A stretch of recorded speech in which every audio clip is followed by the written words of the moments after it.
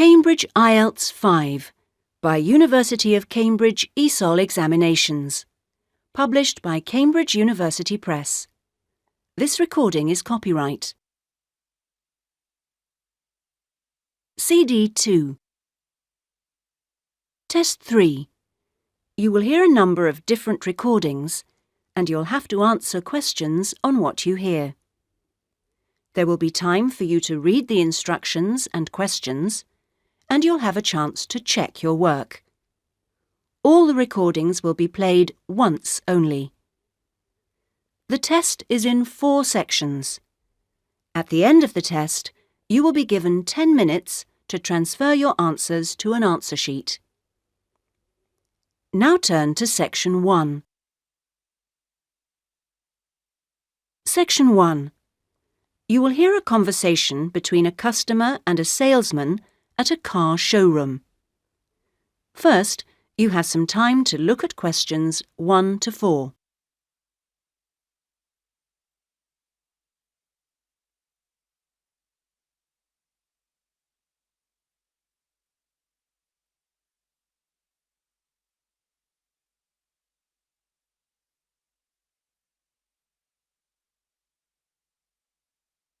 You will see that there is an example which has been done for you.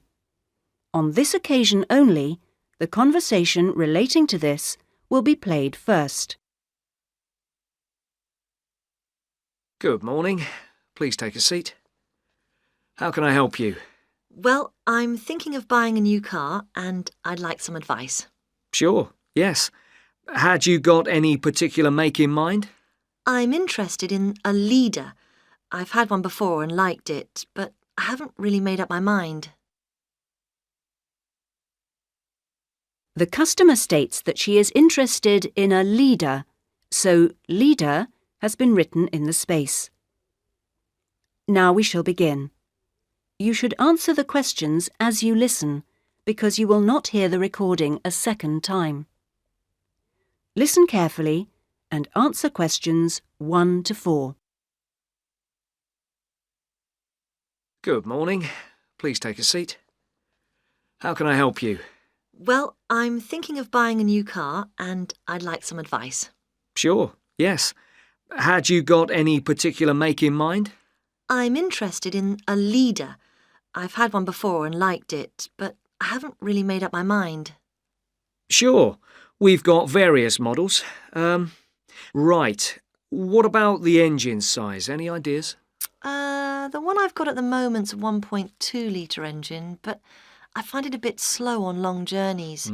I'd like a bit more power this time. A 1.4 should do. I don't think I need a 1.6 or anything. Right. Well, I think the model you're looking at is the Max. Here's a picture. Oh, yes. Have you got one in? Yes, I'll take you to have a look at it in a minute. I'll just get a few more details. Is there anything else to do with the engine? What kind of gear change do you want? I presume you want a manual. I'd want automatic. I've never driven a car with manual gears. Right. Well now, here's the colour chart for the Max. Have you given that any thought? This blue's very popular at the moment. Yes, it is nice. I like blue. What's it called? Royal? Yes. But actually, I think I prefer this lighter shade here. Sky. Yes, that's popular too. I think I'll go for that. You might have to wait a week or so for that colour, but I assume that'll be okay. Oh, yes, fine. Well, we can go outside and you can have a good look at one and perhaps take it out. But first, can I just ask you about finance? The cash price is going to be somewhere in the region of $7,500. How would you like to pay? Are you in a position to pay cash or would you need credit? I'd like credit, provided the terms are reasonable. Well, you can discuss that with my colleague in a moment. We have various arrangements. Would you be interested in us taking your present car as part exchange? Yes. OK, fine. So I'll just need some details from you and then we can do a valuation. Is that OK? Fine, yes. Before you hear the rest of the conversation, you have some time to look at questions 5 to 10.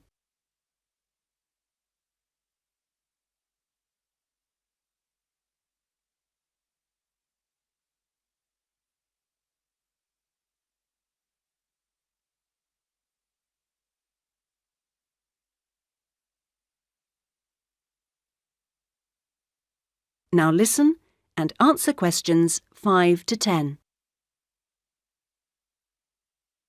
Could I have your full name? Wendy Harries. That's Harries. And is that Mrs., Miss, Ms? It's Doctor, actually. Oh, right. And your address? 20 Green Banks. Is that green spelled as in the colour? Yes, that's right. OK. Alton. Is that Olton? Not quite. It begins with an A, not an O. Oh, yes, that's in Hampshire, isn't it? That's right. And do you know your postcode? Yes, it's GU8 9EW. Do you have a daytime phone number? Well, I work at the hospital, but it's a bit difficult to get hold of me. I can give you a number just for messages, and then I'll get back to you when I can. Is that OK? That's fine. It's 0798 257 643. Fine. And about the car you have now, what make is it? It's a Conti. Do you know the year or the model name? I think it's 1996, and it's called a lion, like the animal. Then it must be 1994, because they brought out the Fox after that. Oh, right, yes. Mileage, roughly? I'm not sure. I know it's less than 70,000. OK. What colour is it? It's grey, metallic grey. Right. And one last thing. What sort of condition would you say it's in? I'd probably describe it as reasonable. Do you need to see it? It's parked outside. Not at the moment, no. Perhaps you could call in one day next week. That is the end of section 1. You now have half a minute to check your answers.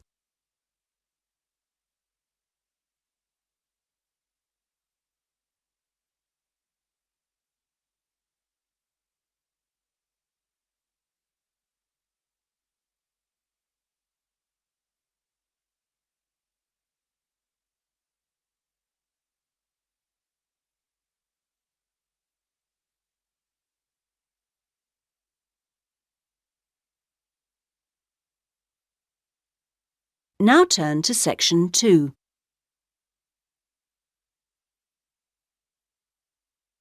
Section 2. You will hear an admissions officer from a UK university talking to a group of postgraduate students in a university abroad about applying for a place at his university. First, you have some time to look at questions 11 to 15.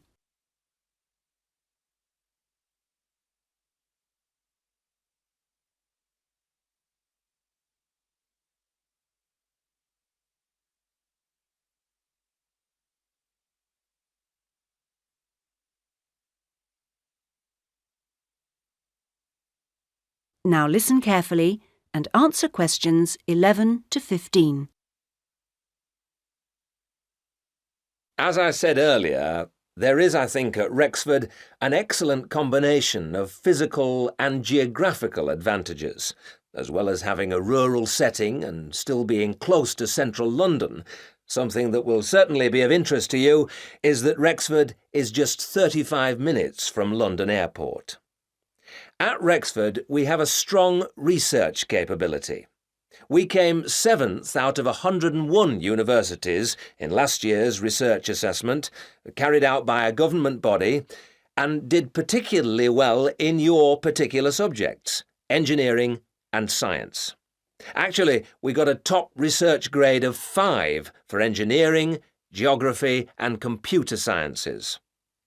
One further point, and I know from talking to you individually that a number of you may be looking for some experience in industry after the course, is that all our science and engineering research departments have unusually close relationships with industry in the area. Anyway, that's enough sales talk from me. I'll just take a sip of this coffee that's just arrived, thank you, and then I'll say something about what actually happens when you apply. Right. Now, if you do decide to make an application, what you do is send it directly to me in my department. I will then immediately send confirmation and the application process begins. And I'd like to say at this point that you shouldn't worry if this process doesn't work all that quickly. I mean, occasionally there are postal problems, but most often the hold-up is caused by references. The people you give as referees, shall we say, take their time to reply. Anyway, it's absolutely normal for this process to take 3 to 4 months. What I do in this period is keep in touch with you and reassure you that things are moving along. One of the ways we've devised to help you decide about applying, as well as later when you've been accepted, hopefully, is to put you in contact with, if possible, a student from your own country who is at present studying with us. What you can do is phone them up, we will of course liaise between you, and discuss your concerns with them. That way you can get an objective opinion of what you can expect if you come to live and study at Rexford. Not only the academic atmosphere, but important details like what the leisure facilities are like, and whether the English weather and food are really as awful as everybody says. No. If you decide you can face it, the contact can also help you just before you face it. The contact can also help you just before you are from this country. At the moment, I think we've got 2 second-year students and 1 postgraduate from this country. Before you hear the rest of the talk, you have some time to look at questions 16 to 20.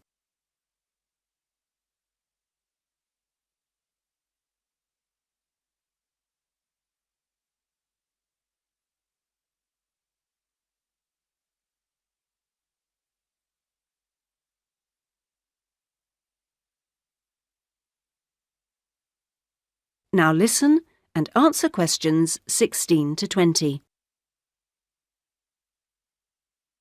Now, to move on to the other concerns you expressed earlier.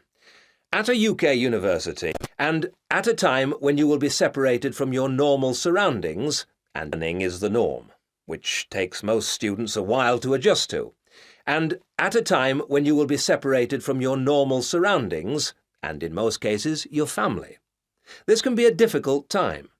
But remember that something like 25% of our student body are international students like yourselves, and that there are several organisations in the university and city whose main purpose is to offer help and ensure that your time with us is enjoyable and useful. 1 or 2 of you touched on the subject of accommodation earlier, so I'll just add a few points.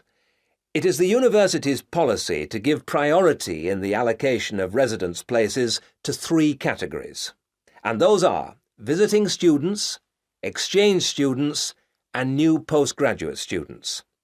However, demand exceeds supply, so there is still a need to put your name down early for campus accommodation, particularly if your family is accompanying you. This means that the earlier you decide whether you want to study with us, and so get the procedure moving, the better it will be for everybody. Yes? What if you would prefer to live outside the university? If you're planning to live off campus, you've got to sort things out even earlier. As with everything in short supply, the good accommodation gets snapped up months before the beginning of term. In other words, if you're starting in October, you need to be thinking about it in June, or at the very latest July. So you do need to think very carefully about what you need, how much you can afford to pay well in advance. What you can't do is leave it until a few days before the start of term. The agencies in town are pretty good. It's just a matter of contacting them in good time. Of course, we have a full-time accommodation officer available to help all students. She'll get in touch with you when you're accepted. She's got plenty of contacts in the town and will deal with the agencies on your behalf. 1 or 2 of you asked me earlier about your level of spoken English. Obviously, most of you have already achieved a lot. I wish I could speak your language half as well. Having said that, though, I'm afraid the lecturers will make little or no allowance for the presence of non-native speakers in the audience. So anything you can do to improve your spoken English, even beyond the pretty high levels most of you have already reached, will help make your stay with us that bit more fun for you. Some extra practice before you arrive is worth more than, for example, private lessons afterwards when you won't really have time. Oh, and one last thing before I invite further questions. It's very important that you always... That is the end of section 2. You now have half a minute to check your answers.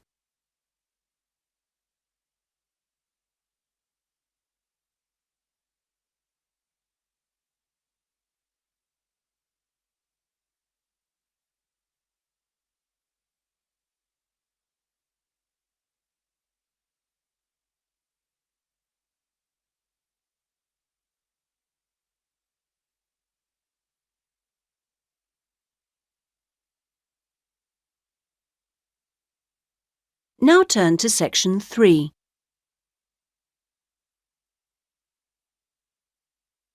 Section 3. You will hear two friends discussing a course they have just done. First, you have some time to look at questions 21 to 27.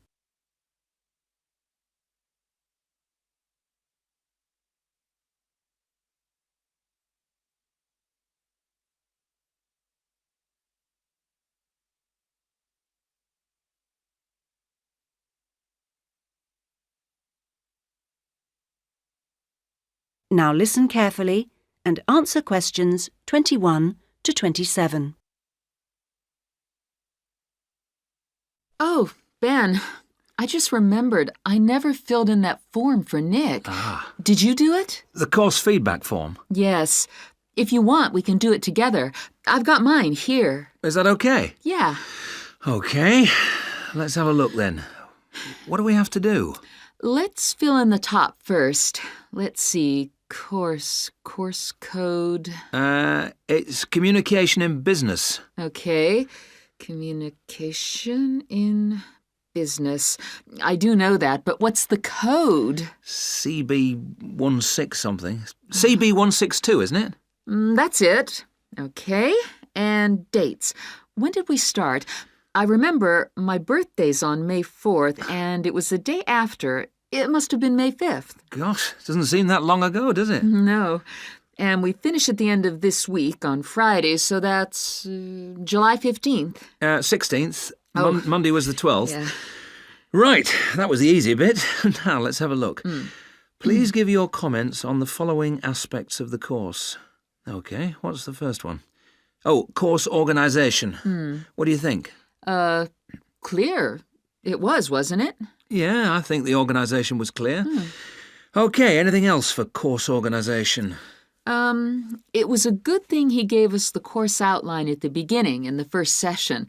That was useful, so I'll put that down, shall I? Yeah. Now, going on to suggestions for improvement, one thing that wasn't so good, I think we could have done a bit more work at the beginning. I mean, at the beginning, it seemed dead easy. Yeah. I thought it was going to be really easy, and then all of a sudden in the second half of the course, we got a whole load of work. Yeah. Reading to do and essays and things. Yeah, it'd be better if it was more even. Okay, now course delivery. Does that mean teaching? Yeah, I suppose so. Well, what I thought was really good on this course was the standard of teaching. Actually, I mean, some of the teachers were better than others, but the standard generally was fine. Much better than other courses I've been on. Yeah, I agree. Let's put that then. Okay. What about suggestions for improvement? I didn't think it was all that wonderful when we had great, long group discussion sessions that went on for hours and hours. Right. I don't mean we shouldn't have group discussions, just that they shouldn't go on too long. Before you hear the rest of the discussion, you have some time to look at questions 28 to 30.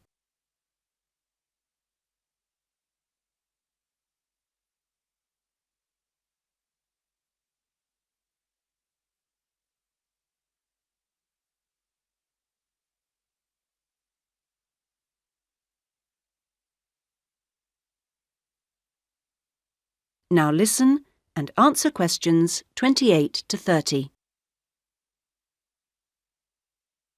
Now, on to materials and equipment. Oh, Now, what was good about some sessions was the handouts. Yes, I thought all the handouts were good, actually, and some were great, with website addresses and everything. One problem, though, with materials was the key texts. Yes, there just weren't enough copies on reserve in the library. And if you can't get the key texts before the session, how are you supposed to do the reading? Yeah. And not enough computers. You have to wait ages to get one. OK, testing and evaluation. Well, I don't know. It's hard to say until we've got our written assignments back. Oh, don't talk about it. I only got mine in yesterday. It was a real struggle. Oh, I hate to think what mark I'll get. Yeah, but at least we've done the oral presentation. I thought that was good, the way I got my feedback really quickly. Yes, it was. And I liked the way we knew it would be evaluated on. We knew the criteria, so we knew we had to think about clarity, organization, and so on. Yeah, but I'm not so sure about the written work. One thing, I think, is that there's just too much. It's really stressful. Oh, yes, I'd agree. And I don't see why they can't let us know the criteria they use for marking. The written assignments, but he told us. No, for the final exams. What are they looking for? What are the criteria? What makes a pass or a fail? Yeah, I never thought of that. It'd be really useful. Okay, any other comments? I thought student support was excellent. Yeah, me too. Okay, excellent. Other comments? No, I can't think of anything else. Nor me. Okay, so that's done. Thanks, Ben. No, thank you. That is the end of section 3. You now have half a minute to check your answers.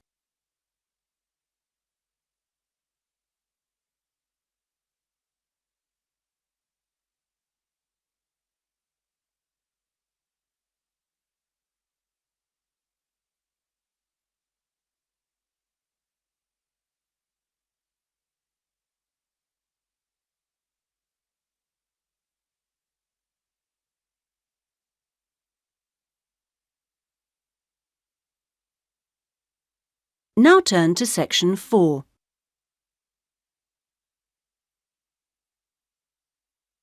Section 4. You will hear a student giving a presentation about a project on household waste recycling. First, you have some time to look at questions 31 to 40.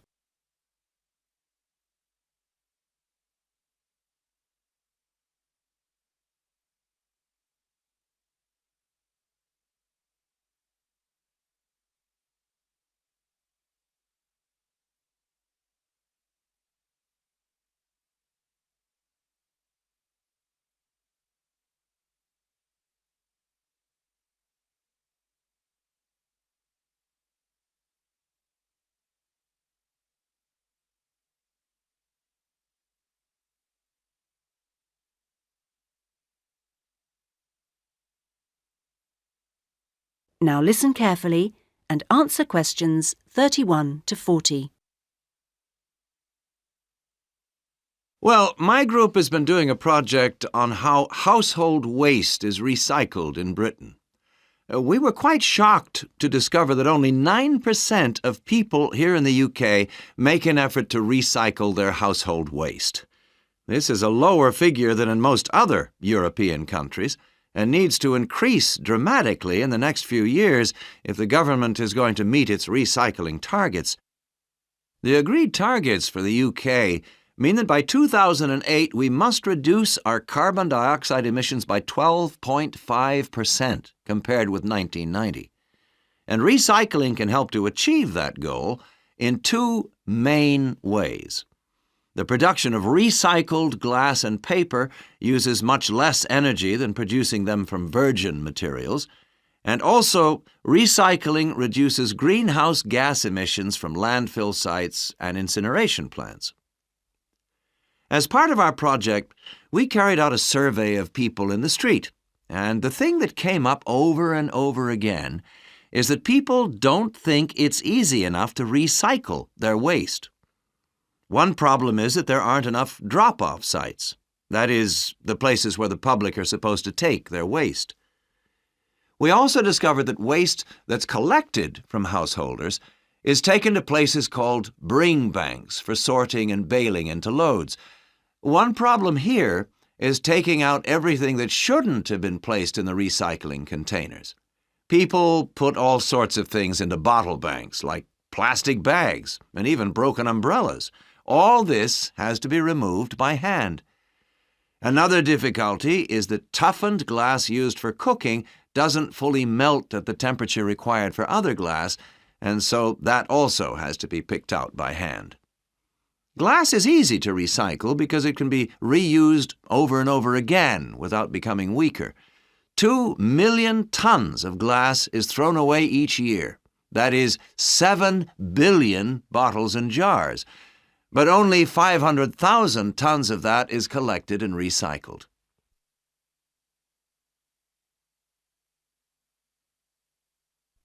Oddly enough, half the glass that's collected is green, and a lot of that is imported, so more green glass is recycled than the UK needs.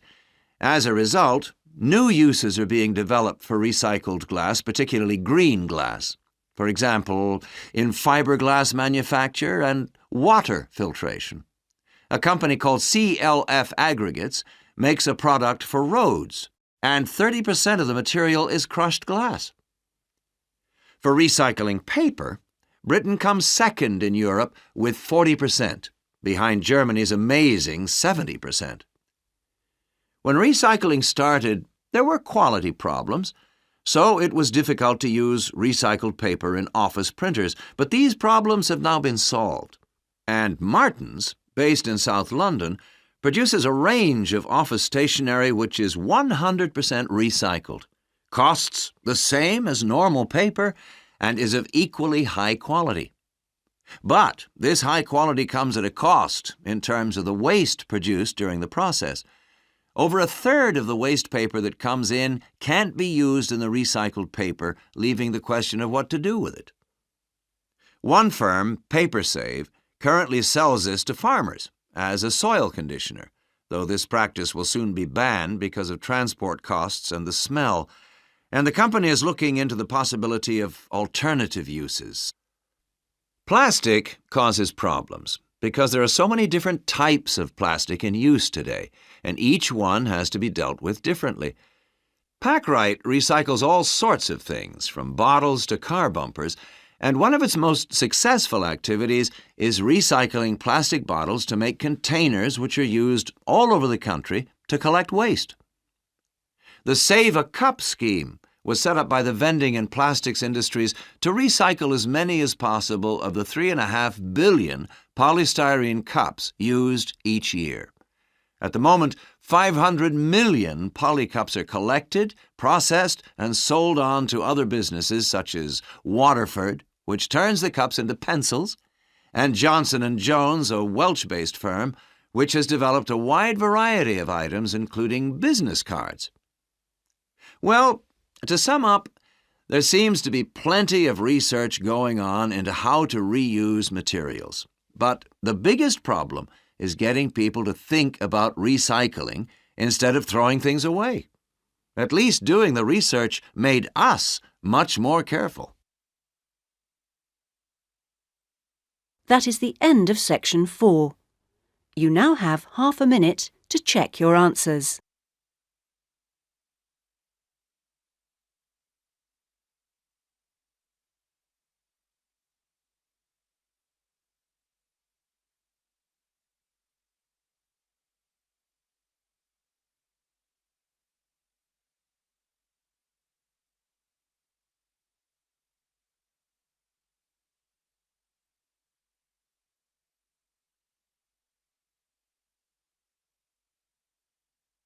That is the end of the listening test.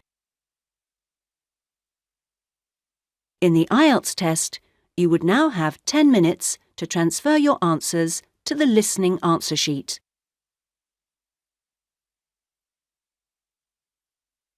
Test 4. You will hear a number of different recordings, and you'll have to answer questions on what you hear. There will be time for you to read the instructions and questions, and you'll have a chance to check your work. All the recordings will be played once only. The test is in 4 sections.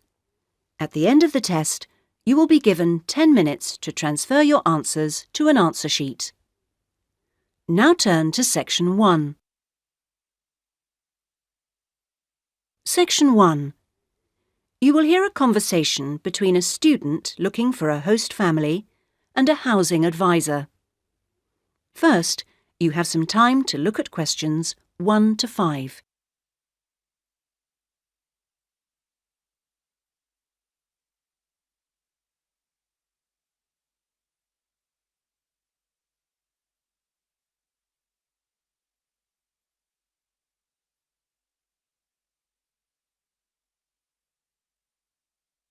You will see that there is an example which has been done for you. On this occasion only, the conversation relating to this will be played first. Good morning. How can I help you? Good morning. I understand you help fix up students with host families. That's right. Are you interested in... Yes. Well, please sit down and I'll just take a few details. Thank you. Right. Now, what name is it? Jenny Chan. Can you spell that, please? Yes. 𝐍𝐆𝐀𝐾. Right. And what is your present address? The student's name is Jenny Chan, so Jenny Chan has been written on the form. Now we shall begin. You should answer the questions as you listen, because you will not hear the recording a second time. Listen carefully and answer questions 1 to 5. Good morning. How can I help you? Good morning. I understand you help fix up students with host families. That's right. Are you interested in... Yes. Well, please sit down and I'll just take a few details. Thank you. Right. Now, what name is it? Jenny Chan. Can you spell that, please? Yes. 𝐍𝐸NNYCHAN.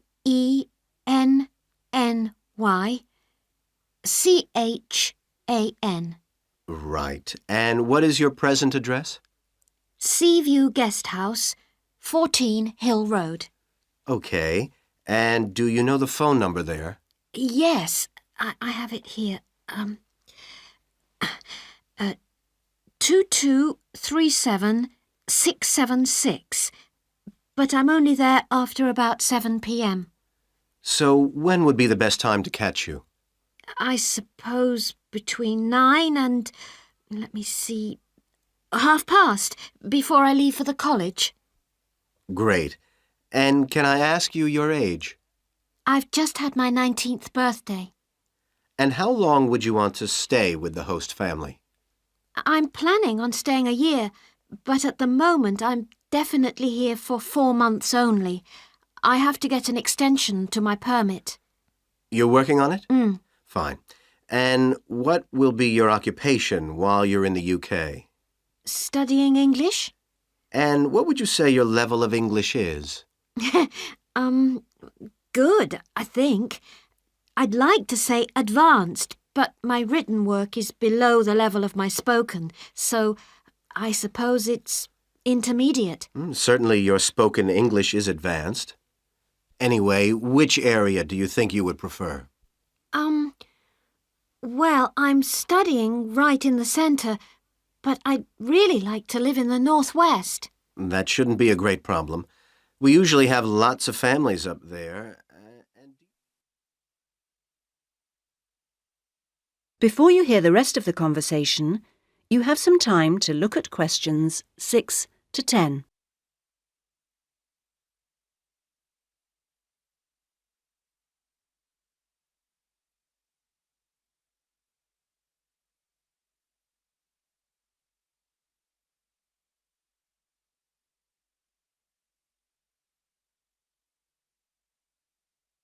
Now listen and answer questions 6 to 10.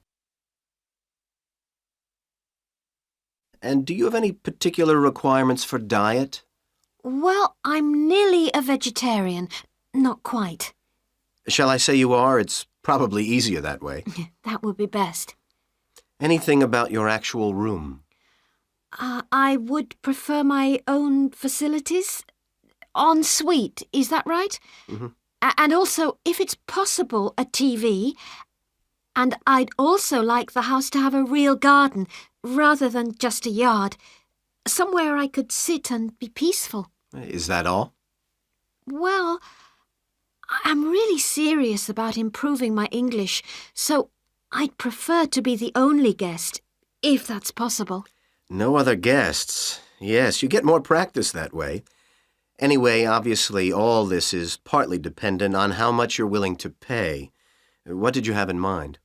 I was thinking in terms of about £60 to £80 a week, but I'd go up to 100 if it was something special.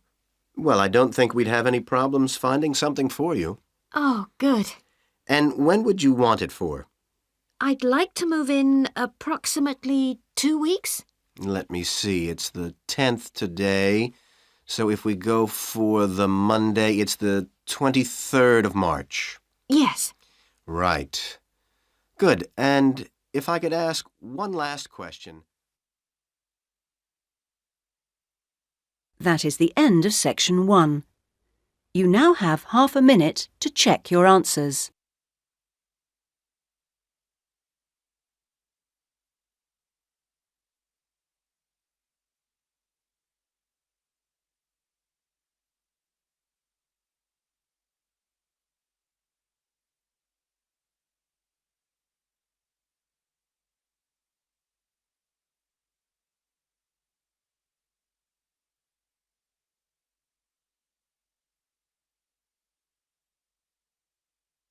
Now turn to section 2.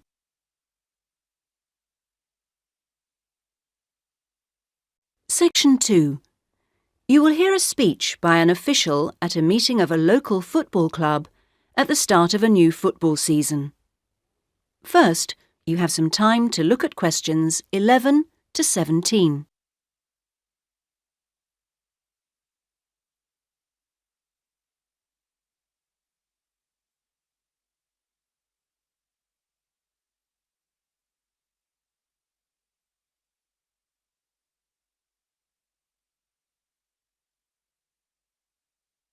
Now listen carefully and answer questions 11 to 17.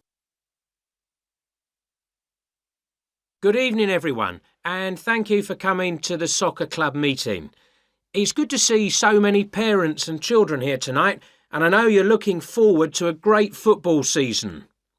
Now, I'd like to take a few minutes to tell you about some changes to the soccer club for the coming season. Now, this season, we'll be playing all our matches for both the junior and senior competitions at Kings Park, instead of Royal Park, which was used last season. Now, for meetings, we're going to use the clubhouse in Kings Park, and the next meeting will be held in the clubhouse on the 2nd of July. As usual, we hope to begin the season with a picnic next Saturday at the clubhouse. Please try and come to the picnic, as it's always good fun. At the last week of the season, we usually have a dinner and presentation of prizes to the players, and more information about this will be given to you later in the season. This season, we have more teams than ever. We hope to have 10 teams instead of 5 in the junior competition, and they will play on Saturday mornings beginning at 8:30 a.m. Training sessions will be held in Kings Park on Wednesday afternoons for the juniors, and they will be wearing red shirts again this year. In the senior competition, there will be 4 teams, same as last year, and their games will be played on Saturday afternoons starting at 2:30. It will be at a 2 o'clock start, and the training session for seniors is planned for Sunday afternoons. Before you hear the rest of the speech, you have some time to look at questions 18 to 20.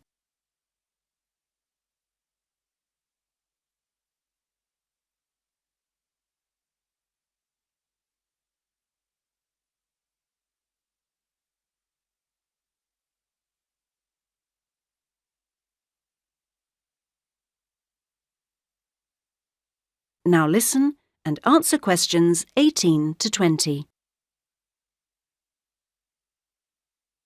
Now, I'd like to introduce you to the new committee for the soccer club for this season.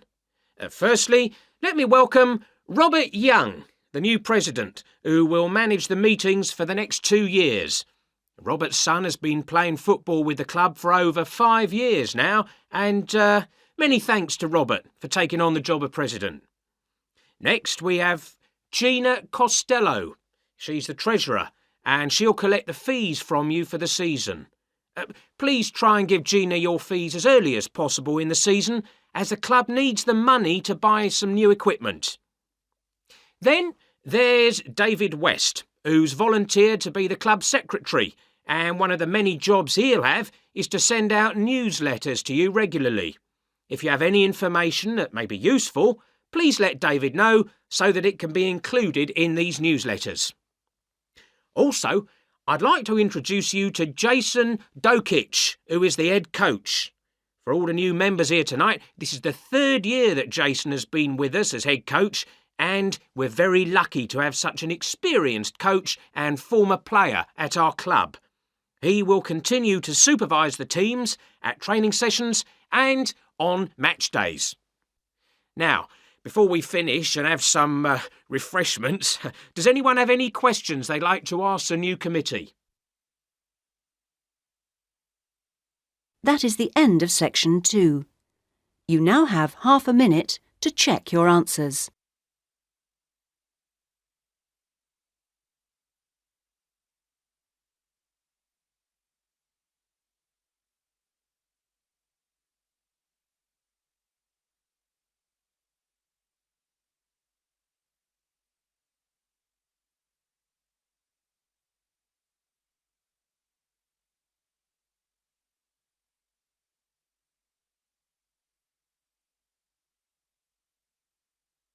Now turn to section 3.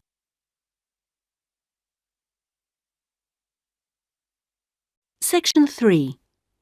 You will hear a tutor and 2 students discussing a business case study. First, you have some time to look at questions 21 to 24.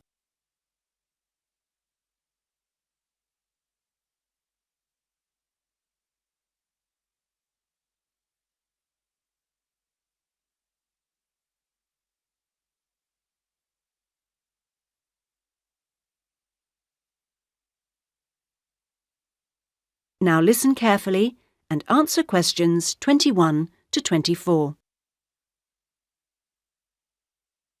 Right, Jason and Karen. Now, I asked you to look at the case study for Box Telecom as part of your exam assessment. It's interesting because they're in the middle of problems at the moment, and I want you to track how they deal with them. Let's start with you, Karen. Having read through the case study, can you just summarise what the problems were that Box Telecom had to take on board? Yeah. Well, of course, what first came to their attention was that despite a new advertising campaign, they were suffering from falling sales, and this is something that had many causes. On top of that immediate problem, what had also happened over the last 2 years was that although they had invested in an expansion plan, they had to face up to increased competition. And before they had a chance to get to grips with the effects of that, they were stalled by a strike. And it was just when they were thinking about making a colossal investment in new machinery for their plants. So they were really in trouble. Yes, I think that's fair. And Jason, now you contacted the company, didn't you? What did the company define as the reasons for these problems? Well, I think they've hit on the right things. It would be easy to say they had invested too heavily or at the wrong time, but in fact the signs were good, and what they were set back by was high interest rates.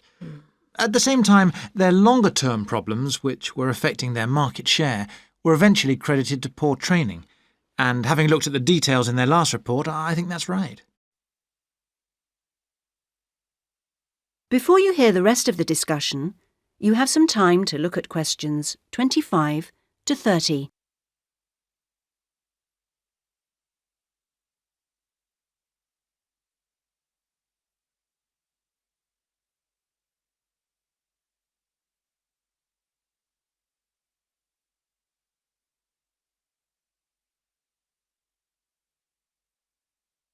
Now listen and answer questions 25 to 30. So, on to the larger issues then. Karen, what do you think the company will do? Well, obviously they have the choice of accepting the very favourable terms that another company, KMG plc, have given them to buy them out. That would mean creating a new company with a new image. Or they could decide on a bolder move and offer some new shares if they wanted. But I think they're much more cautious than that and expect they will start trying to find individuals who'd be prepared to back them with some of the capital they need. Well, you mustn't always assume that dramatic problems require dramatic solutions.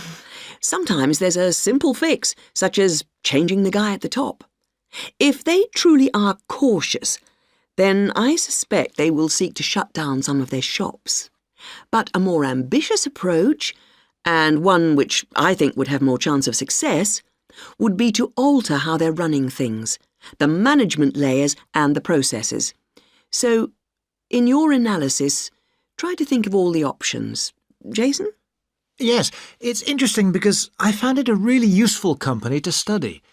Its problems cross all types of industries, and it's lucky it's so big. A smaller or even medium-sized company would have gone under by now. Ah, well, in fact, what I want you two to do is to go away when we've finished our discussion today and write a report. We've looked in general at the telecommunications market in the UK over the last few sessions, and I want you to take Box Telecom as an example and suggest some ways in which they might overcome their problems and outline the reasons why you think as you do. But try and keep it intrinsic to the company rather than dragging in other examples. Is that okay, Karen? Yes, I think I can do that. Personally, I've got great hopes for it. I think it will recover. That advertising campaign they did was very strong, and they're very innovative with their products. They set new trends.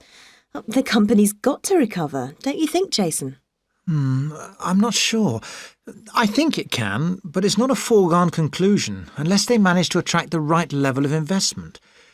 The company definitely needs a boost, and to attract more highly skilled workers if their recovery is to be long-lasting.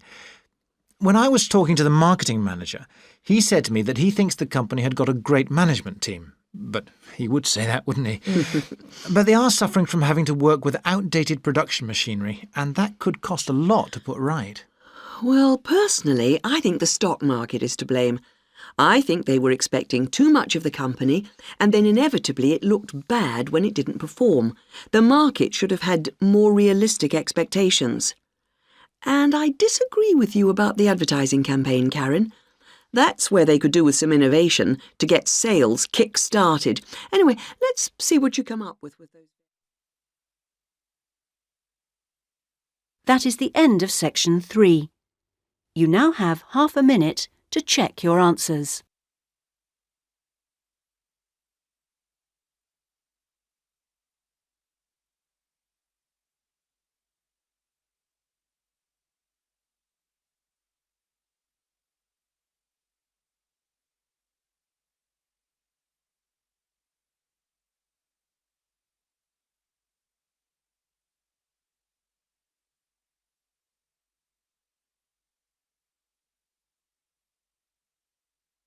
Now turn to section 4.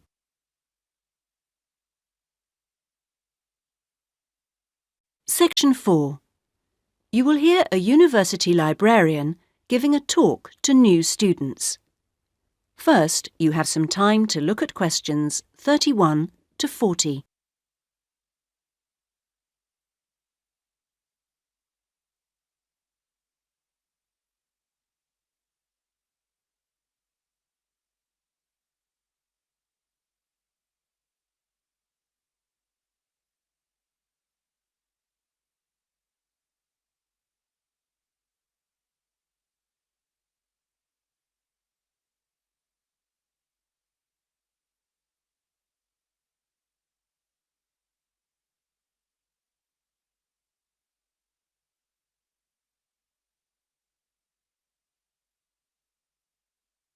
Now listen carefully and answer questions 31 to 40. OK, are you all settled? Well, first of all, welcome to Cardiff University. I'm here to explain what we can offer you. Now, as a new student at the university, you will probably need some sort of guidance to help you to use the library effectively to study and research. Some of you have asked about a guided tour, but we find this rather muddles people. So, in this first week, we run a series of talks which focus on different aspects of the library and its resources. You'll also find that to get the most out of the library, you really do need to be computer literate. And so all this term we run small classes which will bring you up to speed on how to access the computer-loaded information. OK, now let me give you an outline of what's available to you. You'll find that the computers are increasingly used as a research tool. Many students do most of their research on the internet, and the library computers are permanently online. Having found what you need, you'll find you can readily save texts on your personal computer space to print off when you need. You might think that it is the fastest way to get information, but the links can be slow. Clearly, you can find lots on there, but much of it is useless information, as it is from highly debatable sources, so be critical. You'll also find that the library has loaded several CD-ROMs onto the computers from specialist reference sources, such as the MLA. It means we can expand what we offer you at very little extra cost and saves us having to invest in more and more books. The CD-ROMs contain exactly the same information as the reference books, as the two are updated together. Now, most of you will need to refer to journal articles in your work, and you'll find you can also access these online, and we encourage you to do so. Clearly, some of you will find the printed version more accessible as it sits on the shelves, but I'm afraid the intention is to phase these out eventually. However, you will still be able to print off a version of the text rather than photocopying the journal pages. So you must get used to working online. Naturally, we do still have the full range of classic reference books, additional to the CD-ROMs for you to use, and there are several copies of each one. This is because some of you may prefer to borrow a book rather than sit in the library. There is a restricted loan time on these so that they are not missing from the shelves for too long. Although there is a section manager for each part of the library, they are very busy, and so if you do get stuck looking for things, you should ask the relevant cataloguing assistant. As your training supervisor, I just oversee your induction and will not be around after this initial week.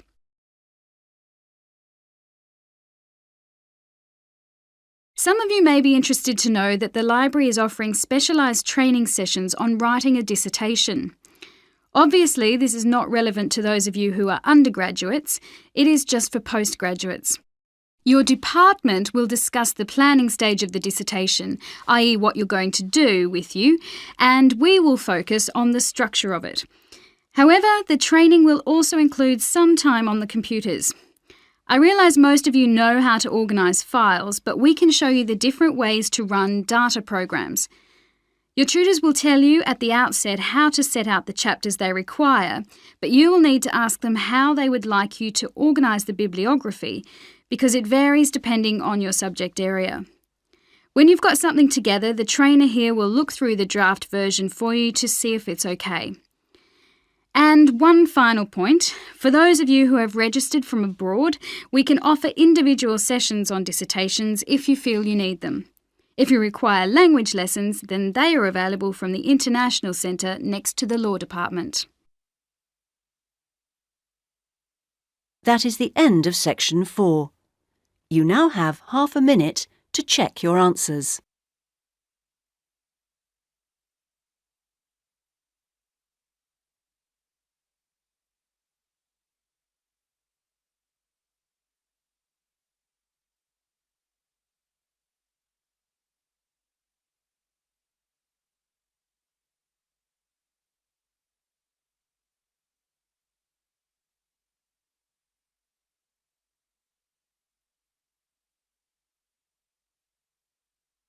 That is the end of the listening test. In the Ielts test, you would now have 10 minutes to to transfer your answers to the listening answer sheet. Cambridge Ielts 5 by University of Cambridge ESOL Examinations. Published by Cambridge University Press. This recording is copyright. CD 1. Test 1. You will hear a number of different recordings and you'll have to answer questions on what you hear. There will be time for you to read the instructions and questions, and you'll have a chance to check your work. All the recordings will be played once only. The test is in 4 sections. At the end of the test, you will be given 10 minutes to transfer your answers to an answer sheet. Now turn to Section 1. Section 1. You will hear a telephone conversation between a travel consultant and a customer. First, you have some time to look at questions 1 to 4.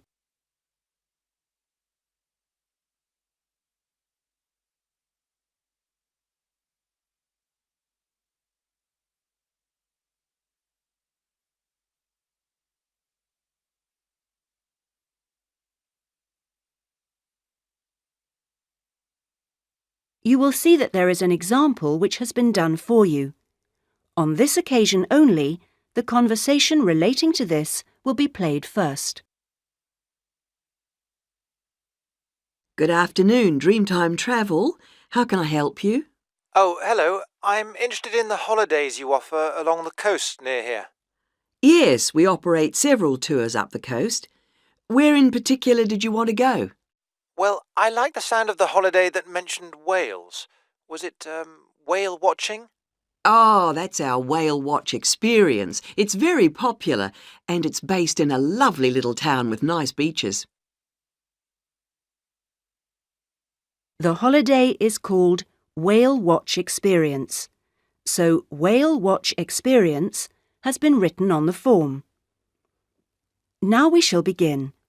You should answer the questions as you listen because you will not hear the recording a second time. Listen carefully and answer questions 1 to 4. Good afternoon, Dreamtime Travel. How can I help you? Oh, hello. I'm interested in the holidays you offer along the coast near here. Yes, we operate several tours up the coast. Where in particular did you want to go? Well, I like the sound of the holiday that mentioned whales. Was it whale watching? Oh, that's our Whale Watch experience. It's very popular and it's based in a lovely little town with nice beaches. Oh, right. And how long does it last? It's 2 days. That includes 4 hours travel time each way from here. Good. I don't want to be away any longer than that. So, is that by coach? Actually, it's by minibus. We like to keep those tours small and personal, so we don't take a whole coachload of people. In fact, we only take up to 15 people on this tour, although we do run it with just 12 or 13. Oh, right. So, do you run these tours often? Well, it depends on the time of year. Of course, in peak times, like the summer holidays, we do them every weekend. But at the moment, it's usually once a month at most. And when is the next one going? Let me see. There's one in 3 weeks' time, which is April the 18th. And then we don't have another one until June the 2nd. All right. And is April a good time to go? Pretty good, though the really good time is later in the year. I have to say, though, that the whale sighting is only one of the many things offered. Really? Yes, the hotel itself where you stay has great facilities. It's called the Palisades. The Paris what? No, it's actually the Palisades. Pallillises. It's right on the main beach there. Oh, I see. All of the rooms have nice views and the food is really good there too. Oh, right. Before you hear the rest of the conversation, you have some time to look at questions 5 to 10.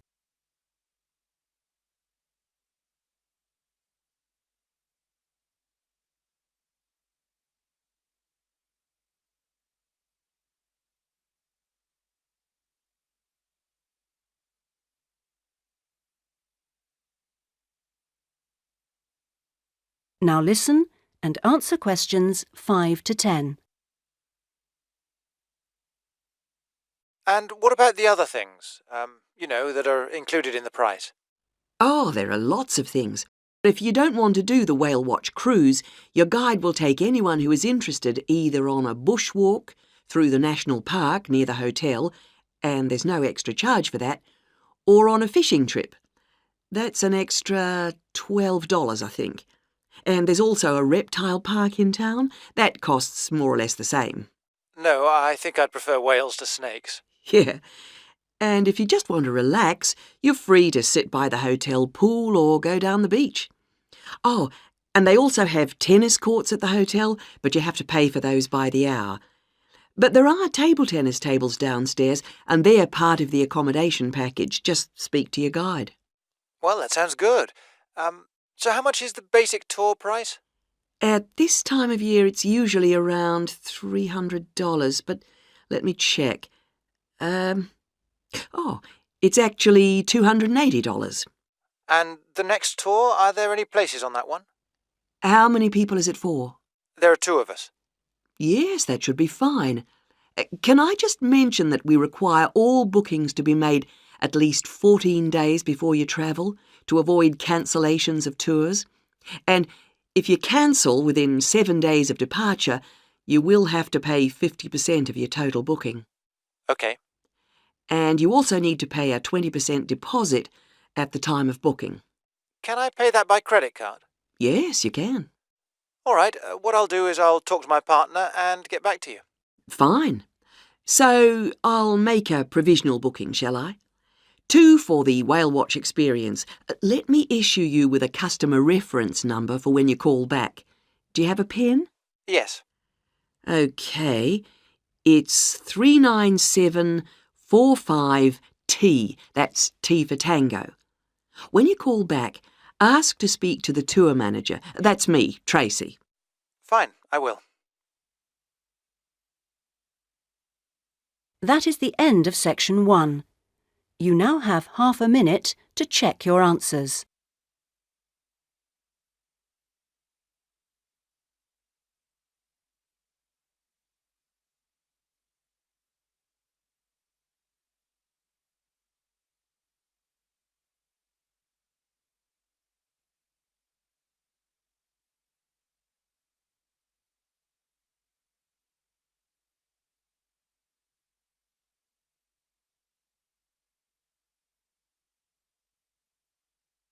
Now turn to section 2.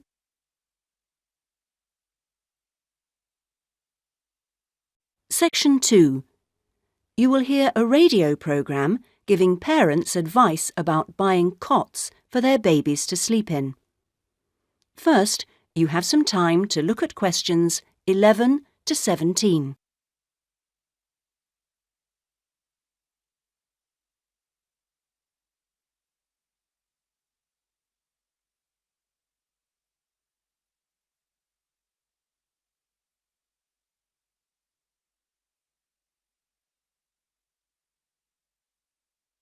Now listen carefully and answer questions 11 to 17. Hello and welcome to today's Buyer Beware programme, where we give you some tips on how to spend your money wisely. Now, in today's show, we're looking at beds for children and babies. Let's start by looking at baby cots. That's for children of up to 3 years old. We tested 3 different cots, all in the budget price range, and as usual, we will feature the good points, the problems, and our verdict. The first cot we looked at was by BabySafe, and it had several good points to recommend it. Our testers liked the fact that it had 4 wheels, so it was easy to move around. The only slight problems with this cot were that it had no brakes, but they didn't think that mattered too much. At first, they were a bit concerned about the sidebar because they felt babies could trap their fingers in it. But our testers felt that this was unlikely to happen, so they've given this one a verdict of satisfactory. The next cot was by Choice Cots, and this time our testers were pleased to find a cot which is simple to put together, unlike others we looked at. On the minus side, our testers did not like the fact that the side of the cot did not drop down, making it difficult to pick up newborn babies. However, the real problem with this cot was the space between the bars. Our testers found they were too wide and a baby could easily trap his head. We felt this was a real safety hazard, and so we've labelled this one dangerous, I'm afraid. Before you hear the rest of the programme, you have some time to look at questions 18 to 20.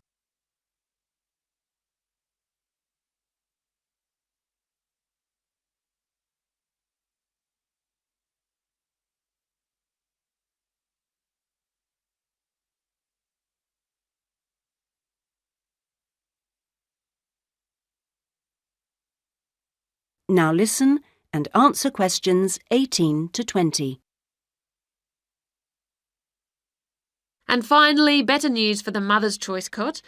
This cot was slightly different in that although the sidebar did not drop down, the base could be raised or lowered into 2 different positions, making it safe as well as convenient. The negatives for this one were quite minor. The only niggle everyone had was the fact that it has no wheels, and the only other problem anyone could find was that there were pictures, which were simply stuck on and so could easily become detached. The makers have now promised to discontinue this practice, as this cot will then be safe in every way.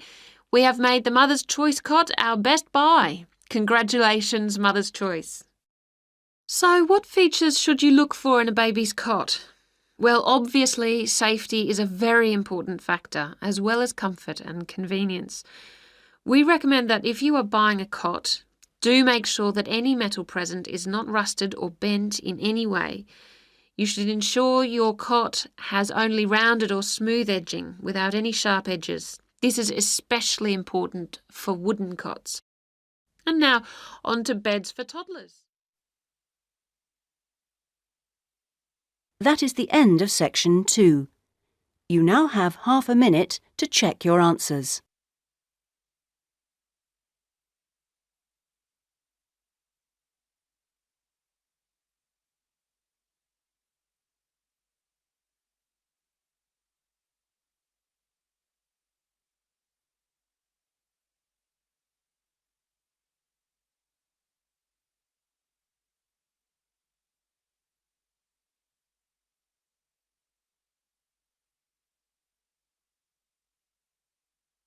Now turn to section 3.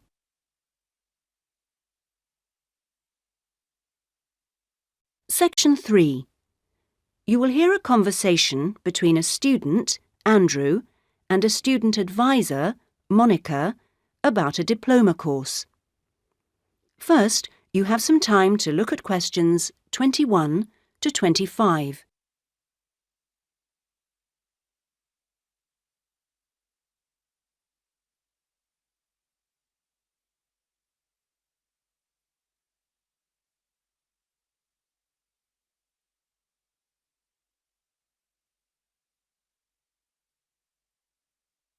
Now listen carefully and answer questions 21 to 25. Excuse me, I was told to come here for advice about management diploma courses. You've certainly come to the right place. Hi, my name is Monica. Nice to meet you. My name is Andrew Harris. So, Andrew, have you seen our diploma course prospectus yet? Yes, I've already looked at it. In fact, I thought the information on course content was really useful. But I'm afraid I'm a bit confused by all the different ways you can do the course. Full-time intensive, part-time, and so on. Mm-hmm. Well, let's see if I can help. I think each course type has its advantages and disadvantages, so it really depends on you, your own study habits, and your financial circumstances, of course. Are you working at the moment? Yes, I've been working in the administration section of the local hospital for the last 3 years. Mm-hmm. And before that, I worked in the office of a computer engineering company for 2 years. So I've got about 5 years of relevant work experience. Mm-hmm. And what I'm hoping to focus on is personnel management. I see. And are you planning to leave your current job to study, or are you thinking about just taking a year off? I want to know what my options are, really. I don't want to quit my job or anything, and my employers are keen for me to get some more qualifications, but obviously it would be better if I could do a course without taking too much time away from work. Right. So you don't really want to do the full-time course, then? No, not really. It's also a question of finances. You see, my office have agreed to pay the cost of the course itself, but I would have to take unpaid leave if I want to study full-time, and, well, I don't think I could afford to support myself with no salary for a whole year. OK. Well, you have two other possibilities. You could either do the part-time course, that would be over 2 years, and you wouldn't have to take any time off work, or you could do what we call a modular course.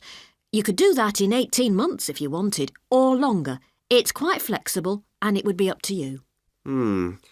So what does the part-time course involve?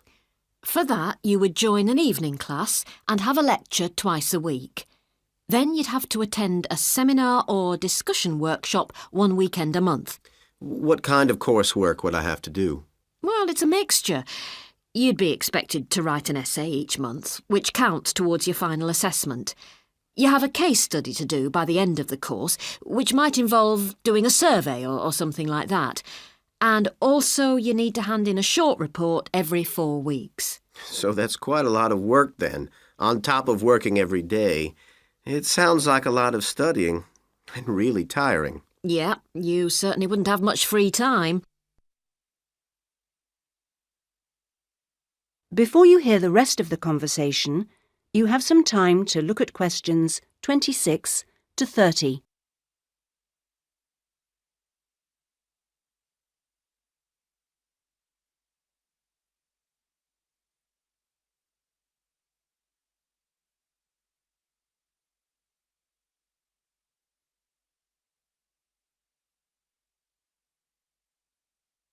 Now listen and answer questions 26 to 30.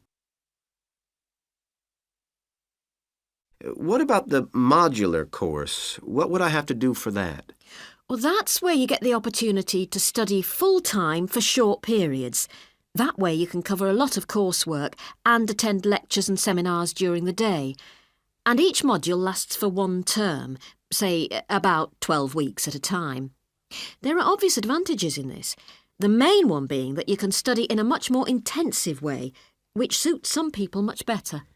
And how many of these modules would I have to do to get the diploma?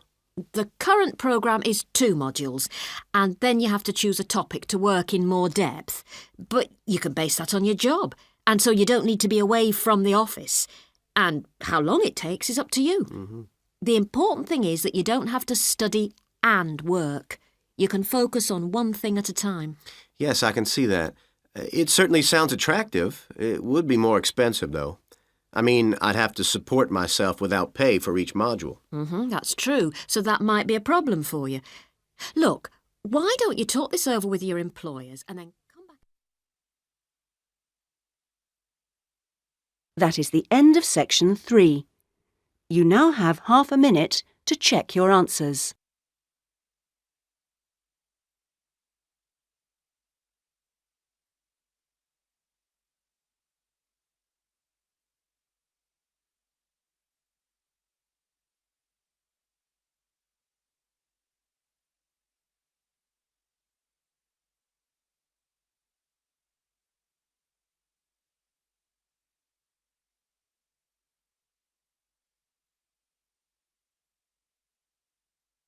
Now turn to section 4.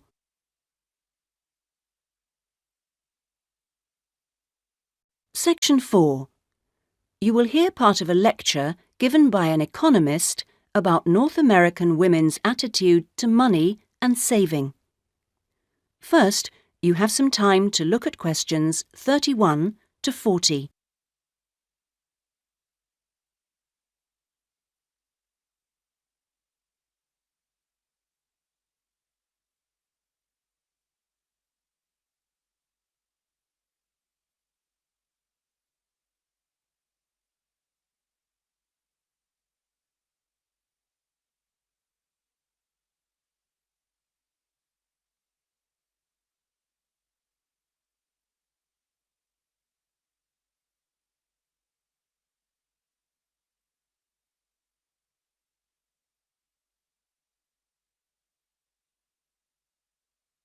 Now listen carefully and answer questions 31 to 40. Okay, so we've been looking at the attitudes of various social and cultural groups towards the management of their personal finances, how important they feel it is to save money, and what they save their money for. One aspect that we haven't yet considered is gender. So if we consider gender issues, we're basically asking whether men and women have different attitudes towards saving money, and whether they save money for different things. Back in 1928, the British writer George Bernard Shaw wrote in his Intelligent Women's Guide to Socialism and Capitalism that a man is supposed to understand politics, economics, and finance, and is therefore unwilling to accept essential instruction. He also said, a woman, having fewer pretensions, is far more willing to learn. Now, though these days people might question a lot of the assumptions contained in those statements, recent research does suggest that there are some quite fundamental differences between men and women in their attitudes to economic matters. Let's look at what men and women actually save for. Research studies of women in North America have found that women are far more likely to save for their children's education, and they are also more likely to save up in order to buy a house one day. The same studies have found that men, on the other hand, tend to save for a car, which, by the way, takes a surprisingly large amount of the household budget in North America. But the other main priority for men when saving money is their retirement. When they're earning, they're far more likely to put money aside for their old age than women are. Now, this is rather disturbing, because, in fact, the need for women to save for their old age is far greater than for men. Let's consider this for a moment. To start with, it is a fact that throughout the world, women are likely to live many years longer than men, so they need money to support them during this time. Since women are likely to be the ones left without a partner in old age, they may therefore have to pay for nursing care, because they don't have a spouse to look after them. Furthermore, the high divorce rates in North America are creating a poverty cycle for women. It is the divorced women who will most often have to look after the children, and thus they need more money to look after not just themselves, but others.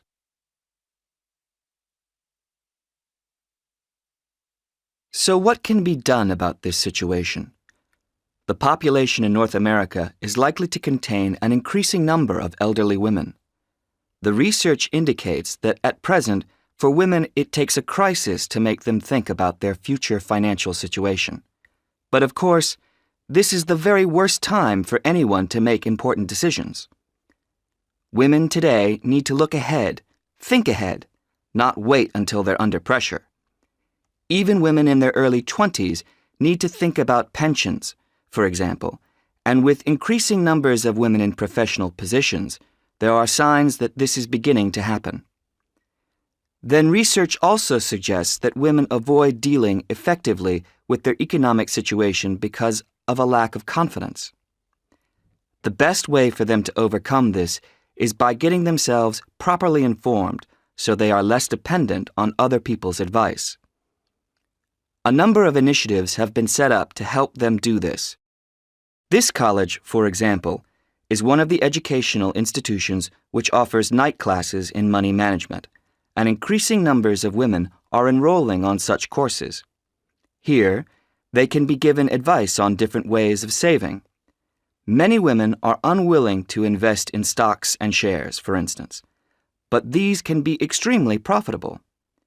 It is usually advised that at least 70% of a person's savings should be in low-risk investments.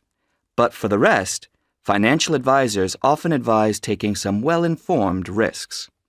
Initiatives such as this can give women the economic skills and knowledge they need for a comfortable, independent retirement. The increasing proportion of elderly women in the population is likely to have other economic consequences.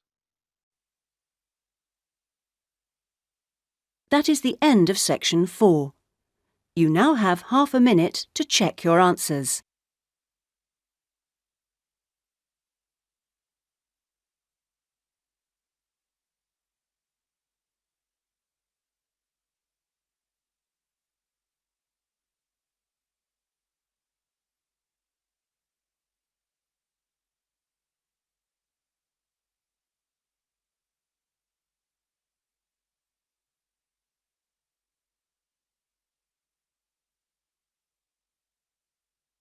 That is the end of the listening test.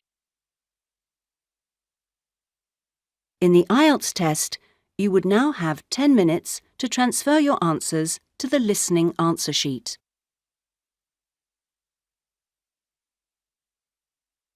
Test 2. You will hear a number of different recordings, and you'll have to answer questions on what you hear. There will be time for you to read the instructions and questions, and you'll have a chance to check your work. All the recordings will be played once only. The test is in 4 sections. At the end of the test, you will be given 10 minutes to transfer your answers to an answer sheet. Now turn to Section 1. Section 1. You will hear a man telephoning a library to find out about joining. First, you have some time to look at questions 1 to 5.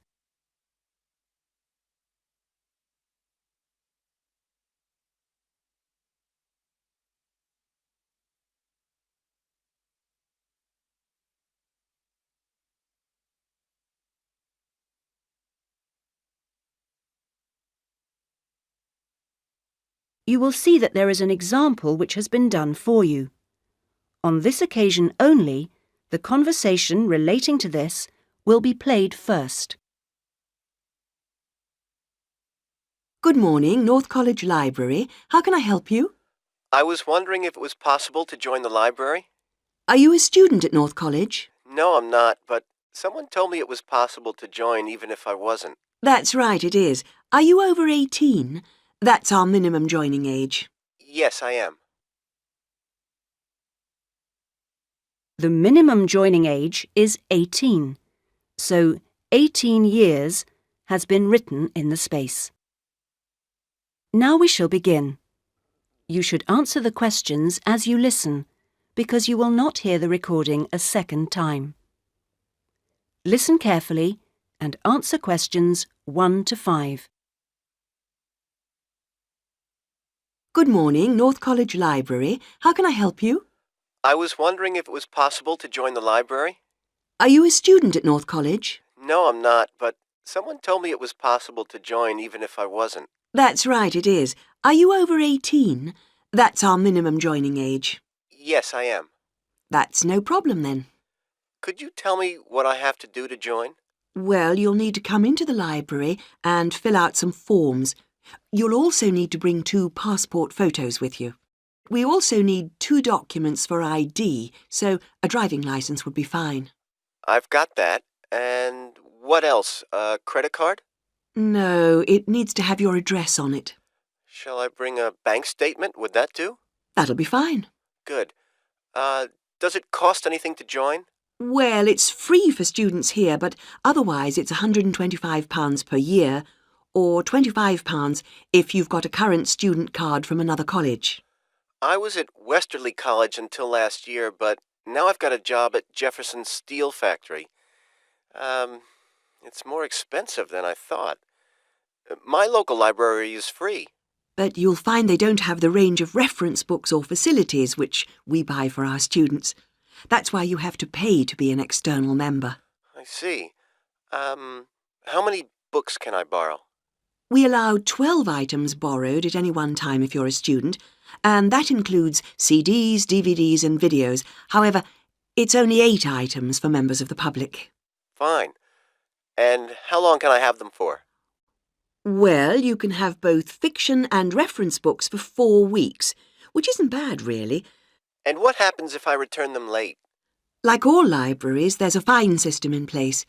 The minimum fine is £1.50, but it can be much higher for some items, up to £5 per week. We'll give you a booklet with all the details when you join. You can always renew items, if they're not required by anyone else, by telephoning or logging onto our website. Before you hear the rest of the telephone call, you have some time to look at questions 6 to 10.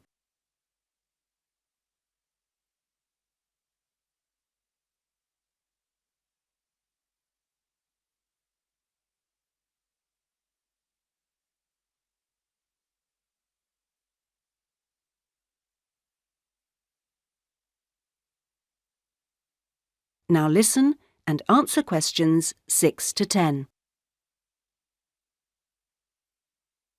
What about the computers? Can I use them free of charge? For college students it's free, but for external members like yourself, the first hour is free, and then we make a nominal charge of £1 per hour thereafter. Do I have to book in advance for them? Oh, yes, it's advisable. Most people tend to book 24 hours in advance, although sometimes you can get one with only 6 hours' notice. However, the earliest you can book a computer is 48 hours before you need it, and you can only book 1 hour at a time. If no one else has booked the computer out, then you may be able to have another hour if you want. We have a wide range of databases, so the computers are in great demand. I'm thinking of doing some writing, and I might need to access national newspapers. Do you have them on these databases? We do indeed. We've got all the big nationals, The Guardian and The Observer, The Independent, and The Times and Sunday Times. We've also got all the local papers and a wide selection of magazines. Excellent. I assume you have photocopying facilities? Of course. 5p a sheet for both A4 and A3 black and white copies, and 40p a sheet for colour. You can get a card from the counter here. It doesn't take coins. Okay. Oh, by the way, another thing I was wondering about was if you ran any writing classes through the library. We do, but you'll have to speak to John Grantingham about that. He's our resident author. He runs the creative writing classes. John Grant... could you spell that for me, please? Certainly. GRANTINGHAM.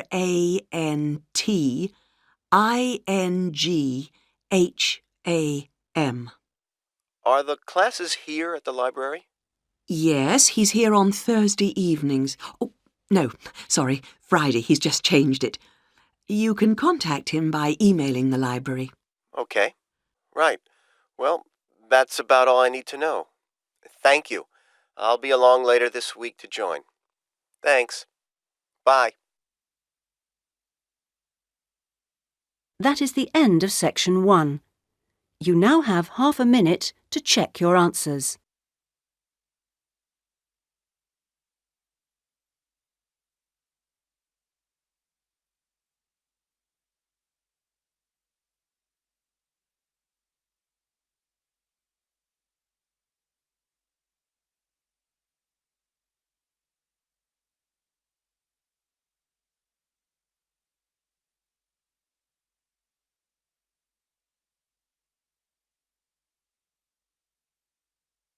Now turn to section 2.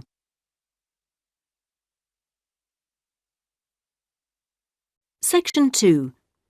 You will hear a man called Dan Pearman talking on the radio about Pedal Power, a UK charity which sends bicycles to people in developing countries.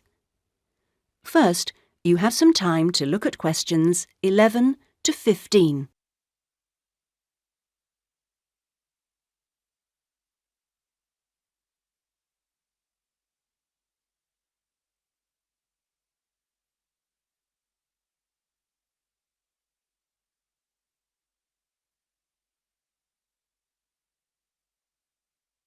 Now listen carefully and answer questions 11 to 15. My name's Dan Pearman, and I'd like to talk about the work of Pedal Power, a small charity based mainly in the UK. I'll be giving our contact details at the end, if anyone would like to find out more about how to support us. But first, how the charity began. I got the idea of exporting bicycles to developing countries while I was in Ecuador.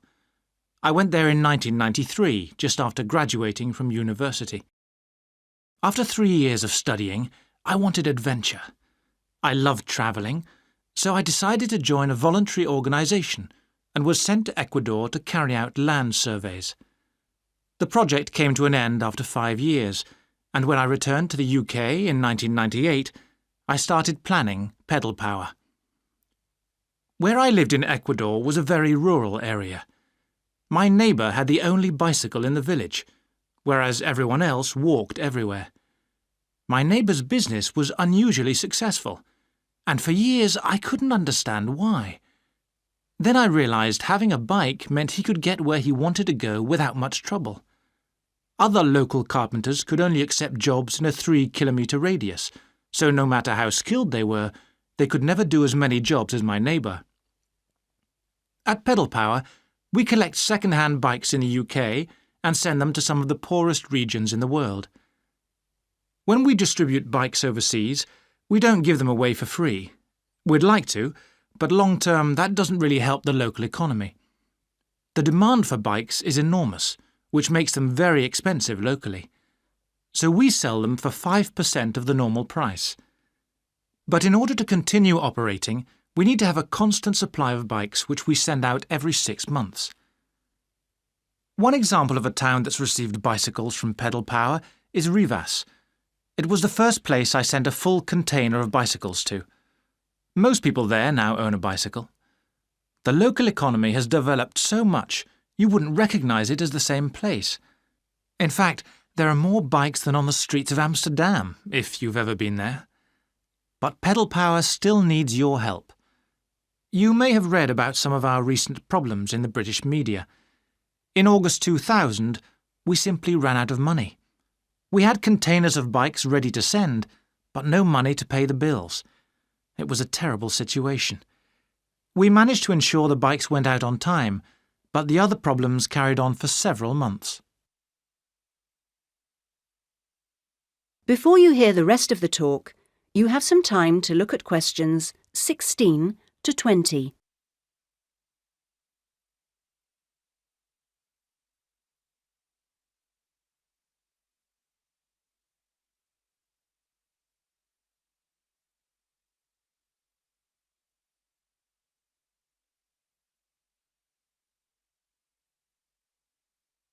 Now listen and answer questions 16 to 20. Fortunately, in October 2001, we won an Enterprise Award, which helped us enormously. We invested 15 of the £75,000 prize money to help secure our future. Winning the award helped raise our profile, and the money enabled us to pay all our shipping costs, which represent our greatest expense. Pedal Power changes lives. When someone gets a bicycle from us, they see a 14% increase in their income. We're currently looking to invest in computers so that our office staff can do an even better job. Because of our work, people in a number of countries now have a better standard of living. So far, we've provided 46,000 people with bikes. But we'd like to send more, at least 50,000 by the end of the year. Now, there are many ways in which you can support the work of Pedal Power, not just by taking a bike to a collection in your area. I should also like to say, if you do have a bike to donate, it doesn't matter what condition it's in. If we can't repair it, we'll strip it down for spare parts. Of course, to do that we always need tools, which are expensive to buy, so we welcome any that you can give. Also, you could help by contacting the voluntary staff at our offices. They'll be able to suggest activities you could organise to bring in funds for us. People do all kinds of things, including, of course, sponsored bike rides. Also, we're always interested to hear of other places that would benefit from receiving a consignment of bikes, and welcome suggestions from people who've been to developing regions on their travels. We hope that by talking on radio programmes like this, we will be able to raise public awareness, which will lead to government organisations also giving us regular financial support, something that we really need. If you'd like some more information about where to donate an old bicycle or offer help in other ways, please contact us on 019. That is the end of section 2. You now have half a minute to check your answers.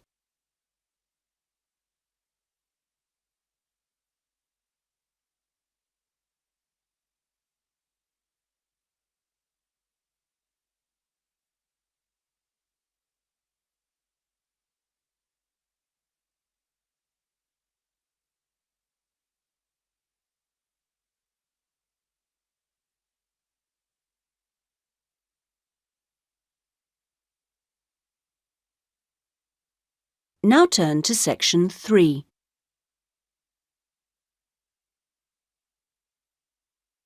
Section 3.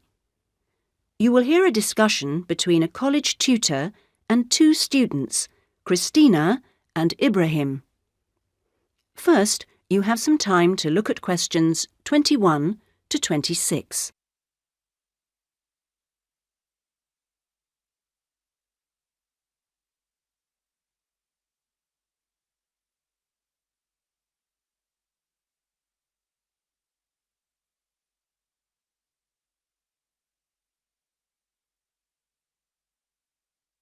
Now listen carefully and answer questions 21 to 26.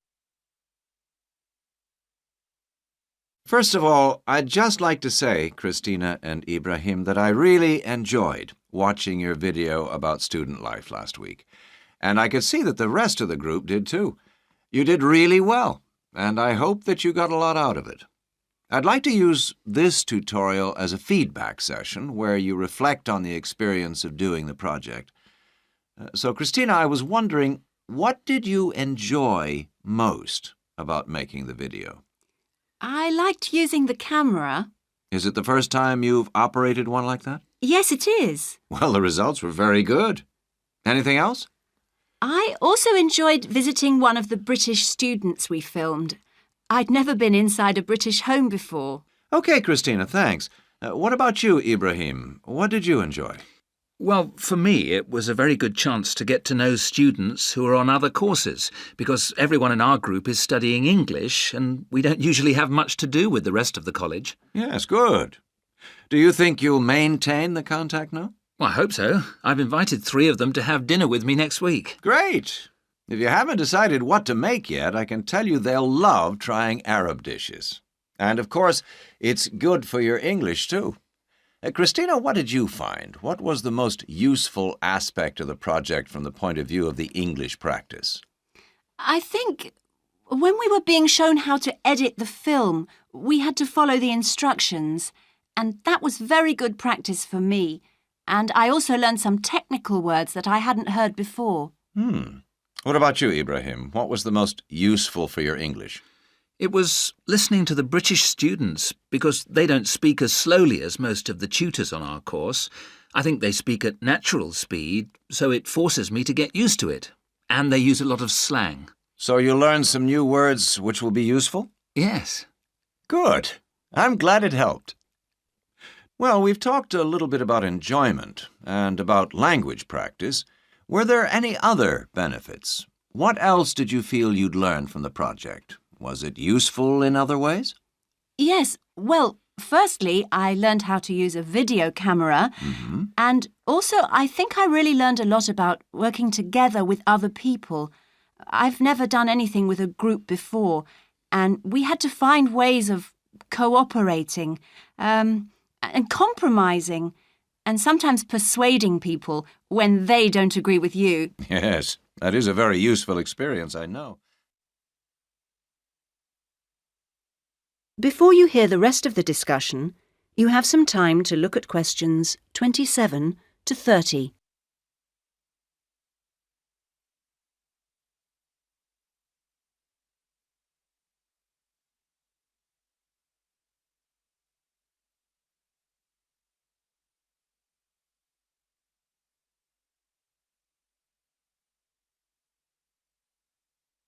Now listen and answer questions 27 to 30. What about you, Ibrahim? Well, I think I learnt a lot about how important editing is. When you're filming, you think that everything's going to be interesting, but in fact we cut around half of it in the end, and then it was much better. Good. Well, one last thing I'd like to ask. What mistakes do you think you, as a group, that is, made? I mean, to put it another way, if you had to do it all over again, is there anything you'd do differently? We didn't plan very well. For example, we didn't decide on dates when we'd complete each separate step of the project, and we should have agreed about that in the beginning, because we were always late with everything. Right. Anything else? I think we should have tried to experiment more with the camera. I mean, with angles and the focus and that kind of thing. So you should have been more ambitious. Do you agree, Ibrahim? Not really. In fact, I think we were too ambitious. We were inexperienced, and we didn't have a lot of time, and we tried to do too much, to make a long film. Next time I would make a shorter one and try to get the quality better. Well, that's very interesting. Next semester, we will be doing another video project, with a different content, of course, but you'll have an opportunity to put into practice what you've learned this time. Do you have any ideas about a different... That is the end of section 3. You now have half a minute to check your answers.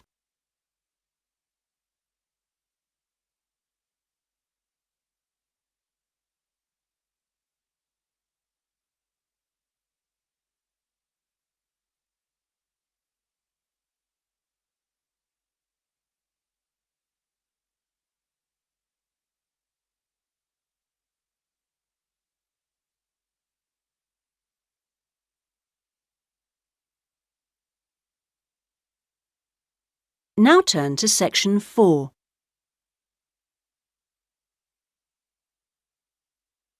Section 4. You will hear a talk about scientific research in the continent of Antarctica. First, you have some time to look at questions 31 to 40.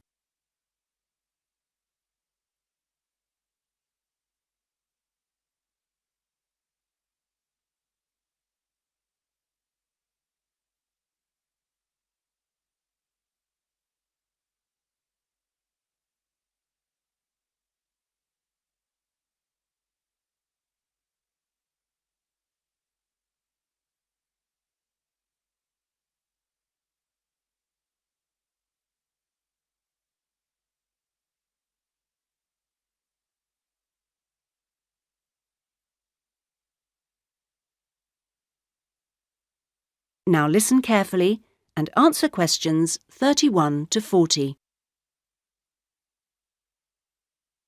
Tonight I'm going to talk to you about that remarkable continent, Antarctica.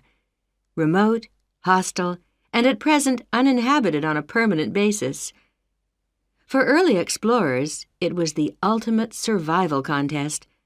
For researchers like me, it remains a place of great intellectual challenge, while for the modern tourist, it's simply a wilderness of great beauty. First, some facts and figures. Antarctica is a place of extremes, the highest, coldest, and windiest continent, and over 58 times the size of the UK. The ice cap contains almost 70% of the world's fresh water and 90% of its ice. But with very low snowfall, most of the continent technically falls unbelievably into the category of desert. Huge icebergs break off the continent each year, while in winter, half the surrounding ocean freezes over, which means its size almost doubles. Research and exploration has been going on in Antarctica for more than 200 years and has involved scientists from many different countries who work together on research stations. Here, science and technical support have been integrated in a very cost-effective way. Our Antarctic research program has several summers-only stations and 2 all-year-round ones. I was based on one of the all-year-round ones. The research stations are really self-contained communities of about 20 people. There's living and working space, a kitchen with a huge food store, a small hospital, and a well-equipped gym to ensure everyone keeps fit in their spare time. The station generates its own electricity and communicates with the outside world using a satellite link. Our station, 01, had some special features. It wasn't built on land, but on an ice shelf, hundreds of meters thick. Supplies were brought to us on large sledges from a ship 15 kilometers away at the ice edge. Living in the Antarctic hasn't always been so comfortable. Snow buildups caused enormous problems for 4 previous stations on the same site, which were buried and finally crushed by the weight. Fortunately, no one was hurt, but these buildings became a huge challenge to architects who finally came up with a remarkable solution. The buildings are placed on platforms, which can be raised above the changing snow level on legs which are extendable.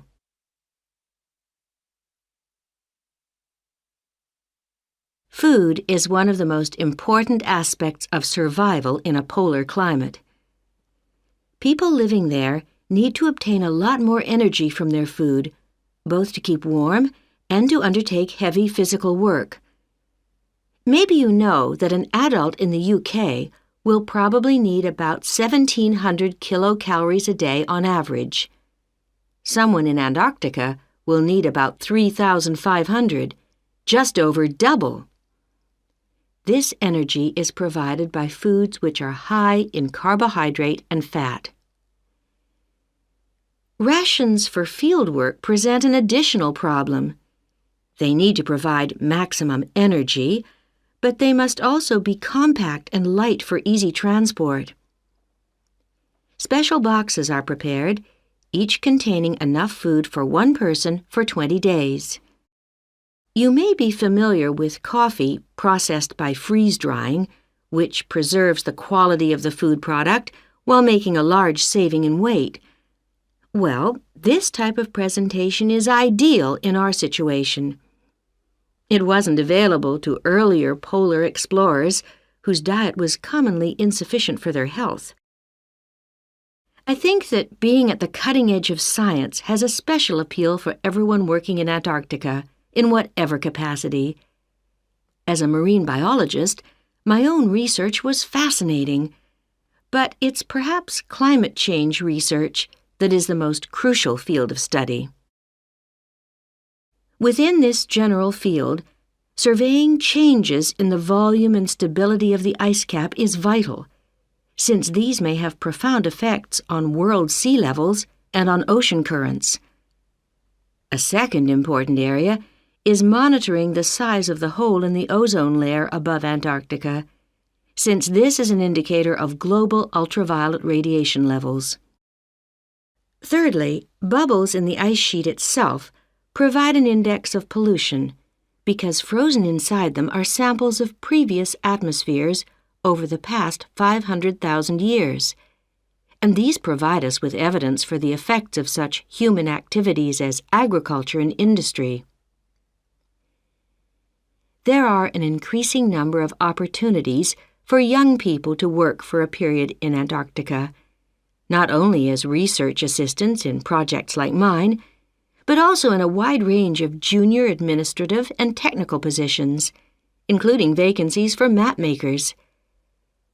I hope that the insights I've provided will encourage you to take up these opportunities in this fascinating continent. That is the end of section 4. You now have half a minute to check your answers.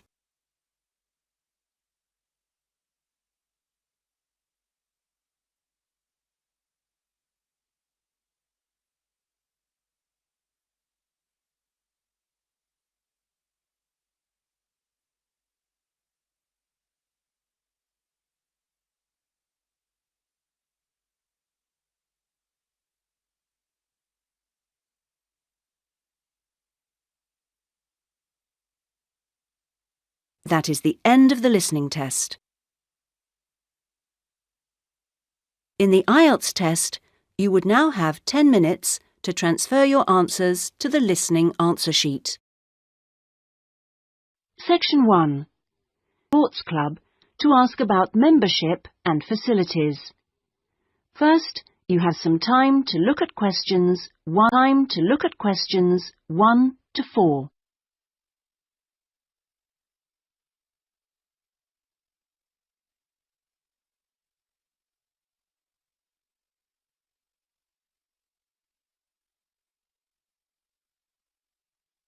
You will see that there is an example that has been done for you. On this occasion only, the conversation relating to this will be played first. Good morning. Sorry, it's gone 12. I'll start again. Good afternoon, Kingswell Sports Club. How can I help you? Oh, good afternoon. I was wondering if you could give me some information about membership and facilities. The name of the sports club is Kingswell, so Kingswell has been written in the space. Now we shall begin. You should answer the questions as you listen, because you will not hear the recording a second time. Listen carefully and answer questions 1 to 4. Good morning. Sorry, it's gone 12. I'll start again. Good afternoon, Kingswell Sports Club. How can I help you? Oh, good afternoon. I was wondering if you could give me some information about membership and facilities. Of course. What would you like to know? Do you have tennis courts, for example? No, I'm afraid we don't. We're primarily a golf club. What about football? I heard you had a team. No, I'm sorry. Perhaps you're thinking about Fresham Sports Centre. Oh, right. I know it. I played badminton there. Have you? They've got a lot of facilities we don't have, and vice versa.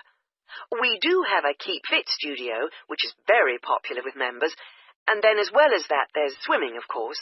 That's good. I like to swim every day. We have a range of classes, too. Do you have judo classes? I'm keen to learn. Well, at the moment, we offer kickboxing. We're planning to add judo and stretch classes soon. We're currently running a range of yoga classes, too. What about relaxing after exercise? I assume you have a restaurant or something? At the moment, we've got a salad bar, which is very popular. We'll also have a fully licensed restaurant by the end of the year. Sounds good. Before you hear the rest of the conversation, you have some time to look at questions 5 to 10.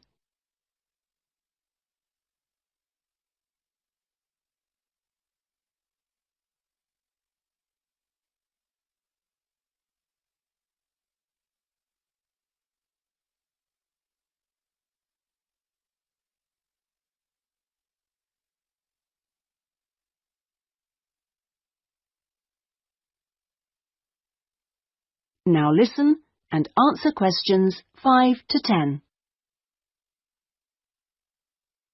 What kind of membership are you interested in? Not really sure. What are the options? Well, there are 3 different membership schemes. I see. What's the difference? Well, the first one's called Gold, and you can use all the facilities at any time of the day or week. You can also join in as many classes as you like for free. That sounds good. Is it very expensive? Well, you pay a £250 joining fee, and then it's £450... Oh, no, I'm sorry. It's just gone up by £50. Sorry about that. It's now £500 for the annual subscription fee. Right, got that. And what's the next type? Well, that's silver. It's the same as gold, except you have to pay a small fee of £1 per lesson for any you do, and you can only use the centre at certain times. I see. So when exactly? You can only use the facilities between 10 a.m. and 4:30 p.m. So I couldn't use the pool at 8 in the morning or evening then? That's right. Okay, and the price for that? Is the joining fee the same as for gold? Actually, it's slightly less than the £250. It's £225, but the annual fee is only £300. Does that sound more like what you want? Well, it's still rather more expensive than I thought. I'm a student here in England, and I'm only here for 6 months. Ah, then the bronze scheme would probably suit you best. How is that different? Well, some of the facilities have restricted use. And do I have to pay for classes? Yes, it's £3 for each class you join. I see. And what are the hours then? Between 10:30 and 3:30 weekdays only, and you pay a £50 joining fee. The annual fee is £180. It works out at £15 a month, so that would be quite a lot cheaper. Oh, that should be all right. I could come in my free periods. What do I have to do if I want to join? Well, we book you in for an assessment with an instructor who will show you how to use all the equipment. If you want to organise a trial session and look around the centre, you'll need to speak to David Kinchley. Could you spell that, please? Yes, David, K-Y-N-C-H-L-E-Y. I'll give you his direct line number. It's 0458 95311. Thanks. Thank you for calling Kingswell Sports Club. That is the end of section 1. You now have half a minute to check your answers.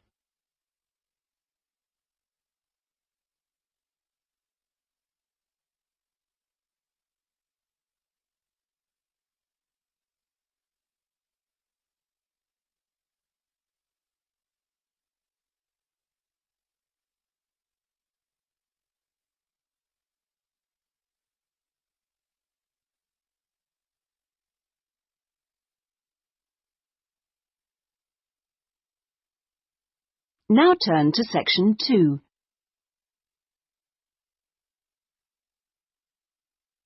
Section 2. Broadcast about the Rivendell City Theatre. First, you have some time to look at questions 11 to 16.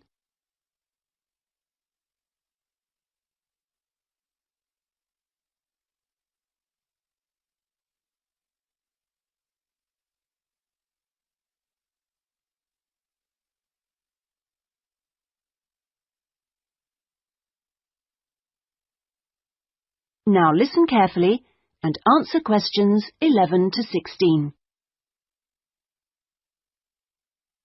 And here on Radio Rivendell, we have Lynn Rawley, the Public Relations Officer of our own Rivendell City Theatre. Hello, Lynn. Hello. Now, the theatre is reopening soon after its 3-year redevelopment program, isn't it? That's right, and there are a lot of improvements.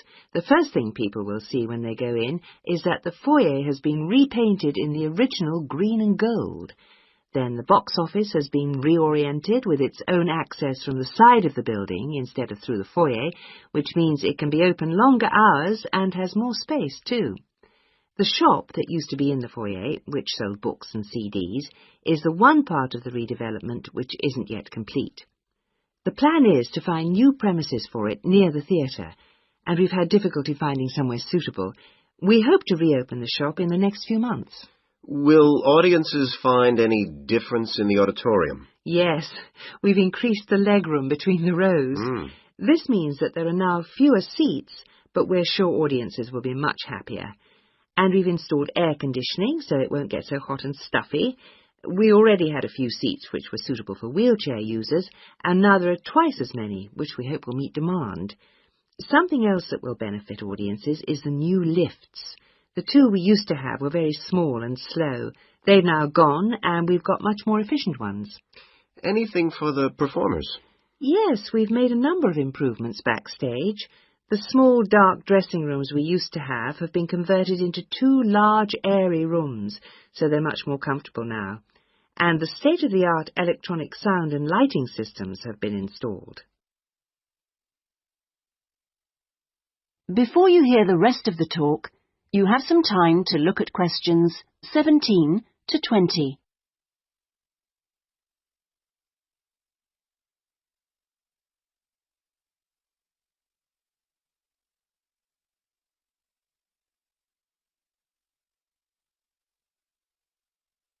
Now listen and answer questions 17 to 20.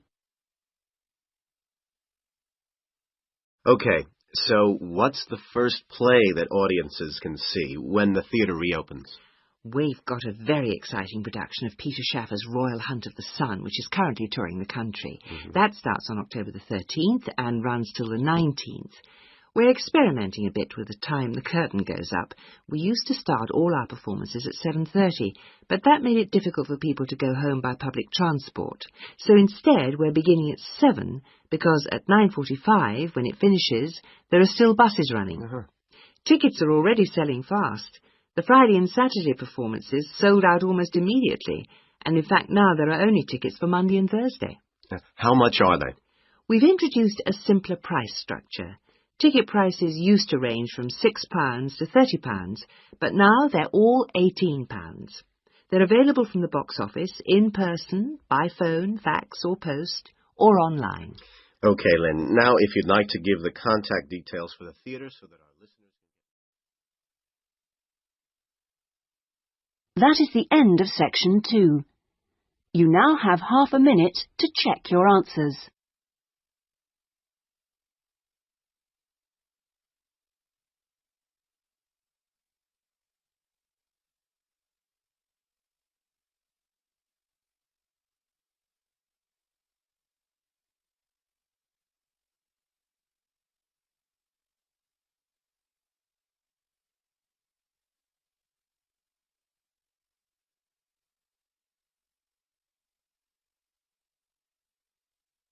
Now turn to section 3.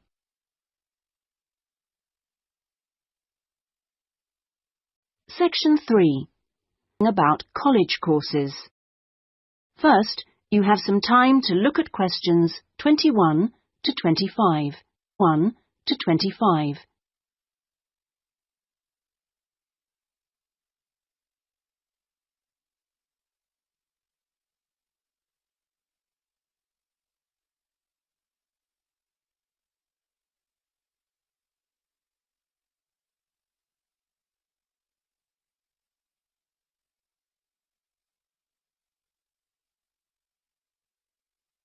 Now listen carefully and answer questions 21 to 25. Hi, can I help you? I was told to come here because I'd like to talk to someone about taking a management course. Right, I'm one of the tutors, so I should be able to help you. Oh, good. My name's Brian Ardley. I've decided to enrol on a part-time management course. A friend of mine took one last year and recommended it to me. Right. Is there anything I should do before the course, like reading or anything? We prefer to integrate reading with the course, so we don't give out a reading list in advance. But we like people to write a case study describing an organisation they know. I've already done that, as my friend told me you wanted one. But would it be possible to sit in on a teaching session to see what it's like? I haven't been a student for quite a while. Fine. Just let me know which date and I'll arrange it with the tutor. Now, could I ask you about the college facilities, please? Anything in particular? Well, the course is 1 day a week, all day, isn't it? So presumably it's possible to buy food. Yes, the refectory's open all day. Does it cater for special diets? I have some food allergies. Provided you warn the refectory in advance, it won't be a problem. Good. What about facilities for young children? I'd like to bring my daughter here while I'm studying. How old is she? 3. Then she's eligible to join the nursery, which is supervised by a qualified nursery nurse. The waiting list for a place is quite long, though, so you ought to apply now. OK. I don't know if our careers advice service would be of any interest to you. Yes, it might help me decide how to develop my career after the course. The centre has a lot of reference materials and staff qualified to give guidance on a one-to-one basis. I noticed a fitness centre next to the college. Is that for students? It's open to everyone, but students pay an annual fee that's much less than the general public pay. And presumably the college library stocks newspapers and journals as well as books. Yes, and there's also an audio-visual room for viewing and listening to videos, cassettes and so on. Is there also access to computers? Yes, your tutor will need to arrange with a technical support team for you to get a password, so ask him or her about it when you start the course. OK. Before you hear the rest of the conversation, you have some time to look at questions 26 to 30.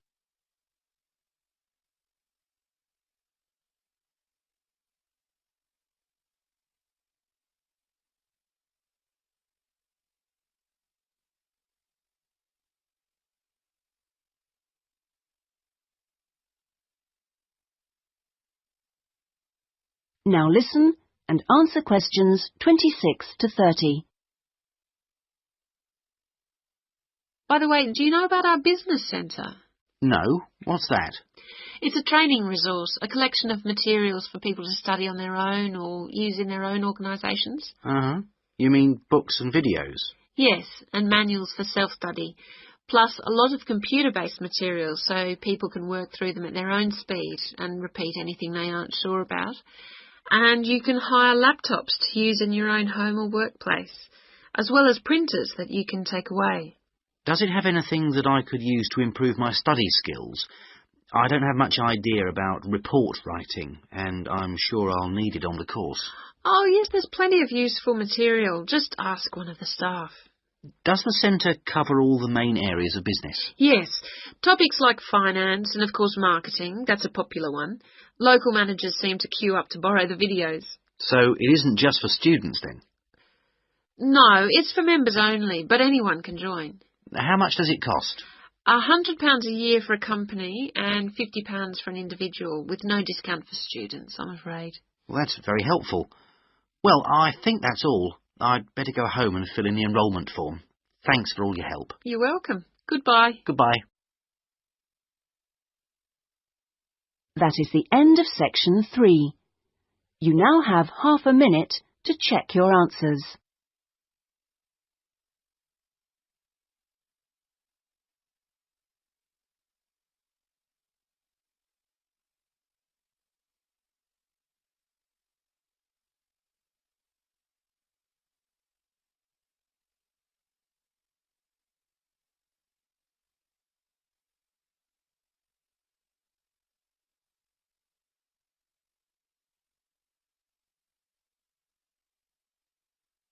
Now turn to section 4.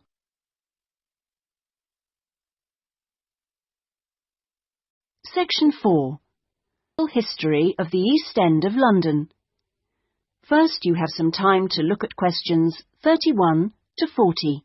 31 to 40.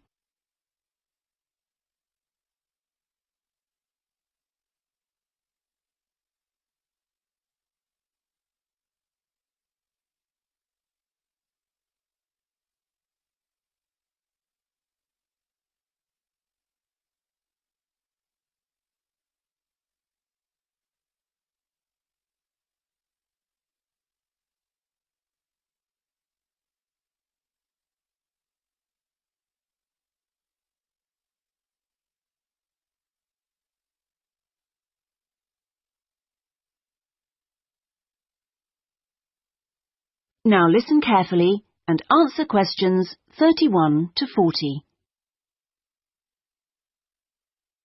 In the last few weeks, we've been looking at various aspects of the social history of London. And this morning, we're continuing with a look at life in the area called the East End. I'll start with a brief history of the district and then focus on life in the first half of the 20th century. Back in the 1st to the 4th centuries AD, when the Romans controlled England, London grew into a town of 45,000 people, and what's now the East End, the area by the River Thames and along the road heading north-east from London to the coast, consisted of farmland with crops and livestock, which helped to feed that population. The Romans left in 410, at the beginning of the 5th century, and from then onwards, the country suffered a series of invasions by tribes from present-day Germany and Denmark, the Angles, Saxons and Jutes, many of whom settled in the East End. The technology they introduced meant that metal and leather goods were produced there for the first time, and as the East End was by the river, ships could transport goods between there and foreign markets. In the 11th century, in 1066 to be precise, the Normans conquered England, and during the next few centuries London became one of the most powerful and prosperous cities in Europe. The East End benefited from this, and because there were fewer restrictions there than in the city itself, plenty of newcomers settled there from abroad, bringing their skills as workers, merchants or moneylenders during the next few hundred years. In the 16th century, the first dock was dug, where ships were constructed, eventually making the East End the focus of massive international trade. And in the late 16th century, when much of the rest of England was suffering economically, a lot of agricultural workers came to the East End to look for alternative work. In the 17th century, the East End was still a series of separate, semi-rural settlements. There was a shortage of accommodation, so marshland was drained and built on to house the large numbers of people now living there. By the 19th century, London was the busiest port in the world, and this became the main source of employment in the East End. Those who could afford to live in more pleasant surroundings moved out, and the area became one where the vast majority of people lived in extreme poverty and suffered from appalling sanitary conditions.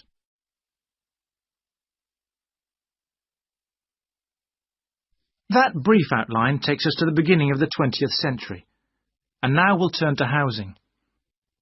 At the beginning of the century, living conditions for the majority of working people in East London were very basic indeed. Houses were crowded closely together and usually very badly built because there was no regulation. But the poor and needy were attracted by the possibility of work, and they had to be housed. It was the availability rather than the condition of the housing that was the major concern for tenants and landlords alike. Few houses had electricity at this time, so other sources of power were used, like coal for the fires which heated perhaps just one room. Of course, the smoke from these contributed a great deal to the air pollution for which London used to be famous. A tiny, damp, unhealthy house like this might well be occupied by 2 full families, possibly including several children, grandparents, aunts and uncles. Now, before I go on to health implications of this way of life, I'll say something about food and nutrition. That is the end of section 4. You now have half a minute to check your answers.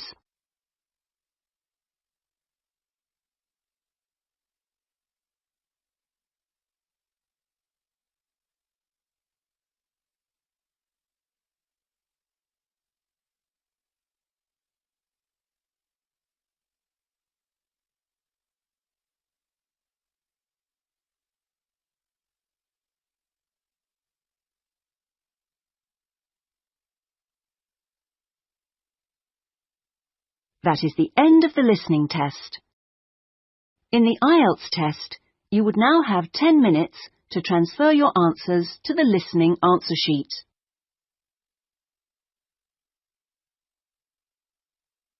Section 1. Local museum about children's art and craft workshops. First, you have some time to look at questions. 1 to 5.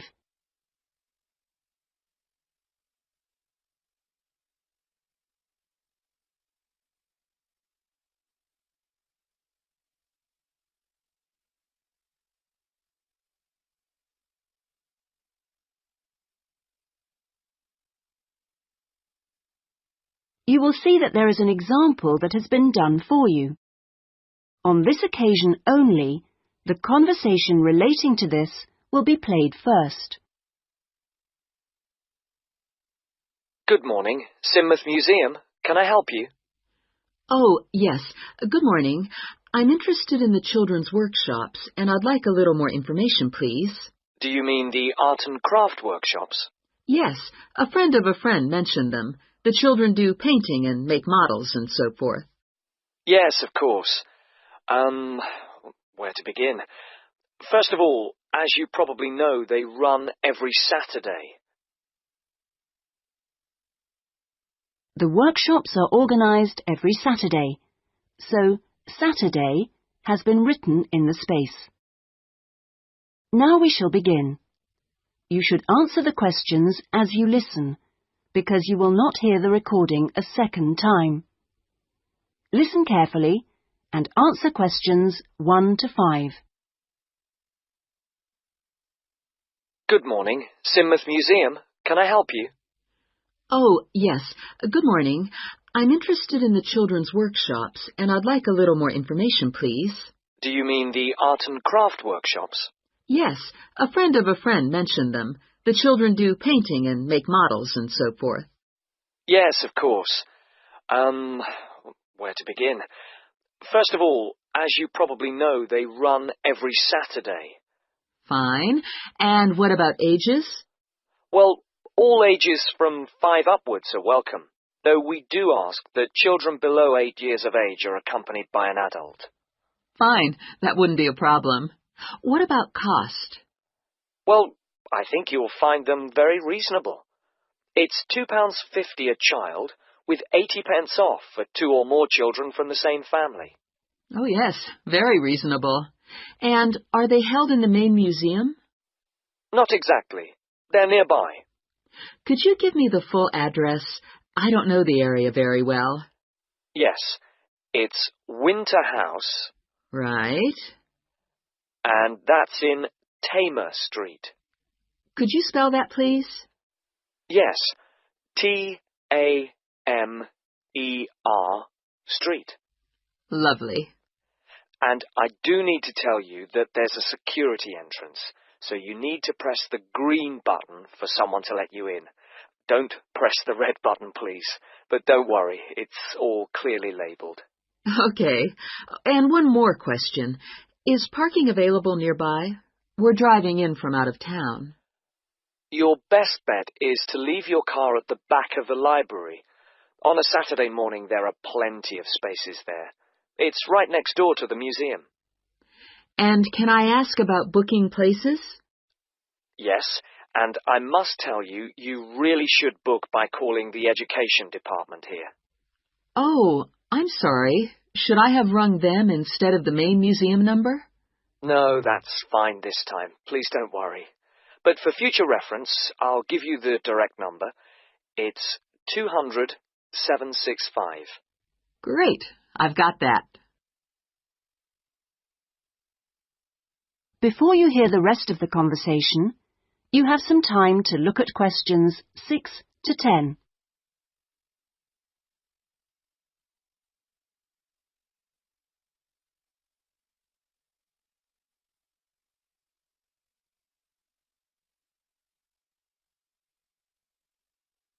Now listen and answer questions 6 to 10.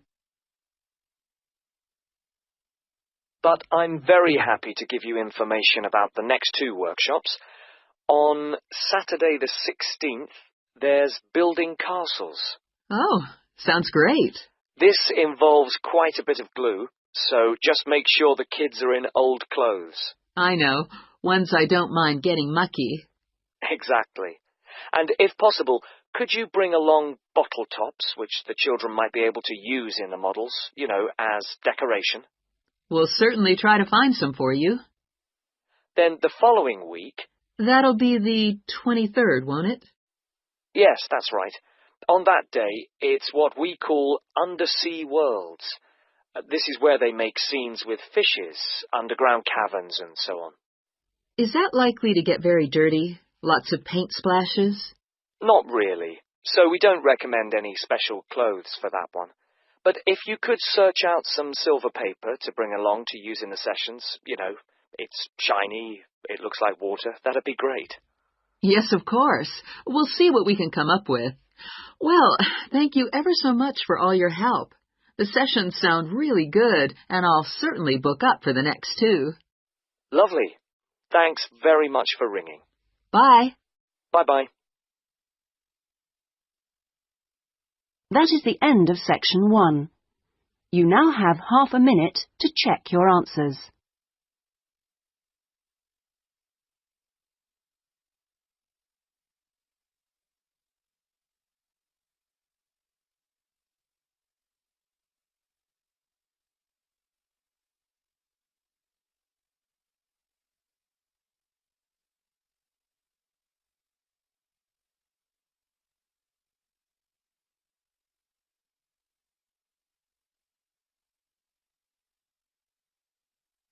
Now turn to section 2.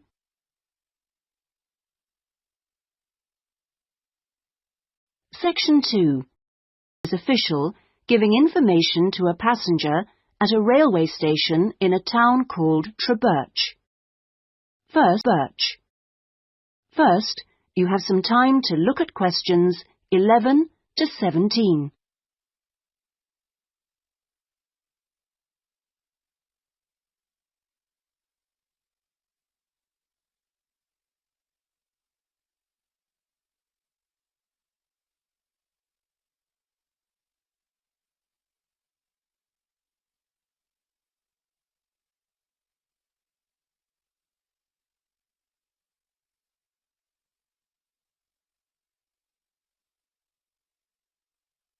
Now listen carefully and answer questions 11 to 17. Hello. My family and I are staying here in Treberch for a week or two, and we wanted to know about the train services. We're hoping to do a few local trips. Okay. Well, I can give you lots of details about all the trains going from Treberch in the southwest. This leaflet will be very helpful, but I can tell you some of the main things. We've got 2 main train stations in the town. King Street is for local commuter lines and regional services. What about trains to London? I'll need to go there on business for one day. Then you need to go to Central Station. That's for all the national services. There are regular trains to London. They leave Treberch every half hour on weekdays and every hour at weekends. It takes about 2 hours, a bit longer on Sundays. You've got a choice of first and second class, and there's a buffet car, though refreshments are included in the cost of a first-class ticket. Ah, right. And have you got any information on different ticket types? Yes, there's a range of ticket prices depending on when you travel and when you buy your ticket. There's a standard open ticket, which doesn't have any restrictions. This can be bought in advance or on the day. You can also get various discounted tickets. A popular one is called the Super Save, and this is okay for travel after 8:45. Then there is the special ticket, which is valid for travel after 10:15. The special tickets are also valid for travel at weekends. The cheapest tickets are called advance, and you have to buy them at least 6 days ahead. Only a certain number are available, and you have to make seat reservations for these. Before you hear the rest of the conversation, you have some time to look at questions 18 to 20.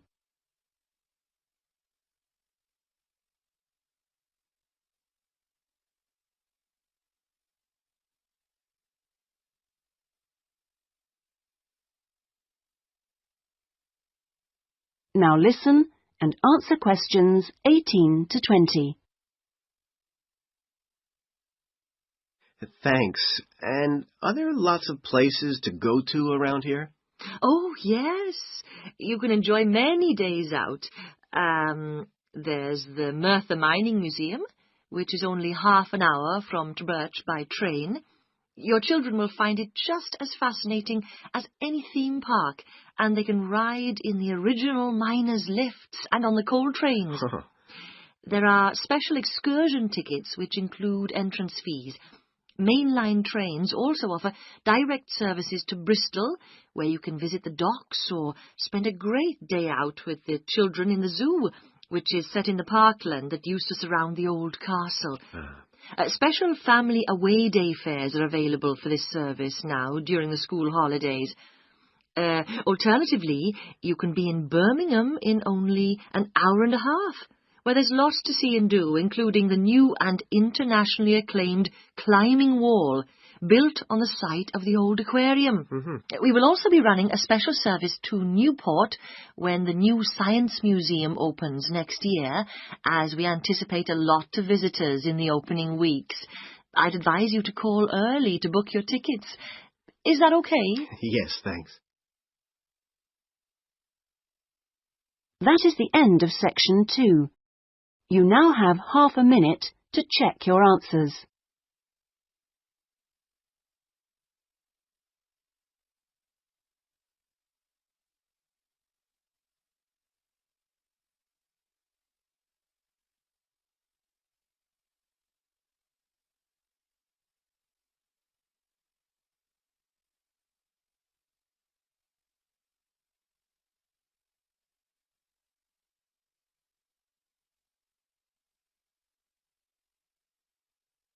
Now turn to section 3.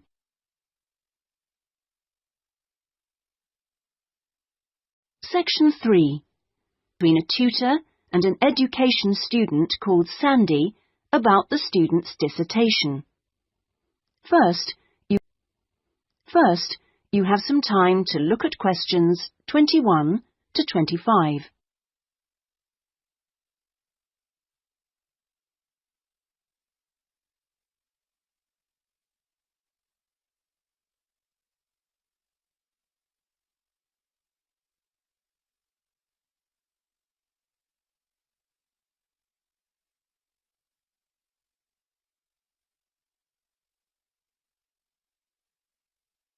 Now listen carefully and answer questions 21 to 25.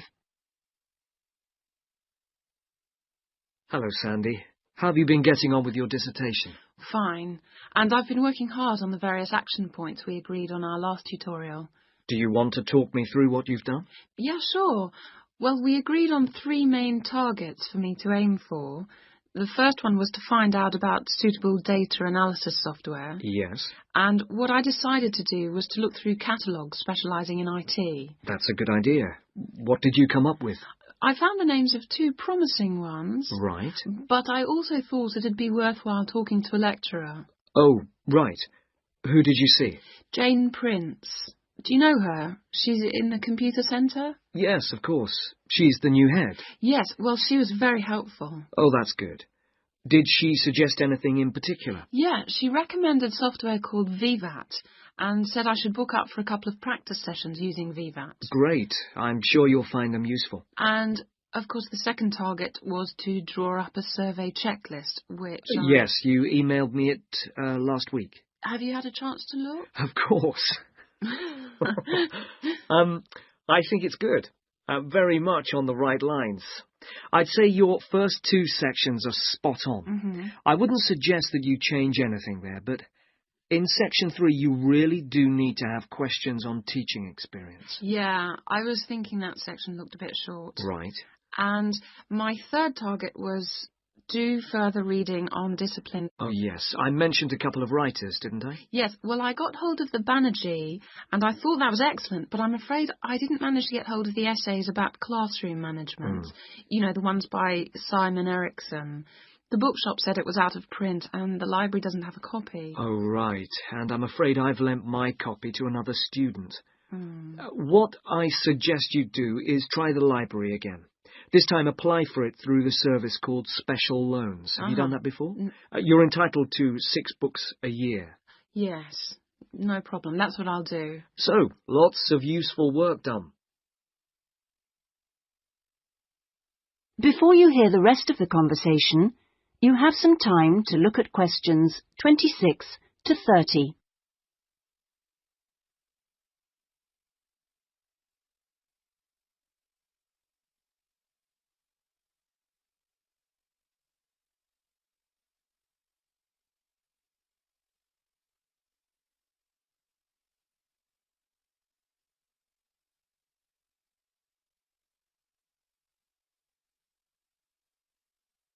Now listen and answer questions 26 to 30.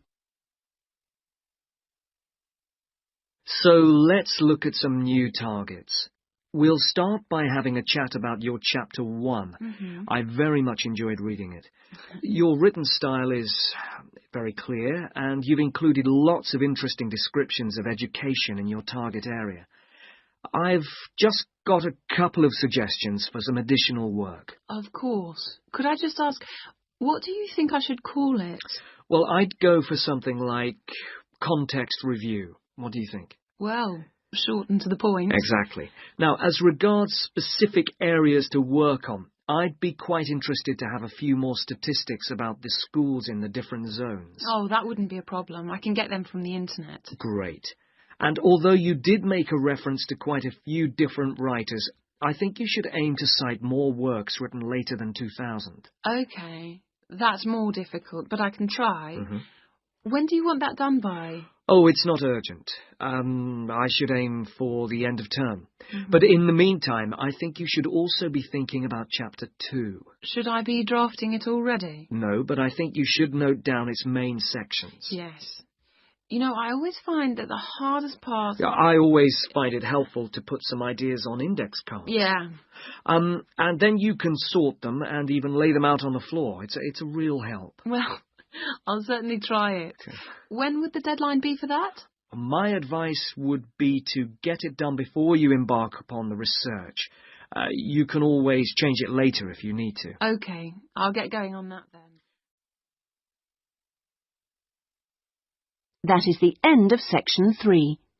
You now have half a minute to check your answers.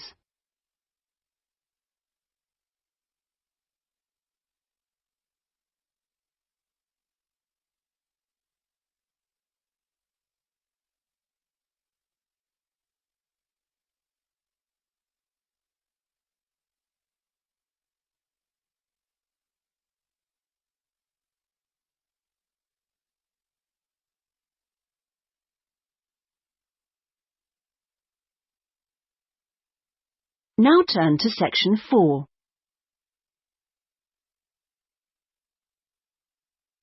Section 4. History of moving pictures. First, you have some time to look at questions 31 to 40.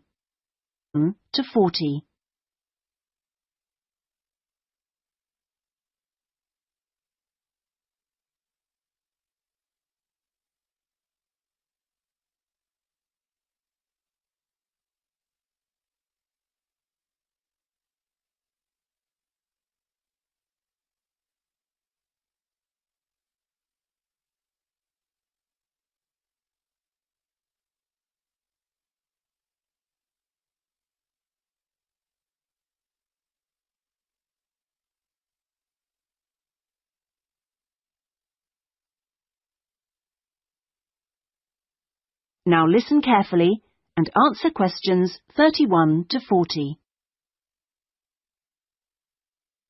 Many believe that the story first began in America in 1877, when two friends were arguing over whether a horse ever had all 4 feet, or hooves, off the ground when it galloped.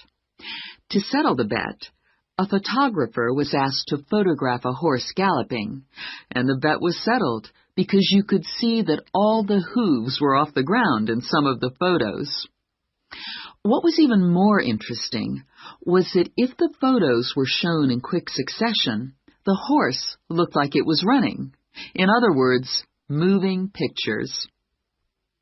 The person who became interested in taking the moving pictures to its next step was the famous American inventor Thomas Edison. Actually, he didn't do the work himself, but rather asked a young Scotsman in his employ to design a system, which he did. Now, this young fellow was clever, because the first thing he did was study other systems, primitive as they were, of moving pictures, and then put all the existing technologies together to make the first entire motion picture system. He designed a camera, a projection device, and the film. The system was first shown in New York in 1894 and was really very popular. Apparently, people lined up around the block to see the wonderful new invention. There were, however, a couple of problems with the system. The camera weighed over 200 kilograms, and only one person at a time could see the film.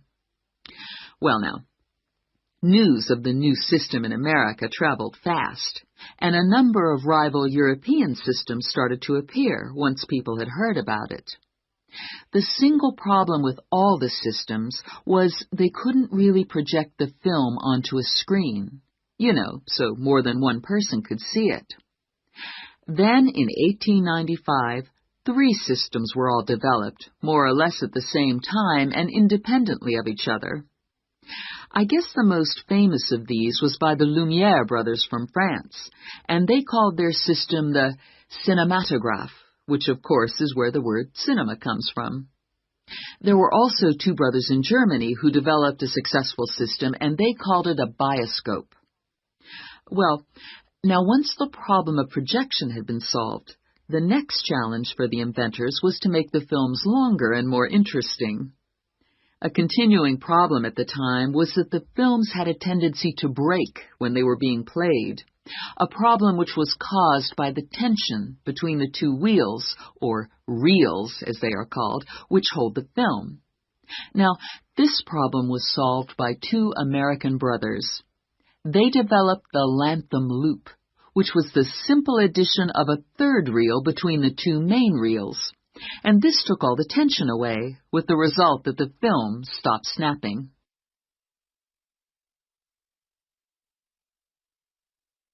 So now there was a real possibility of having films of more than 2 or 3 minutes. And this led to the making of The Great Train Robbery, the very first movie made. It only lasted 11 minutes, but was an absolute sensation. And there were cases of people watching the movie and actually fainting when the character fired a gun at the camera. Almost overnight, movies became a craze. And by 1905, people in America were lining up to see movies in store theaters, as they were called then. I guess the next big step in terms of development of technology was to have people actually talking on the film. And the first step towards this was in 1926, when sound effects were first used on a film. It wasn't until the following year, however, that the first talkie, as they were called then, was made. This film featured actors speaking only during parts of the film, and was called The Jazz Singer. And it wasn't until 1928 that the first all-talking film was produced, and this was called The Lights of New York. Unfortunately, the sound on this early film was not very good, and I believe they put subtitles on the film. That is, they printed the dialogue along the bottom of the film to compensate for this poor sound quality. Now, with the addition of sound, moving pictures became far more difficult to make. That is the end of section 4. You now have half a minute to check your answers.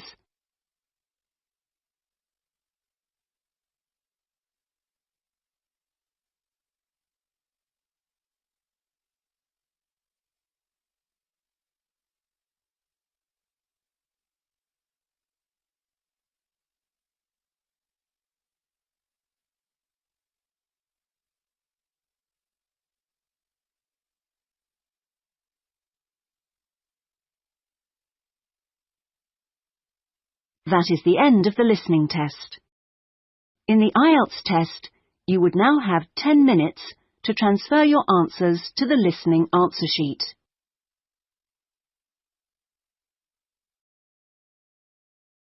Section 1. Customer Services Manager of a bank. First, you have some time to look at questions 1 to 5. 1 to 5.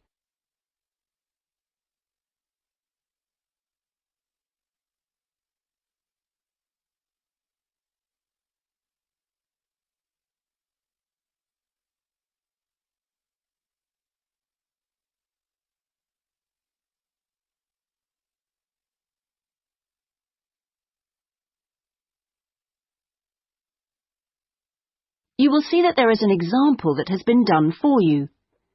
On this occasion only, the conversation relating to this will be played first.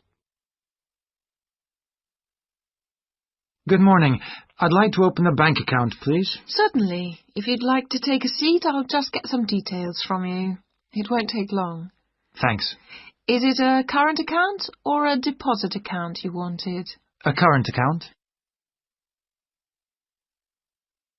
The man wishes to apply for a current account, so current has been written in the space.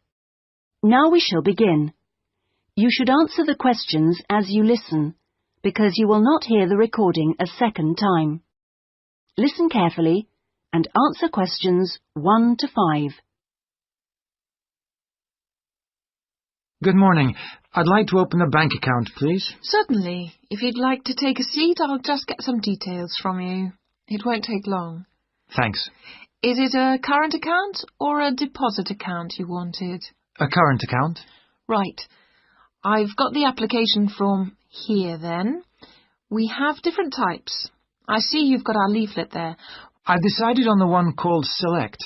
Right, that's fine. So, first of all, can I have your full name, please? Yes, it's Peter Hennes. That's P-I-E-T-E-R. Is it H-E-N-N-E-S? Only one N, actually. It's a less common spelling of the name. Oh, right. OK. And what's your date of birth, please? The 27th of the 1st, 1973. Right. And will this be a joint account? No, just myself. OK, fine. And where are you living, Mr. Hennies? 15 Riverside. Is that all one word? Yes. Exeter? Yes. How long have you been at your present address? Is it more than 2 years? Just 2 weeks, actually. I only arrived in the country a month ago. I'm from Holland. Oh, that's fine. But we normally ask for a previous address in that case. Oh, yes. Well, it's Rielsdorf 2. That's Rielsdorf 2, Utrecht. Holland. OK, thank you. Do you have a daytime telephone number? Yes, I think the number at my office is 606-295. Just a minute, I'd better check. Oh, no, sorry, 616. I'm not used to it yet. Would you like my home number, too? Yes, please. It's 796431. Are they both local numbers? Yes. Before you hear the rest of the conversation, you have some time to look at questions 6 to 10.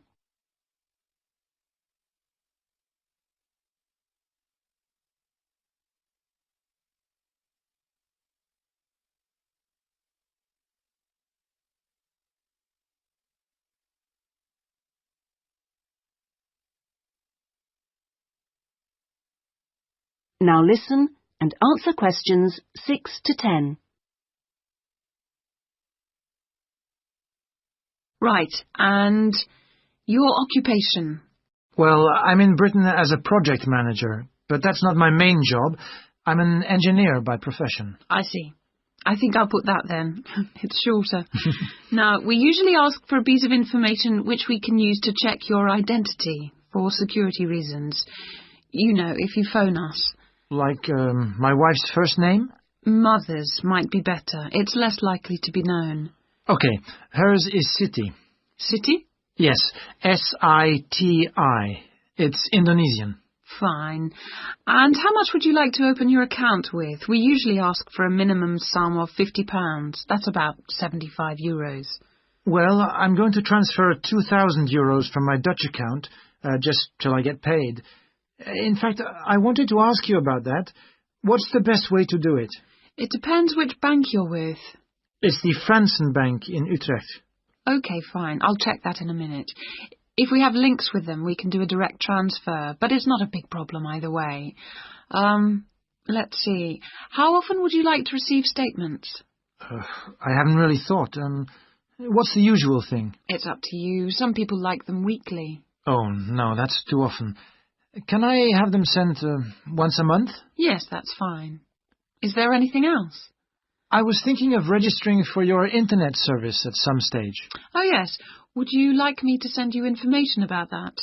Please, yes. And would you like to receive information about the bank's other services? Insurance, loans, anything like that? I don't think so, thanks. That's okay then.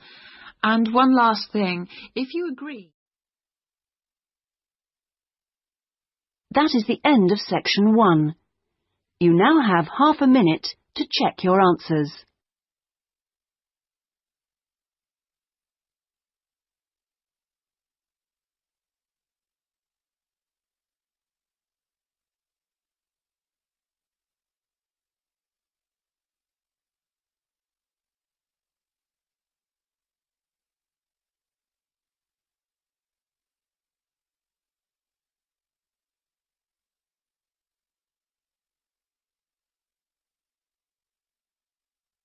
Now turn to section 2.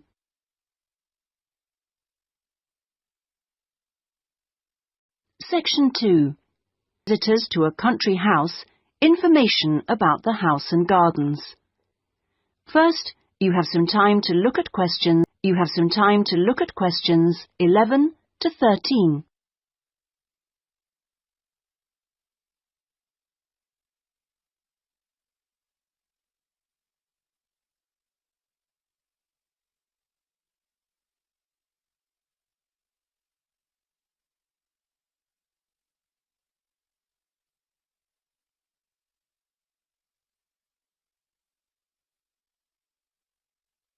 Now listen carefully and answer questions 11 to 13.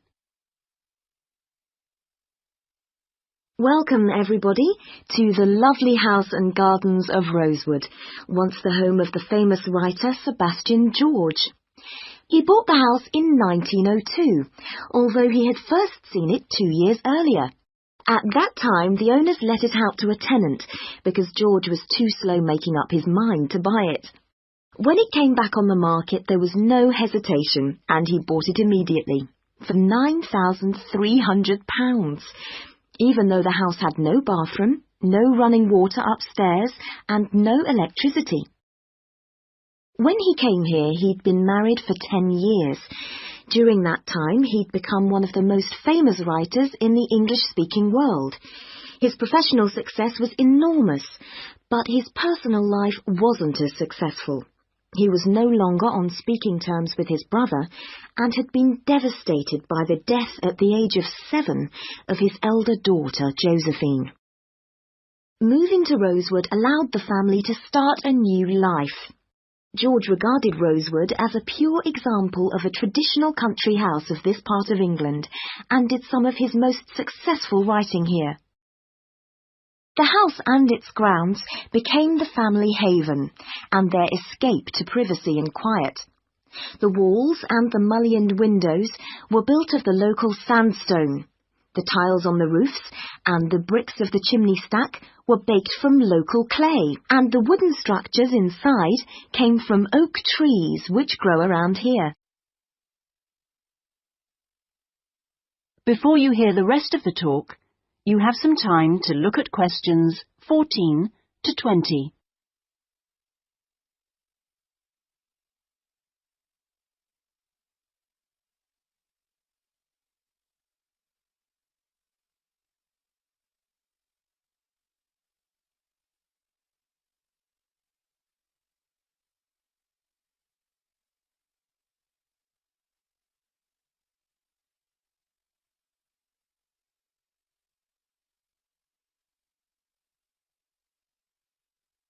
Now listen and answer questions 14 to 20.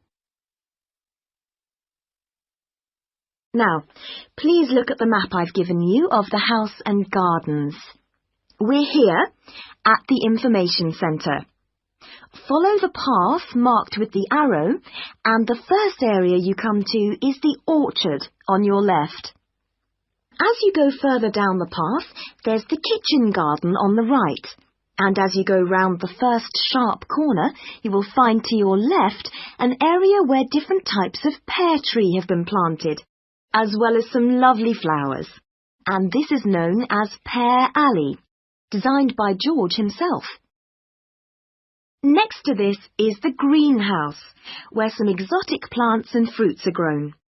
Follow the path round the second corner, and on your right you will see the entrance to the mulberry garden, with its 500-year-old tree.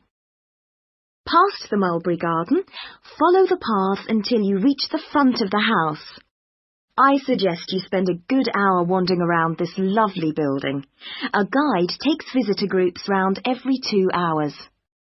If you would like to purchase any of George's books or other souvenirs, then leave the house by the side entrance, where you will find our shop, which is situated between the house and the garage, which contains the magnificent old Rolls-Royce car, which used to belong to George. I expect by this time you may also be in need of a rest and some refreshment. Most visitors are, so why don't you visit the tea room on the far side of the garage? If you have time, there is a lovely walk down towards the River Dudwell. For me, this is the best part of the estate. This isn't on the map, but it is all clearly signposted. You cross the field, which spreads along the banks of the river. In spring, this area is well worth a visit. Spend a minute or two watching the water pass by underneath as you cross the footbridge, and then continue along the river walk through the woodland. On a hot summer's day, the trees along this path provide welcome shade. Eventually, you come to the watermill, which used to provide the electricity for the house. Only about 4 hours every evening in George's time. And finally, for those of you who would like to see stunning views of the surrounding countryside and who are a little bit more energetic, when you return from the mill, take the first turning on your left and climb up to the viewpoint. You won't regret it. Enjoy your visit. That is the end of section 2. You now have half a minute to check your answers.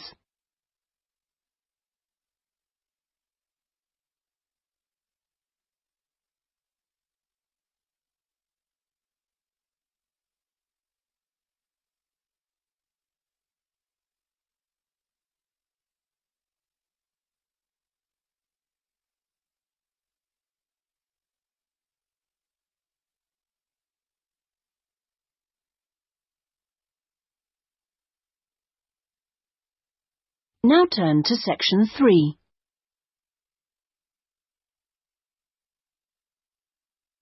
Section 3.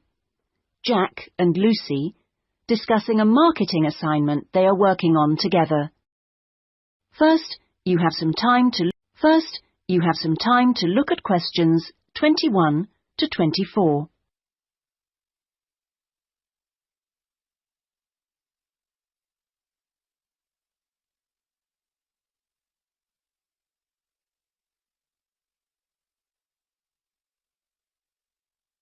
Now listen carefully and answer questions 21 to 24.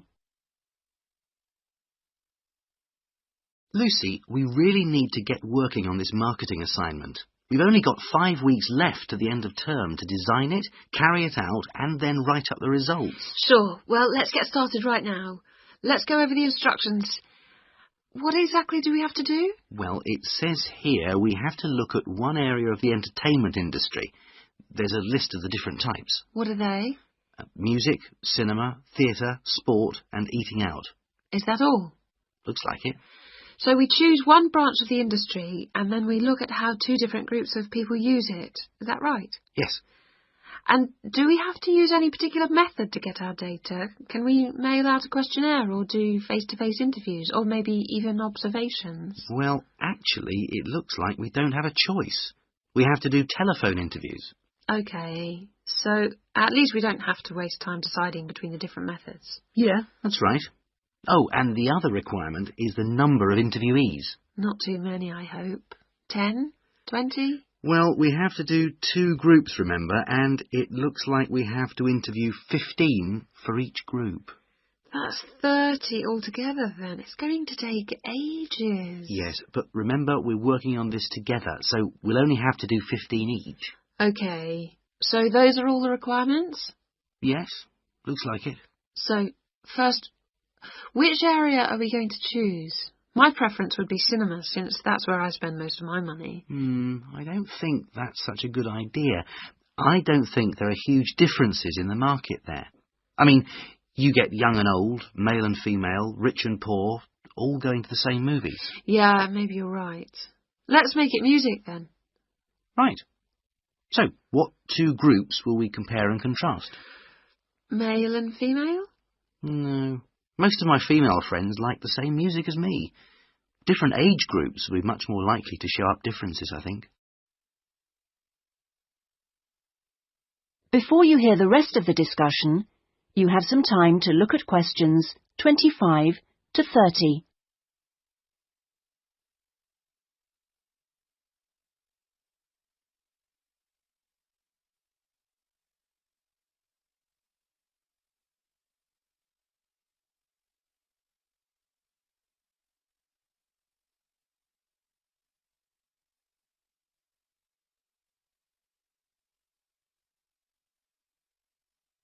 Now listen and answer questions 25 to 30. Yeah, I suppose you're right again. I'll take some notes, shall I? So, age groups. Well, what do you think? Maybe 25 or under for one group and 45 or over for the other group? That should show up differences. Right. OK, next. How about the kind of music they like? Let's give them some choices and then we can just tick boxes. OK, let's have pop, jazz, folk, easy listening. What else? Well, we should include classical. Some people like it, you know. Okay, and then we should have how they listen to music. The medium. Right, let's include radio, CD, and then I guess there's TV. What about concerts? You know, in pubs and halls. Oh yeah, we should include live music, of course. Okay, we're on a roll now. Next point could be about where they actually get their music. You mean, like, do they buy it in music shops or department stores? Yes, or download it from the internet. Right. That could be for recorded music. Then we need another section for live music. Where do they go for that? Okay, let's say disco, pub, club, concert hall. Or opera house. And I guess we should include karaoke bars. Not many of them in this city. Okay, we'll leave that out then. So, what's left to do? That's it. Well, now we can make a timescale for doing it. That is the end of section 3. You now have half a minute to check your answers.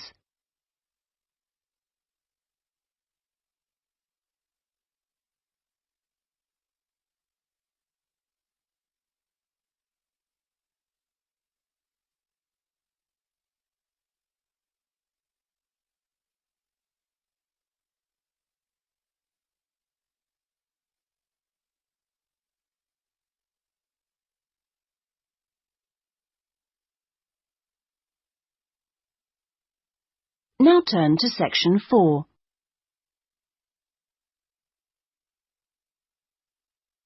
Section 4. Talking about farming in ancient Ireland. First, you have some time to look at questions 31 to 40.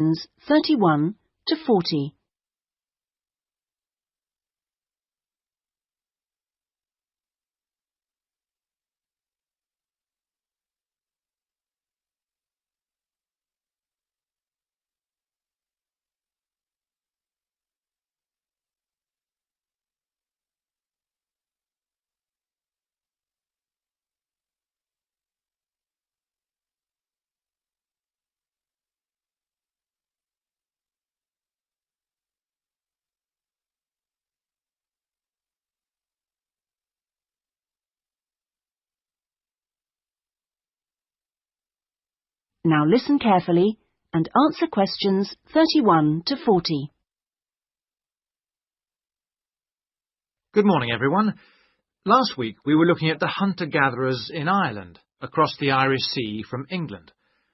Today we're going to move on to the period between 4,000 and 6,000 years ago, known as the Neolithic period, which is when a total farming economy was introduced in Ireland. Now, there are several hypotheses about the origins of the first Neolithic settlers in Ireland, but most of these contain problems. For instance, there are considerable archaeological difficulties about the theory that they came from England. The evidence doesn't really add up. But there are even greater practical problems about the theory that they came directly from continental Europe. For one thing, it's not clear just how sufficient numbers of men and women could have been transported to Ireland to establish a viable population.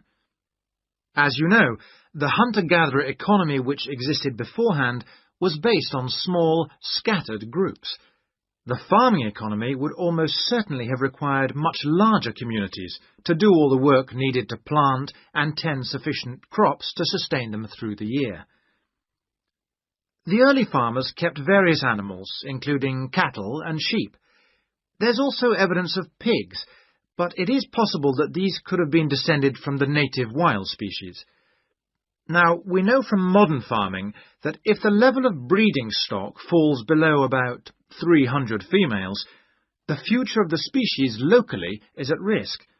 So we must assume that from the beginnings of Neolithic farming, the number of breeding sheep would have considerably exceeded 300. And the national cattle herd must have been of a similar size. The question is how these were brought to the area and where they came from.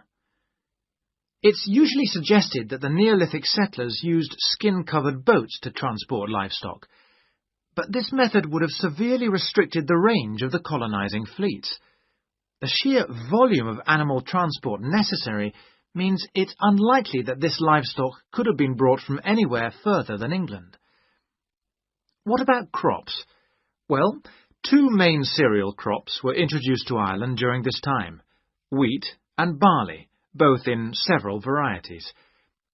The main evidence for their presence consists of impressions on pottery, where a cereal grain accidentally became embedded in the surface of a pot before it was fired. The grain itself was destroyed by the firing, but it left an impression on the pot which could be studied and identified by botanists.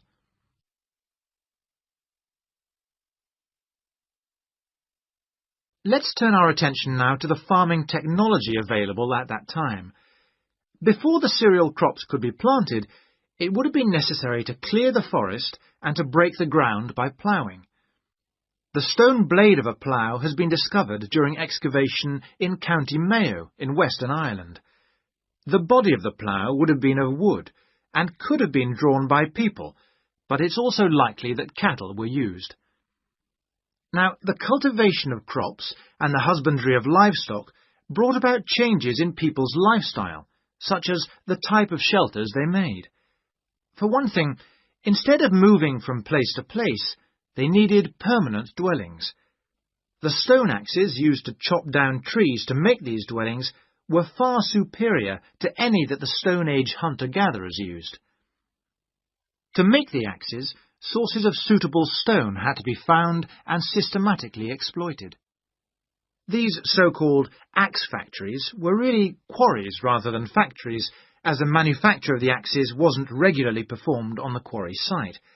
However, after the axe had been chipped into shape, they needed water and sand for grinding and polishing, so a high mountainside wouldn't have been an appropriate place for this. So this final stage of the manufacture must have been carried out close to water, and sure enough, there's ample evidence of this at coastal sites. Now, it's clear that these Neolithic axes were transported all over Ireland, as well as to Scotland and the south of England. It's not really surprising that axes from axe factories in England have also been found in Ireland. At the very least, this indicates that there was a link between the two islands during that period. One of the most useful innovations of the colonizers was pottery making, which was quite unknown to Irish hunter-gatherers. The pottery was probably made by shaping clay into a ball with the hand, and then hollowing it until the walls were the right thickness. After firing, the outside was often polished. This would have helped the pots to retain water, as they weren't glazed. Now, we know that the clay used usually came from local sources, which suggests that manufacture was on a fairly small scale, even though thousands of fragments are usually found at Neolithic sites. In the course of time, decoration began to appear. At first, this looked like a series of stitches and was just around the tops of the pots. This could have been an imitation of earlier vessels, which were made of leather sewn onto wood. Then, eventually, pots with decoration all over became much more... That is the end of section 4. You now have half a minute to check your answers.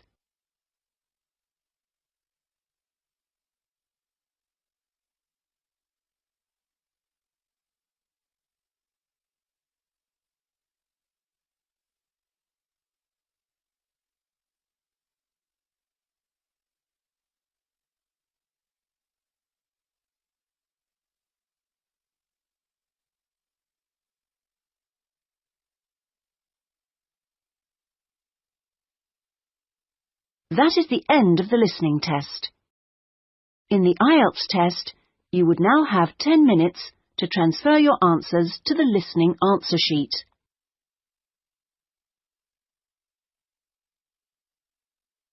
Section 1. Between a woman and the reservations clerk at a conference centre.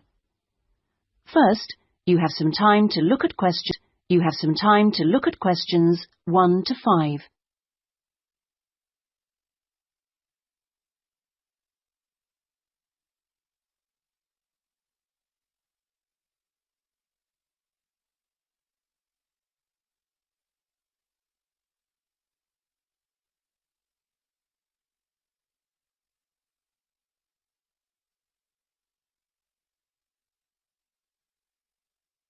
you will see that there is an example that has been done for you.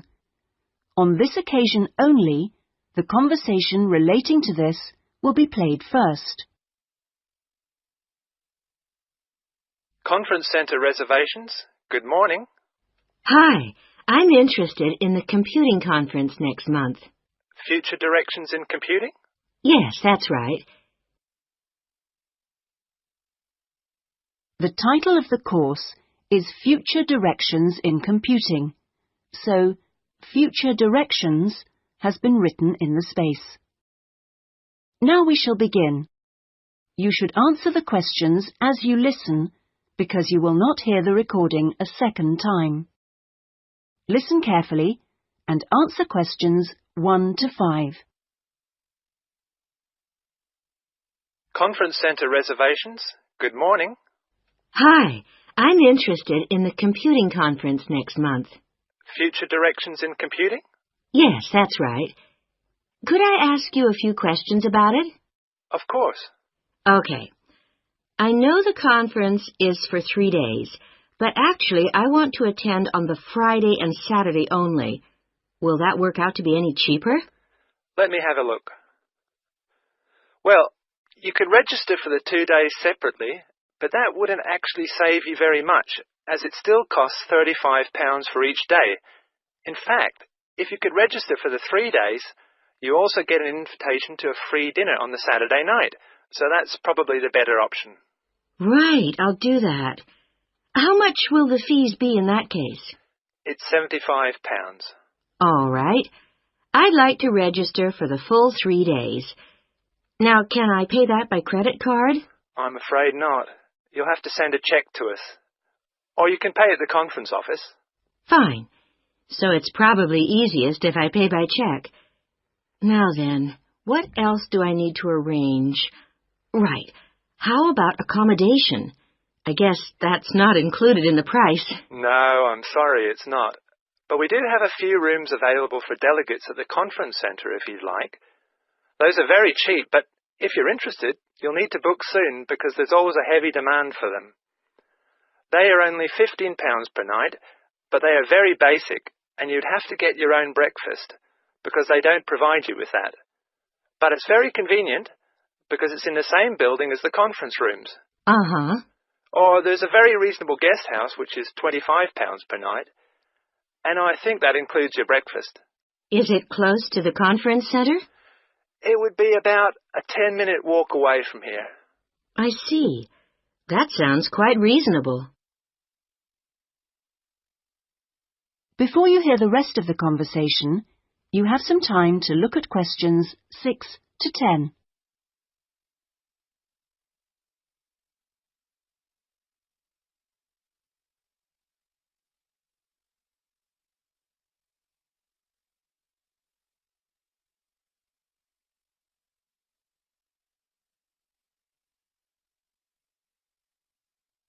Now listen and answer questions 6 to 10. The details are all in our conference pack, which I'll send you. Great, thanks. That'll be very useful. Oh, and can you also send me an application form? Of course. I'll get that in the post to you straight away. Is there anything else? Yes, actually. Can you tell me where exactly the conference centre is? Well, it's on South Park Road, and it's right at the end of the road next to the library. It's a 10-minute taxi ride from the station and will cost you £5. Otherwise, you can take the bus, which runs every half an hour from the station. That's the 21A, and it brings you straight to the conference centre. Right, got that. That is the end of section 1. You now have half a minute to check your answers.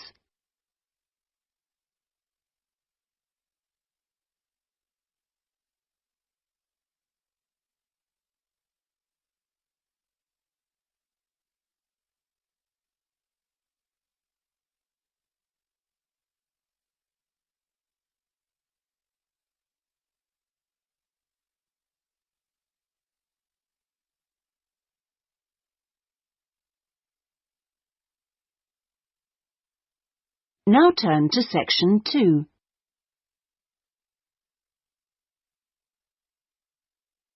Section 2. To a group of temporary workers at an international travel exhibition. First, you have some time to look at questions. You have some time to look at questions 11 to 13.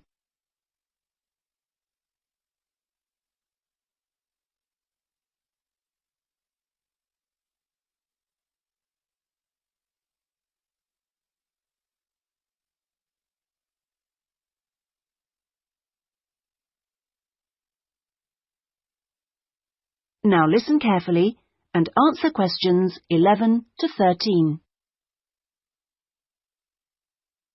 Good morning and welcome everybody. I'm Jenny Stewart and I'm the staff manager here at the Exhibition Centre. We're expecting this year's International Travel Exhibition to attract over 10,000 visitors a day, ladies and gentlemen, and you are among the 200 extra staff recruited to help look after them. Now, to help things run smoothly, we have divided you into 4 teams: the blue team, the green team, the red team and the yellow team. So first, I'll explain how the teams are divided up, and then we'll be giving you colour-coded T-shirts so we can identify you more easily. First of all, those who will be looking after the phones and handling all calls regarding the exhibition, you will be on the red team. Now, we've also put the entrance staff on the red team, and you'll be stamping the entrance tickets and giving out publicity leaflets, okay? Those of you involved in distributing entrance tickets will be on the yellow team, and we've also put those of you who'll be staffing the information booths around the conference centre on the yellow team, so you'll be getting a yellow T-shirt. Now, most of the hospitality staff have been put in the blue team, so the chefs among you and the kitchen hands will all need a blue T-shirt, but because of the sheer numbers, all waiting staff will be on the yellow team, and this includes the bar staff among you. Those who will be monitoring and directing the traffic in the car parks are on the green team, so you'll need to get a green T-shirt. This year, we've also employed a considerable number of attendants to direct the human traffic around the conference centre. Now, you'll be working in the exhibition hall at all times, giving directions and generally helping people whenever you can. And you will be in the red team, so please collect a red T-shirt.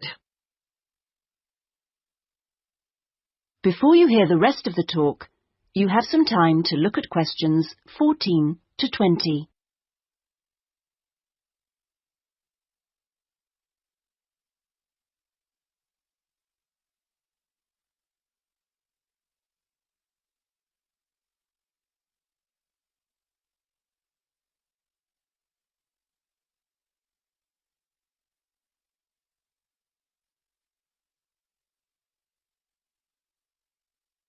Now listen and answer questions 14 to 20. Right. Now that everyone knows what team they're in, we'll get on with the orientation and training program. And first, I'll run through the rest of today's program, which you should have in front of you so that you can get a general idea of what else is in store today. This introduction finishes at 9:30. And then you'll be hearing from Anne Smith. Anne works in the accounts department on level 2, and she looks after all temporary staff, and so she is the person to see if you have any problems regarding pay. Anne will be explaining when and how you get this. She will also be handing out your tax forms. And I will just stress that all tax forms must be completed and returned to Anne before your pay can be processed. Following Anne's talk, you'll hear from Peter Chen, our conference manager, and he will be going over a plan of the conference centre with you, which will help you to orient yourselves. He will also go through the security arrangements with you and show you the fire exits. Then, at 10:30, there will be a coffee break in the staff canteen, which is located down on the ground floor. Now, after the break, we'll be moving to a different location for a video presentation, so instead of coming back here, we'd like you all to go to lecture room 311. You'll find it on this same level, just down the hall, and there you will be shown a video about important safety issues in the workplace called Safety at Work. We'll finish off the morning with lunch, which should give everyone a chance to meet and get to know each other, and we'll be serving you a buffet lunch in the main hall, which is on the first floor from 12 o'clock. After lunch, you'll be divided up into your teams to meet your team leaders, and we're hoping to be all finished by 3, so I won't delay you any longer, and I'll hand over. That is the end of section 2. You now have half a minute to check your answers.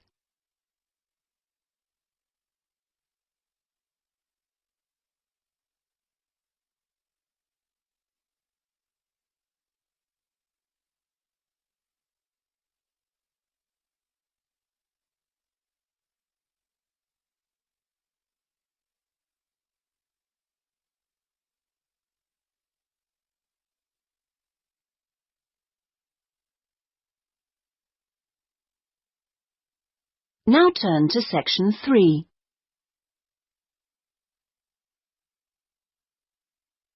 Section 3. Being a librarian and an education student. First, you have some time to look at questions 21 to 27.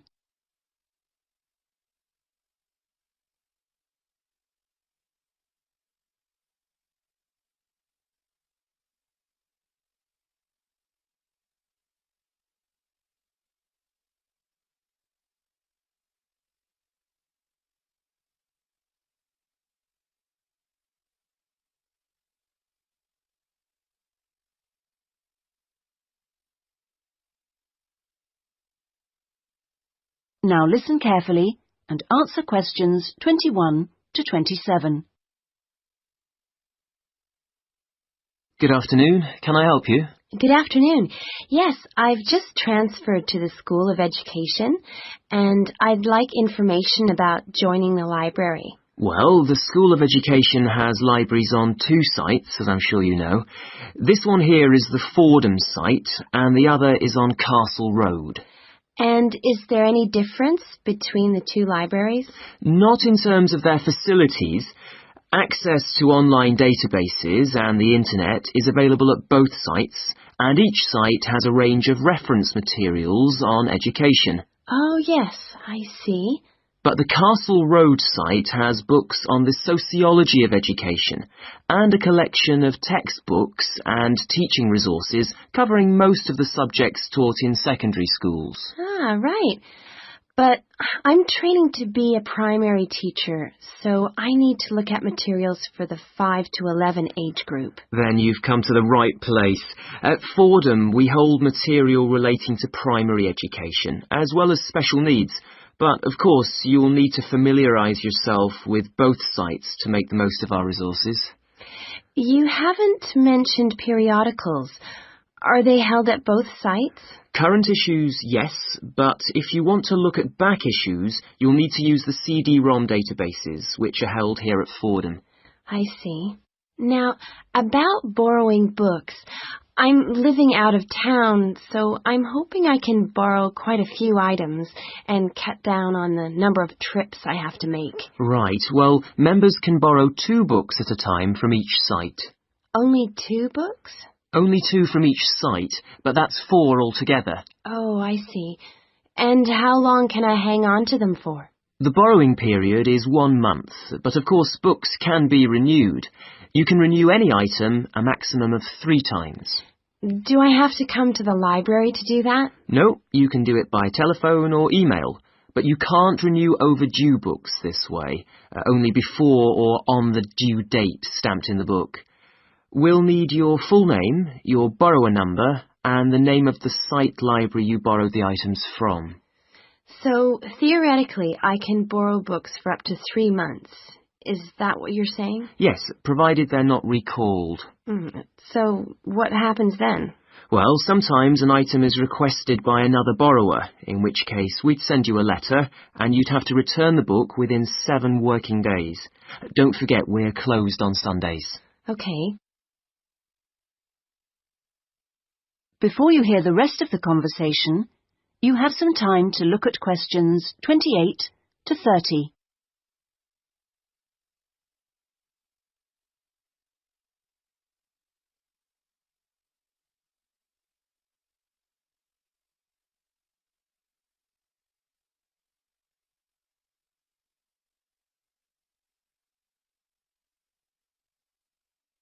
Now listen and answer questions 28 to 30. I expect it'll take me a while to find what I need. There's such a lot here. Yes, there is.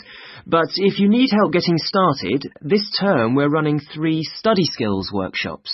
Oh? What are they on? Let me see. The first one's on resources. Yes, here it is. How to use the library's resources. That includes everything, not just the print and technical resources. That sounds useful. Is there anything on using the internet? Let's see.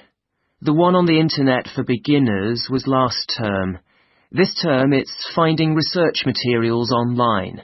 That sounds interesting too. What's the last one? It's a workshop on dissertations. What do you mean? How to write one? No, it's more to do with academic writing conventions. You know, writing a bibliography and how to refer to sources in your text, that sort of thing. Anyway, here's a leaflet with information about all 3. Oh, thanks a lot. That'll be very useful. You're welcome.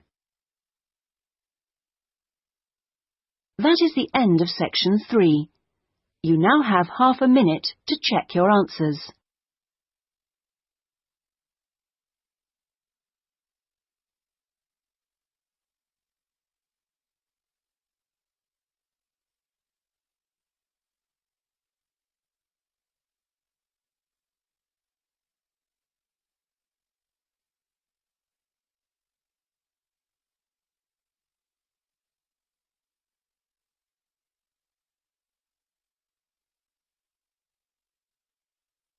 Now turn to section 4.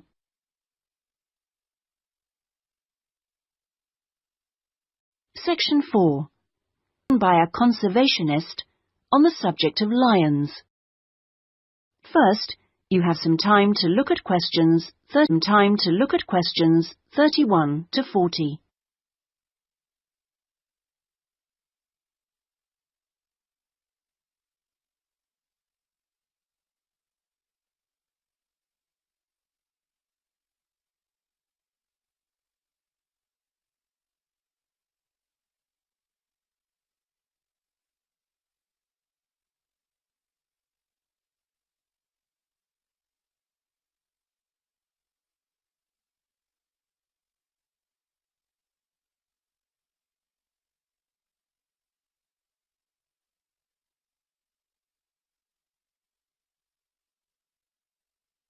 Now listen carefully and answer questions 31 to 40. Well, most people think that lions only come from Africa. And you would be forgiven for thinking this, because in fact most lions do come from Africa. But this hasn't always been the case. If we go back 10,000 years, we would find that there were lions roaming vast sections of the globe. But now, unfortunately, only very small sections of the lion's former habitat remain. My particular interest is Asiatic lions, which are a subspecies of African lions. It's almost 100,000 years since the Asiatic lion split off and developed as a subspecies. At one time, the Asiatic lion was living as far west as Greece, and they were found from there in a band that spread east through various countries of the Middle East, all the way to India. In museums, you can now see Greek coins that have clear images of the Asiatic lion on them. Most of them are dated at around 500 BC. However, Europe saw its last Asiatic lion roaming free 2,000 years ago. Over the next 1900 years, the numbers of Asiatic lions in the other areas declined steadily, but it was only in the 19th century that they disappeared from everywhere but India. So, how can you tell an Asiatic lion from an African lion, with which you're probably more familiar? Well, in general, Asiatic lions are not as big as African lions. The colour is more or less the same, but the appearance of the mane is different. That's the hair around the lion's face and neck. The Asiatic lion's mane is noticeably shorter than the African lion's. Asiatic lions also have a long fold of skin on their undersides, whereas not many African lions have this.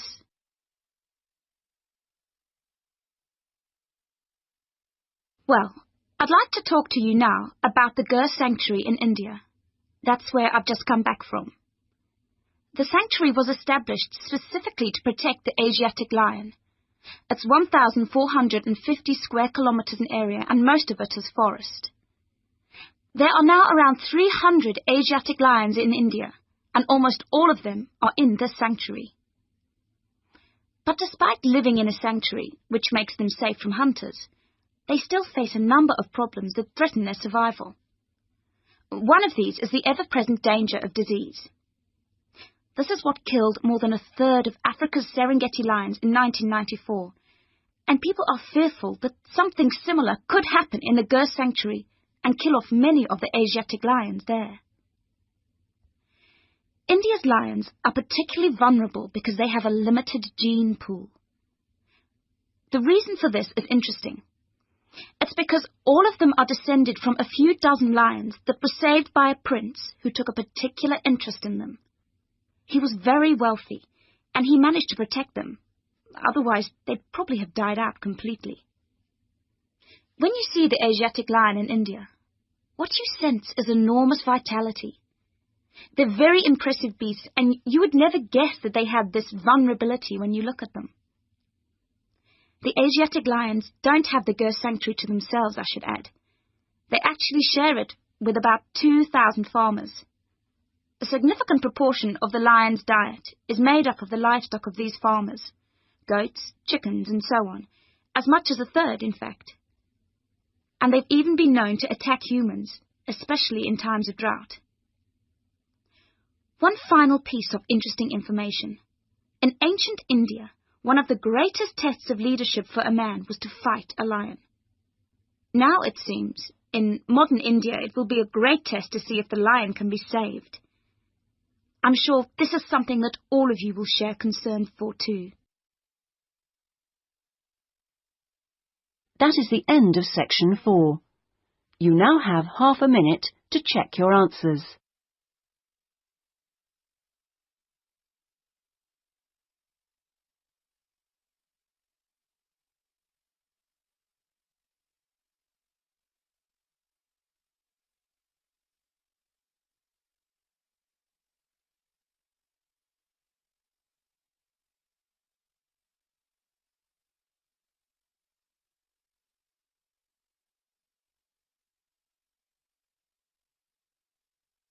That is the end of the listening test.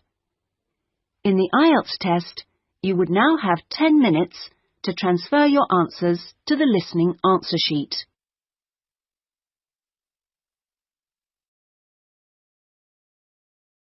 Ielts 7 by University of Cambridge ESOL Examinations, published by Cambridge University Press.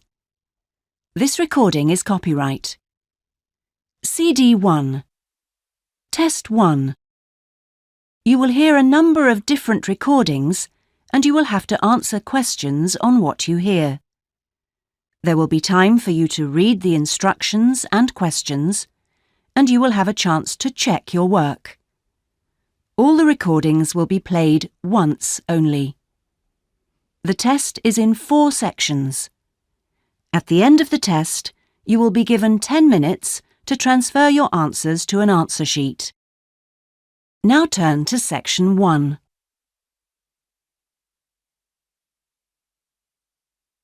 Section 1. You will hear a telephone conversation between a passenger and an official at the Land Transport Information Service at Toronto Airport. First, you have some time to look at questions 1 to 5.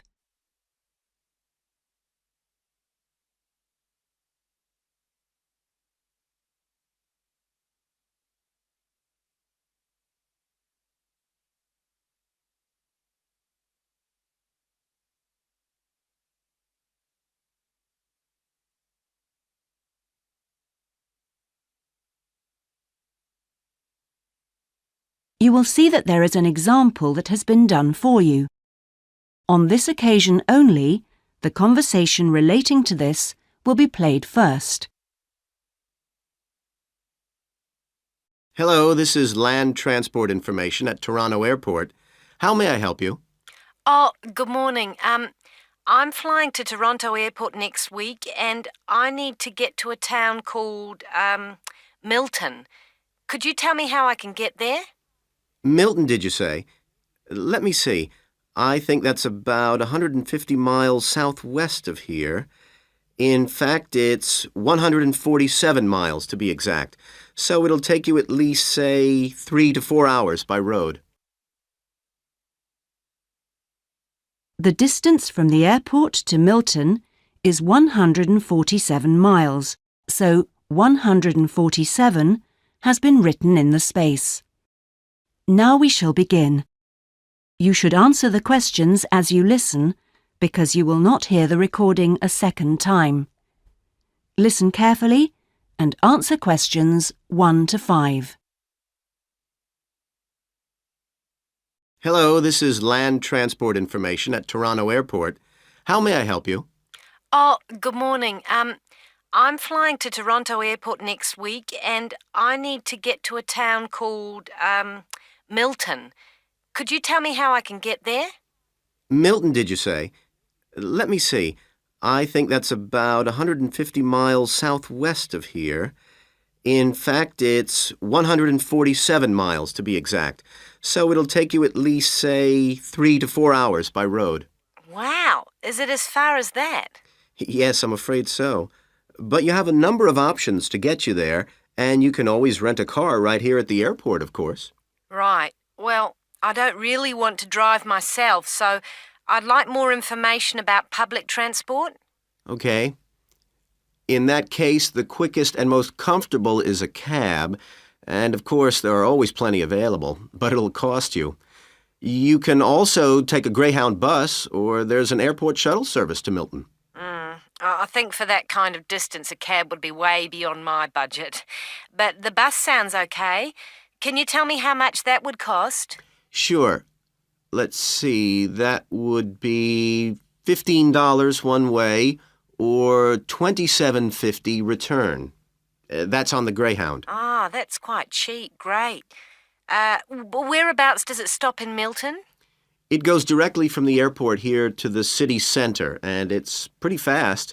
But you have to bear in mind that there is only one departure a day, so it depends what time your flight gets in. Ah, of course. Hang on. Oh, we're due to get there at 11:30 a.m. Too bad.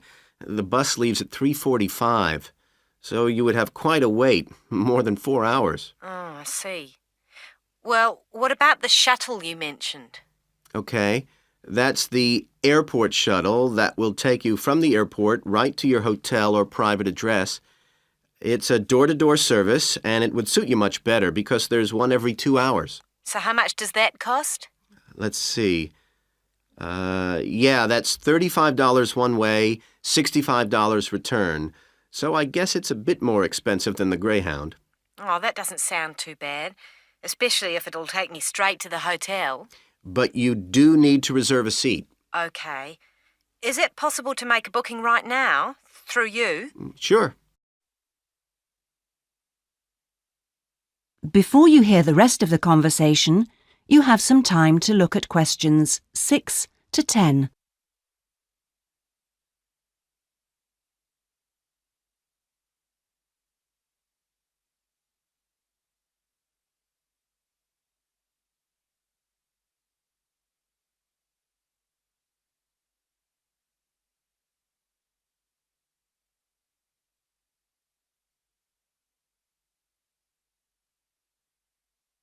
Now listen and answer questions 6 to 10. Okay, I just have to fill this form out for you. So, what date do you want to book this for? The 16th of October. Oh, no. Sorry, that's my departure date.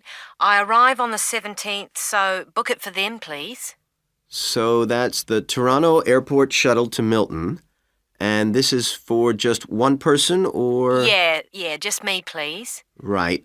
And you said your expected time of arrival was 11:30?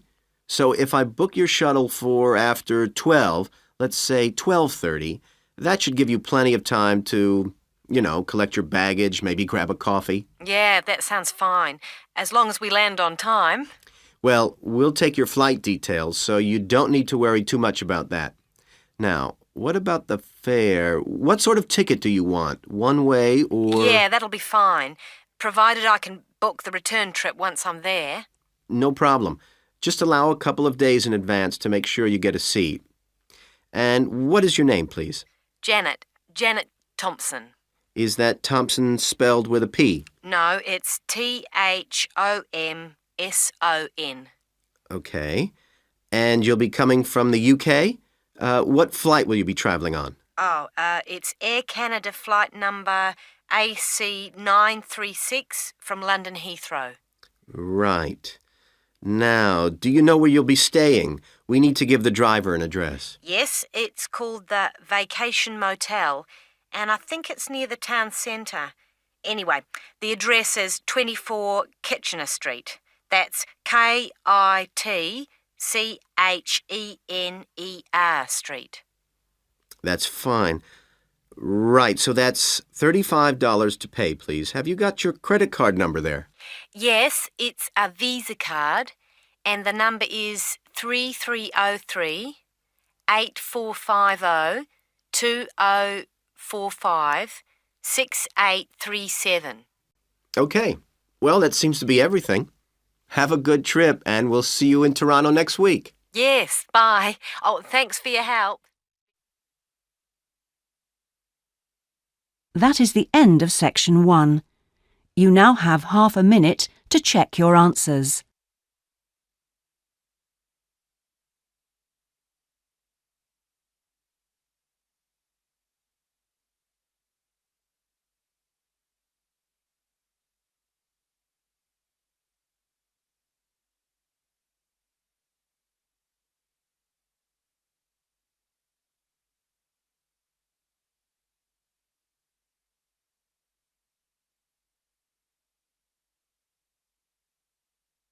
Now turn to section 2.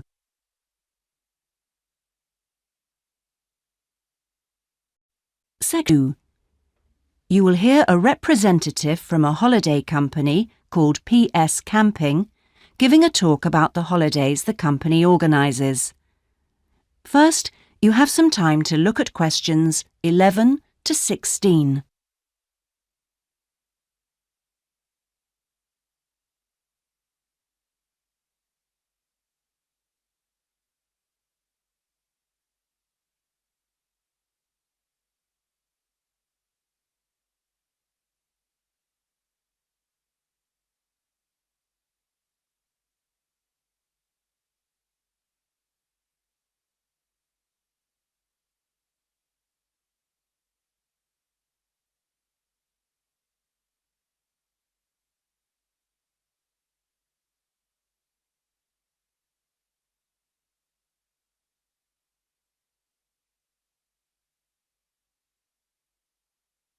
Now listen and answer questions 11 to 16.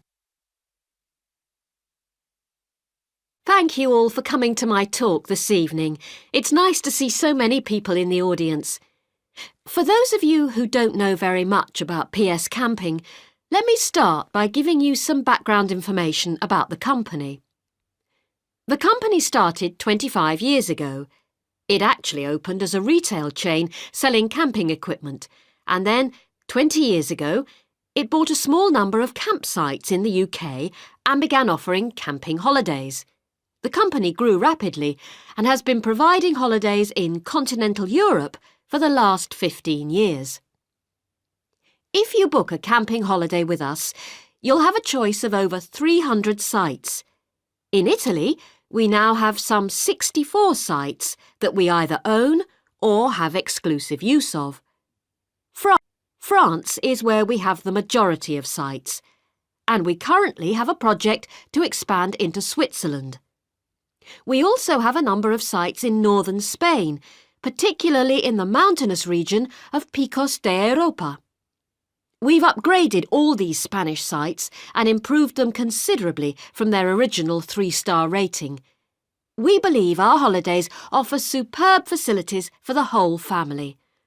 Parents who want their children to be fully occupied for all or part of the day can take advantage of our children's activities. These are organised by our well-qualified and enthusiastic staff.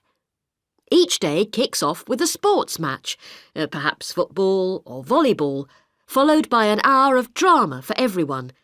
This may include singing or dancing, mime or other activities. In the afternoon, there's a different art activity for each day of the week, including a poster competition or model making. What's more, our sites are truly child-friendly, and with this in mind, we operate a no-noise rule in the evenings.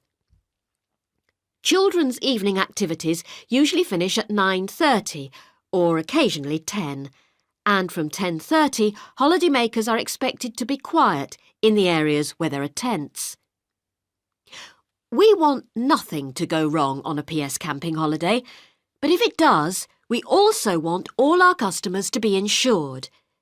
If you haven't organised an annual insurance policy of your own, you'll need to take out the low-cost cover we offer, and we require that you arrange this when you make your holiday reservation.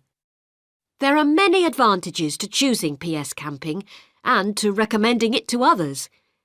As a regular customer, you'll be kept informed of special offers, and your friends can benefit from 10% off their holiday, or book a luxury tent for the price of a standard one. In return, we'll send you a thank you present, which you can choose from a list of high-quality items. Before you hear the rest of the talk, you have some time to look at questions 17 to 20.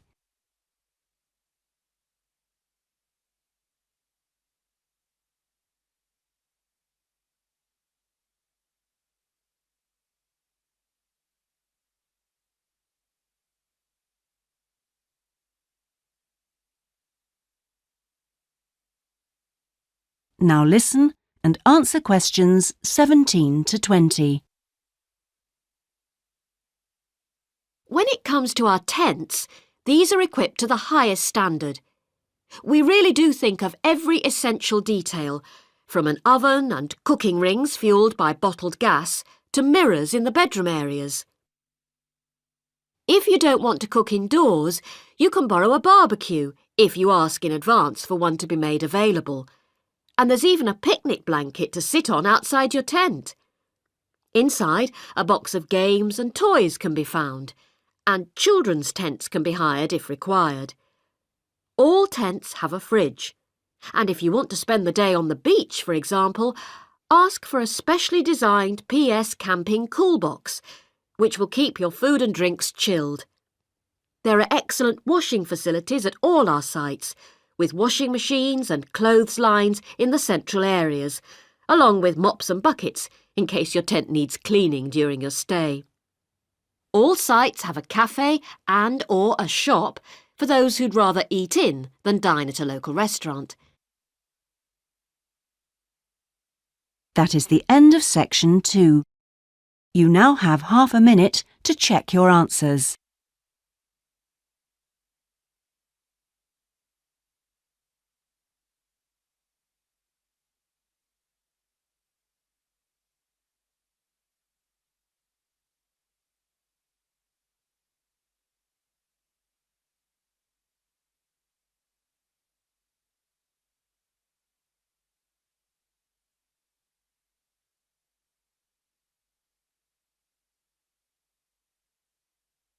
Now turn to section 3.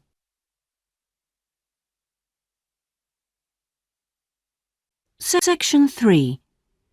You will hear a tutor talking to 2 business students called Philip and Janice about their research on managing individuals. First, you have some time to look at questions 21 to 23.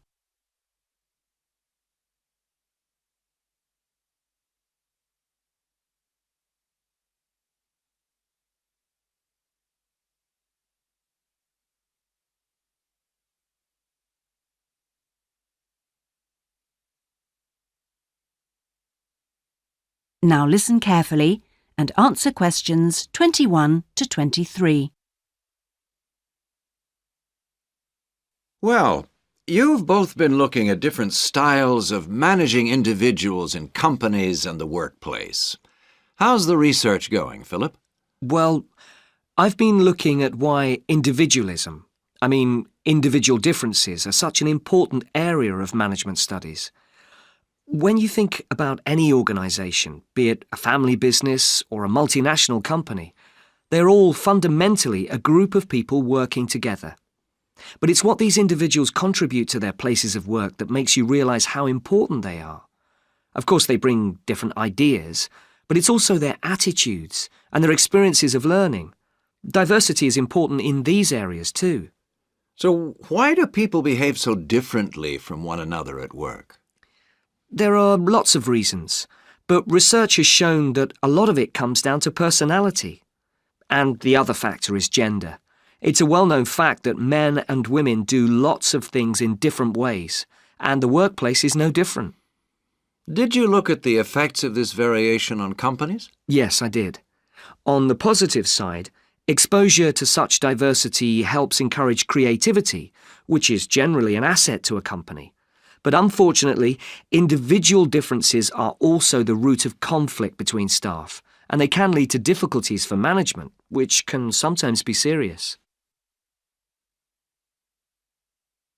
Before you hear the rest of the conversation, you have some time to look at questions 24 to 30.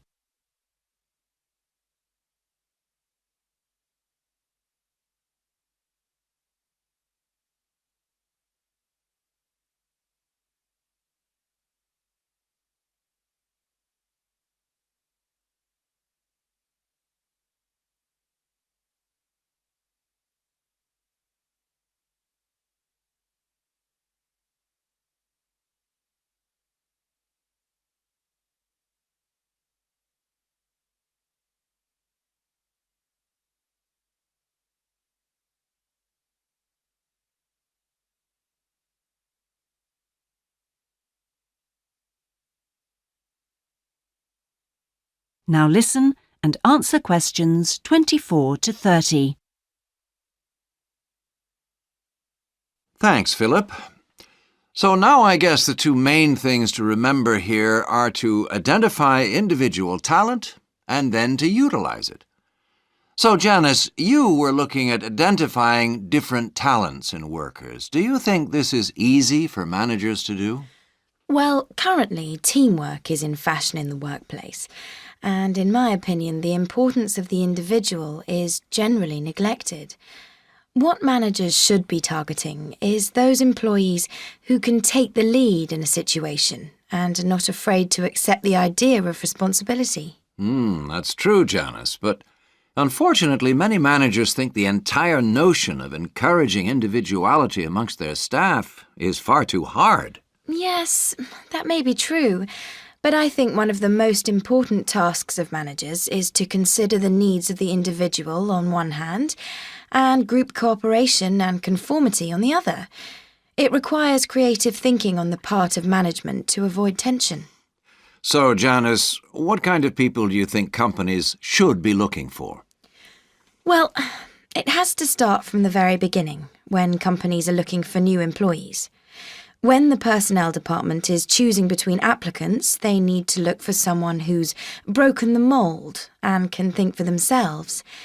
Instead, people making these decisions often use a range of psychological tests to see if a person is a problem solver or will do as they're told. I'm not convinced these qualities are actually the most important. So do you think being a good team player is overrated? No, it's not overrated. You do need to learn the rules and learn them fast. No individual can get around this if you're working in an organisation. So how should managers deal with this? Rewards. When an individual demonstrates the behaviour the organisation expects, some kind of incentive can be given. What's important here is that this happens right at the beginning, so new recruits learn the rules of the system immediately. Also, the incentive should be something the individual actually wants, and this isn't always just money. To come back to you, Philip, you were saying that recognition of good performers is essential. Now, what else should managers be looking for? Well, managing people means you not only have an understanding of your employees, but you also recognise the culture of the organisation.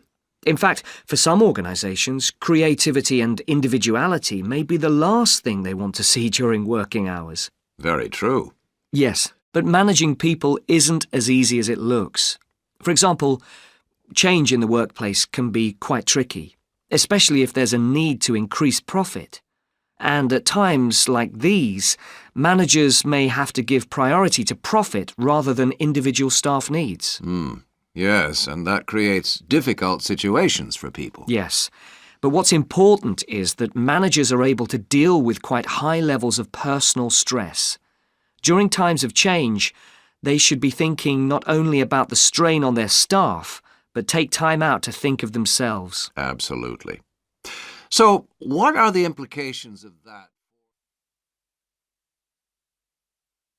That is the end of section 3. You now have half a minute to check your answers.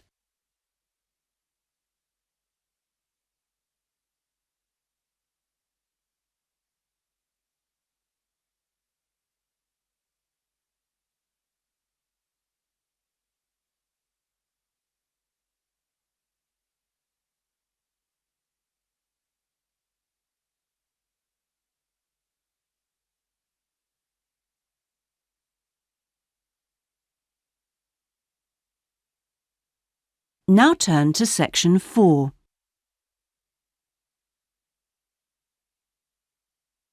Section 4. You will hear part of a lecture about cave paintings and other types of rock art.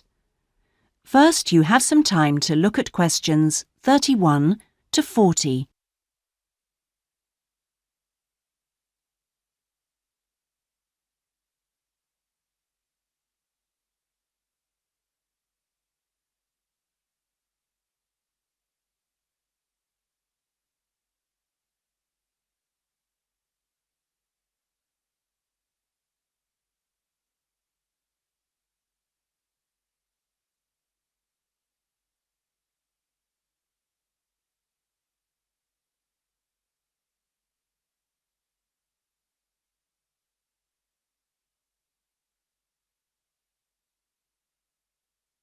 Now listen carefully and answer questions 31 to 40. Good afternoon, everyone. This is the first seminar in preparation for our archaeological fieldwork in Namibia. We are fantastically lucky to have received partial research funding for this trip from our institute, so I shall expect 200% attention and participation from you all. First in this seminar, I'm going to give a brief introduction to contemporary research on rock art. And in the second part, I'm going to give you some do's and don'ts for our fieldwork trip in April. So please listen very carefully. I'm first going to focus on the interpretation of rock art in Namibia. We are very fortunate to be going to an area where you can find some of the most important sites in the entire world. And I hope to show you how easy it is for everyone to make mistakes in looking at cultures which are different from our own, the first and most important lesson we have to learn. In Namibia, there are both paintings and engravings. That's where the surface of the rock is cut out. Many of the engravings show footprints of animals, and most scholars used to think that the purpose of these was simple and obvious. This rock art was like a school book with pictures to teach children about tracks, which track belonged to which animal, giraffe, lion, and so on. But there were some mysteries.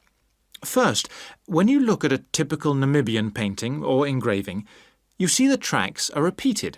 There are dozens of tracks for the same animal. Well, you'd expect just one clear illustration if the the aim was to teach tracking. Now, there were two more problems. Why are some of the engravings of animals very accurate, as you'd expect, all clearly identifiable, and others quite unrealistic? And another mystery. Some of these unrealistic animals, that's in the engravings, seem to be half human. Some, for example, have got human faces. Many researchers now think that these were pictures the wise men engraved of themselves. They believed they could use magic to control the animals they had drawn, so the hunters could then catch them for food. This shows you some of the dangers of coming from one culture to another, as we'll be doing, without understanding it fully. Scholars imagine that children looked at rock art pictures to learn to track, just because they themselves had learnt skills from pictures. Many researchers now believe that rock art had a much more complex purpose, and we'll talk more about it next week.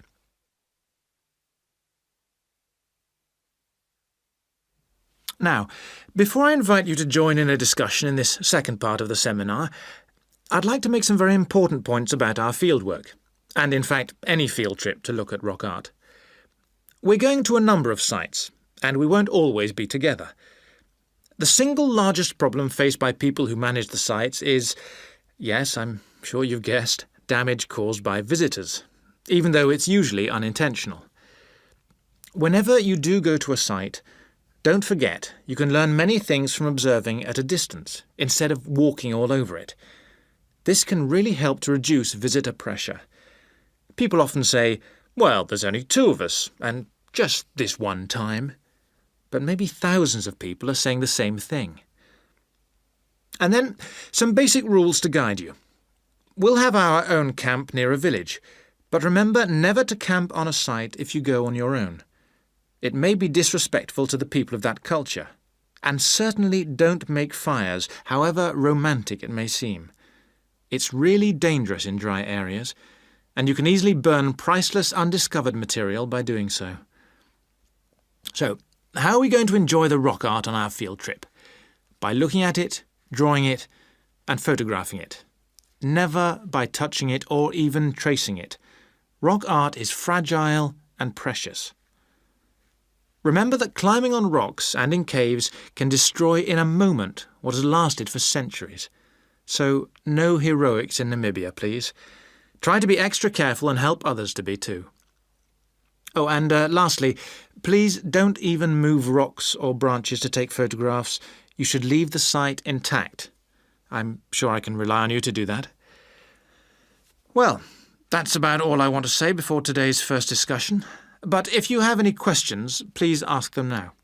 Oh, and don't forget you'll find some fascinating information about worldwide sites on the internet. Right, first question then. That is the end of section 4. You now have half a minute to check your answers.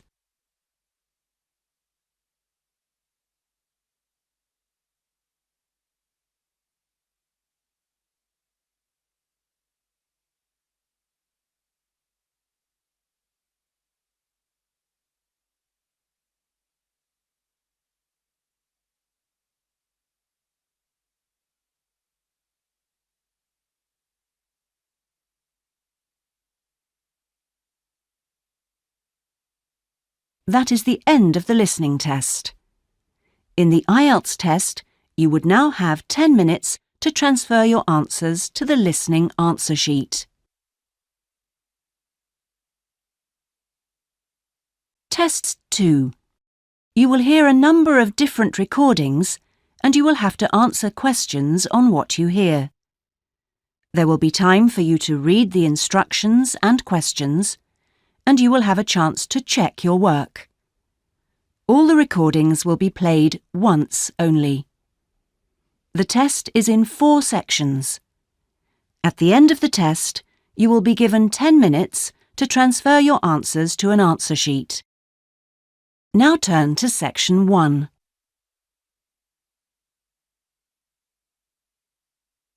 Section 1. You will hear a telephone conversation between a customer and a representative of an insurance company. First, you have some time to look at questions 1 to 5.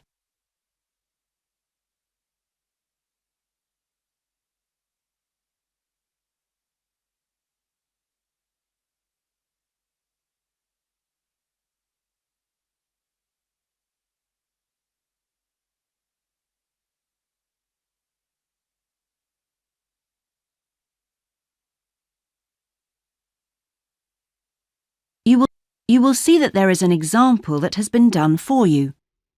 On this occasion only, the conversation relating to this will be played first.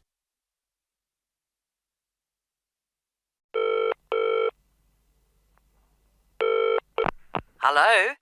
Motor Insurance Department? Oh, hello. I'd like to ask about insurance for my car. Yes, of course. I'll just take a few details. What's your name? Patrick Jones.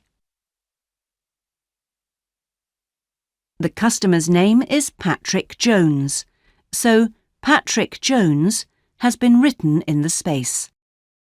Now we shall begin. You should answer the questions as you listen, because you will not hear the recording a second time. Listen carefully and answer questions 1 to 5.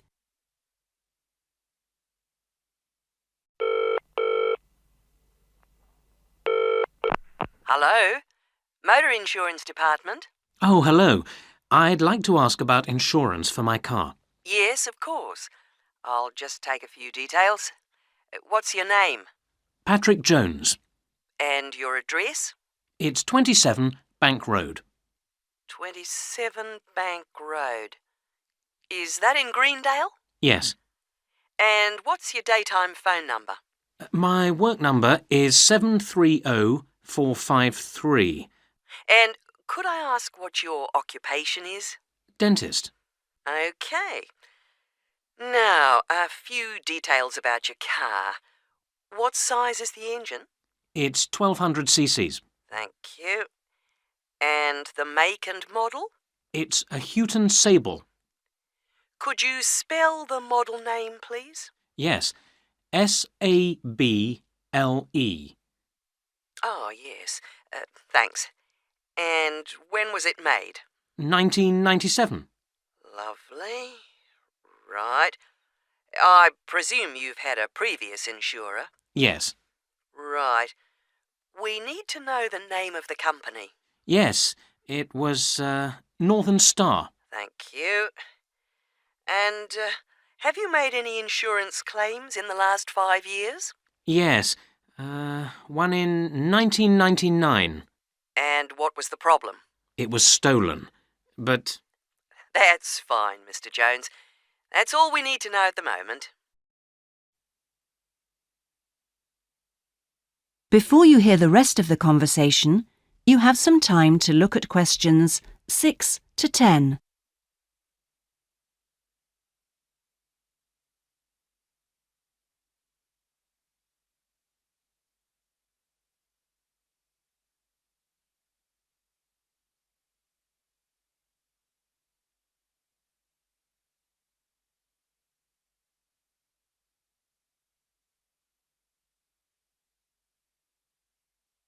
Now listen and answer questions 6 to 10. And will there be any other named drivers? Just the one. And his name? Simon Painter. Could you spell the surname, please? P-A-Y-N-T-E-R. OK, thank you. And what relationship is he to you? He's my brother-in-law. And what will you or Mr. Painter be using the car for? Well, mainly for social use. Social use. Will you be using it to travel to work? Yes, sometimes. Travel to work. Anything else? No, that's it. And finally, when would you like to start the insurance? I'll need it from the 31st of January. Right. Mr. Jones, I'm getting a couple of quotes coming up on the computer now, and the best bet looks like being with a company called Red Flag. Yeah? And that comes out at $450 per year. Oh, well, that seems okay. It's quite a bit lower than I've been paying up to now. Great. So, would you like me to go ahead with that? Sure, why not? How would you like to pay? That is the end of section 1. You now have half a minute to check your answers.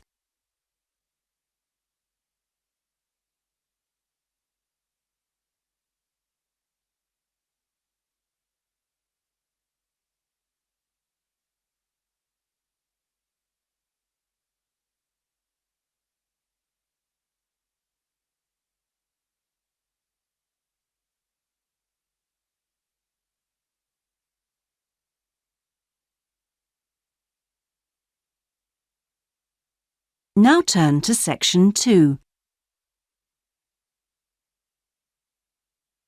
Section 2. You will hear a recorded message giving tourists travel information in a large city.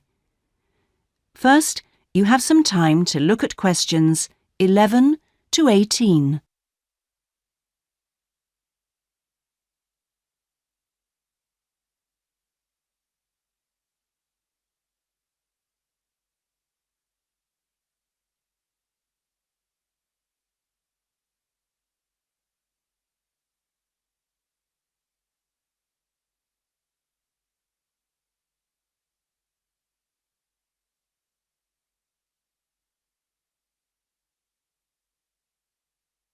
Now listen carefully and answer questions 11 to 18.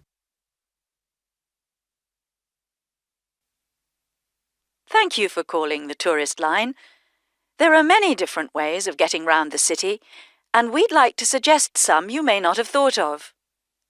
How about a city trip by boat? There are 4 main stopping points. From west to east, stop A, Greenbanks, stop B, City Bridge, stop C, Roman Landing, and stop D, Newtown. You can find the main booking office at stop A. The first boat leaves at 8 a.m. and the last one at 6:30 p.m. There are also many attractions you can visit along the river. At stop A, if you have time, you can visit the fine 16th century palace here, built for the king, with its beautiful formal gardens. It's very near the booking office. Now you can enjoy every corner of this superb residence. Stop B. Why don't you visit Tower Restaurant with its wide range of refreshments? This is a place where you can sit and enjoy the wonderful views over the old commercial and banking centre of the city. Stop C is the area where, in the 1st century AD, invading soldiers crossed the river. This was much shallower than it is now. That's why this area is called Roman Landing. There's an interactive museum to visit here, with a large shop which has a good range of local history books. At the furthest point of the trip, stop D, the most exciting place to visit is the new entertainment complex with 7-screen cinema, bowling alley, and video games arcade. Before you hear the rest of the message, you have some time to look at questions 19 and 20.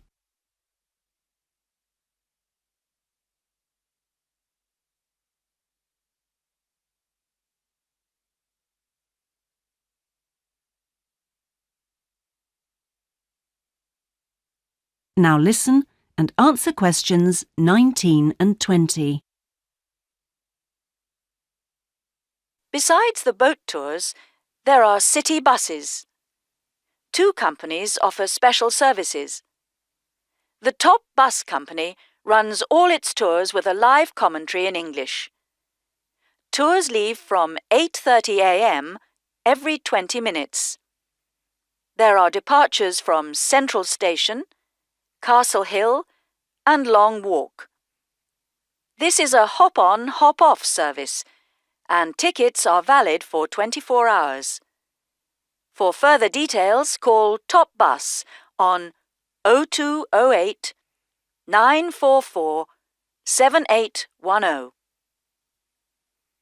The number 1 sightseeing tour is available with a commentary in 8 languages. Buses depart from Central Station every 5 to 6 minutes from about 9 a.m., with the last bus at around 7 p.m.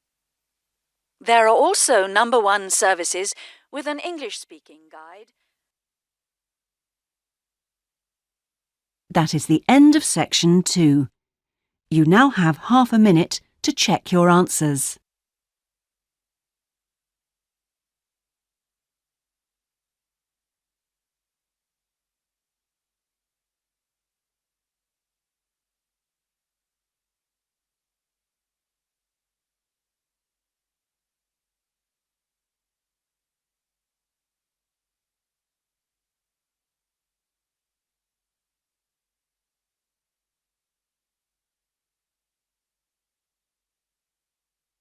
Now turn to section 3.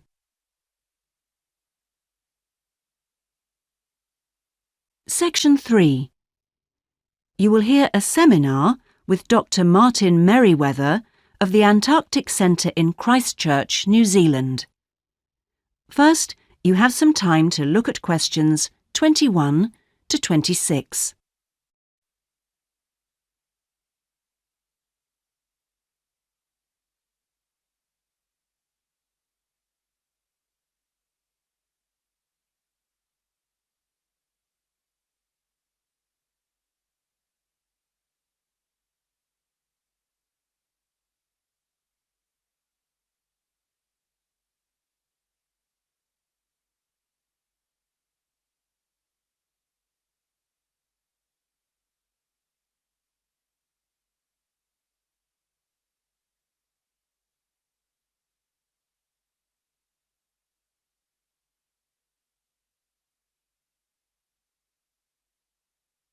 Now listen carefully and answer questions 21 to 26.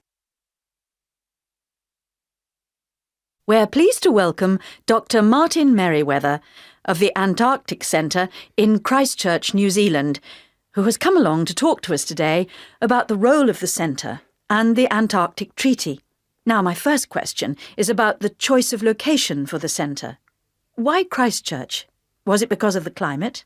Well, actually, New Zealand is the second closest country to Antarctica, and Christchurch is often used on Antarctic expeditions. Right, so it's because of where we are, coupled with our historical role. So tell us, what is the main purpose of the centre? Oh, well, we have 2 complementary roles. One is as a scientific base for expeditions and research, and the other is as an information centre. Tell us something about the role as a scientific base. Well, we're able to provide information about what scientists should take with them to the South Pole. For example, the centre contains a clothing warehouse where expeditions are supplied with suitable clothing for the extreme conditions. I suppose you need a bit more than your normal winter coat. Yes, exactly. And then there's also the specialist library and mapping services. Right. And which countries are actually located at the centre? Well, the centre houses research programs for New Zealand, for the United States, as well as for Italy. There's even a US post office at the American Air Force Base here. Really? And what does the Visitors Centre offer? Well, since very few people will ever experience the Antarctic firsthand, the Visitors Centre aims to recreate the atmosphere of Antarctica. There's a mock campsite where you can see inside an Antarctic tent and imagine yourself sleeping there. And the centre also acts as a showcase for the unique international cooperation which exists in Antarctica today. What is it actually like at the South Pole? I know you've been there on a number of occasions. Yes, I have, and each time I'm struck by the awesome beauty of the place.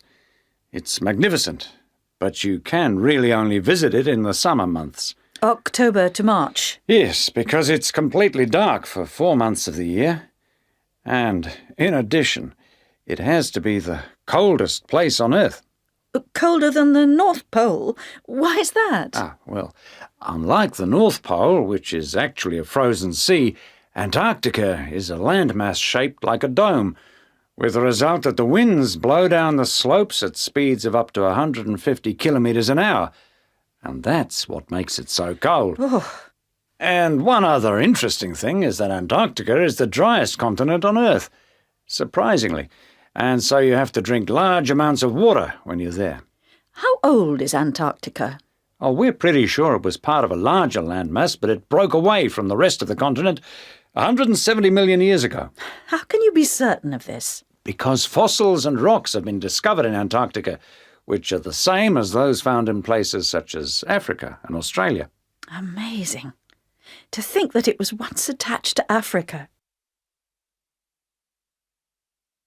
Before you hear the rest of the interview, you have some time to look at questions 27 to 30.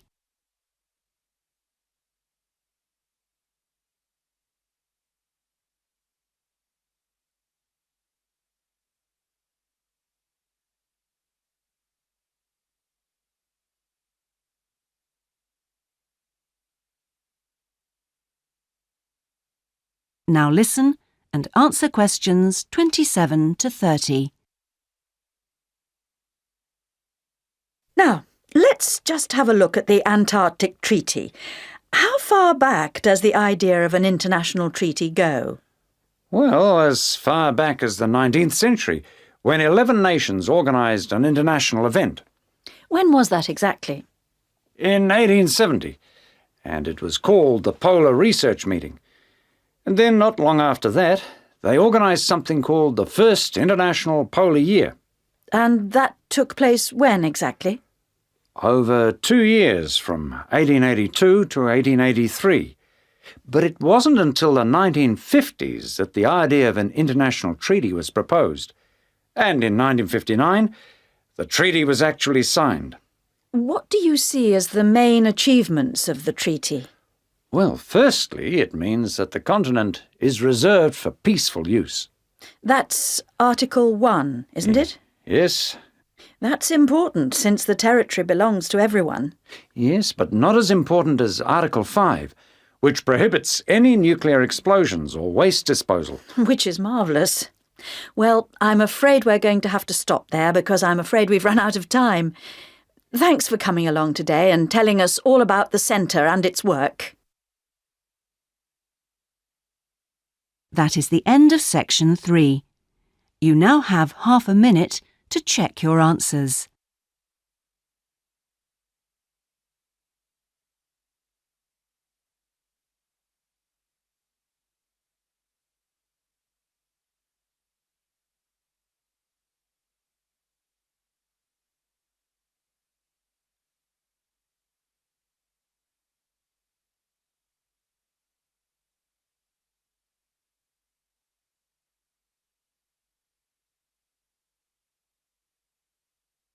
Now turn to section 4.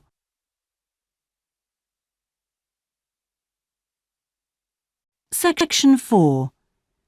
You will hear a presentation given by a sports science student on her project on left and right-handedness in sport. First, you have some time to look at questions 31 to 40.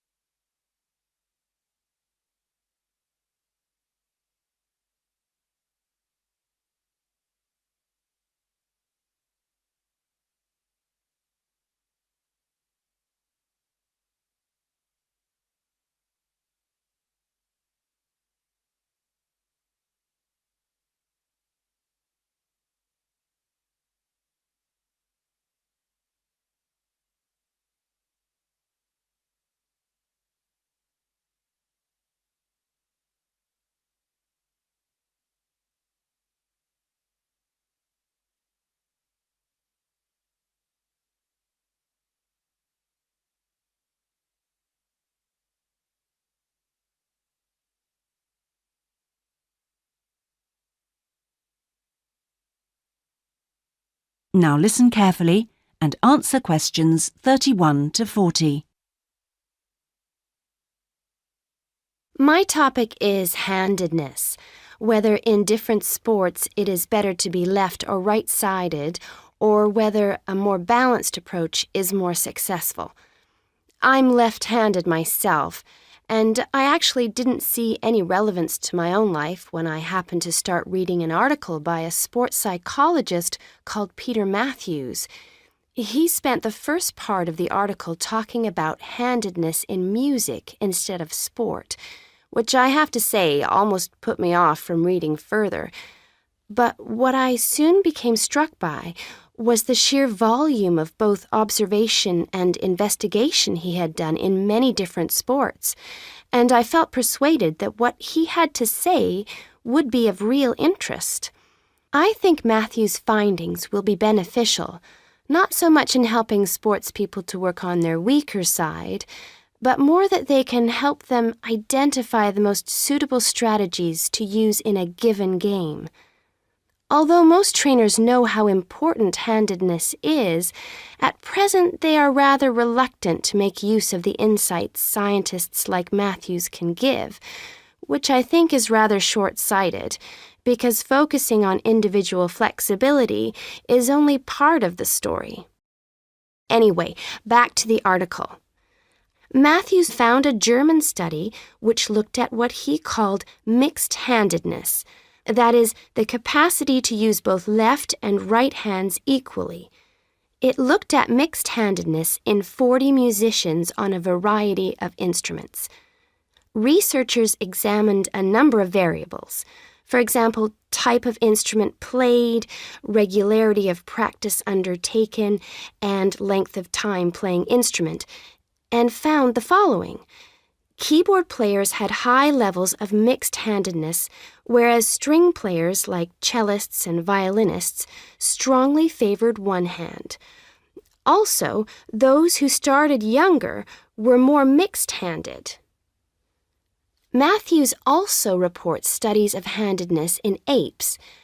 Apes get a large proportion of their food by fishing ants from anthills.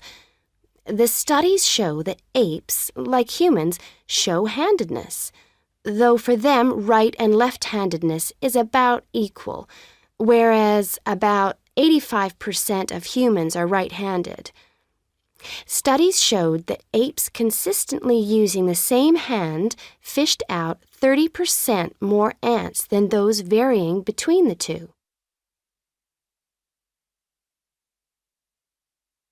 Matthews started researching several different sports and found different types of handedness in each. By the way, he uses handedness to refer to the dominant side for feet and eyes as well as hands. Anyway, his team measured the hand, feet, and eyes of 2,611 players and found that there were really three main types of laterality. Mixed, you work equally well on both sides, both hand and eye. Single, you tend to favor one side, but both hand and eye favor the same side. And cross-laterality, a player's hands and eyes favor only one side, but they are opposite sides. Let's start with hockey. Matthews found that it was best to be mixed-handed. This is because a hockey stick must be deployed in two directions. It would be a drawback to have hand or eye favoring one side. An interesting finding is that mixed-handed hockey players were significantly more confident than their single-handed counterparts. Things are slightly different in racket sports like tennis. Here, the important thing is to have the dominant hand and eye on the one side. This means that there is a bigger area of vision on the side where most of the action occurs. If a player is cross-lateral, the racket is invisible from the dominant eye for much of the swing. It means that they can only make corrections much later, and often the damage has been done by then. And moving to a rather different type of sport, which involves large but precise movements, gymnastics. It's been found that cross-hand-eye favoring is best. The predominant reason for this is because it aids balance, which is, of course, absolutely central to performance in this sport. That is the end of section 4. You now have half a minute to check your answers.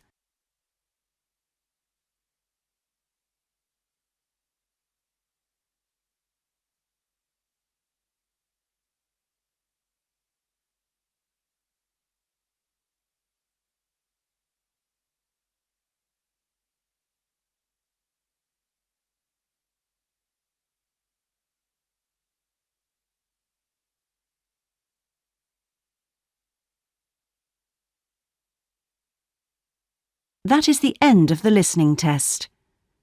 In the Ielts test, you would now have 10 minutes to transfer your answers to the listening answer sheet.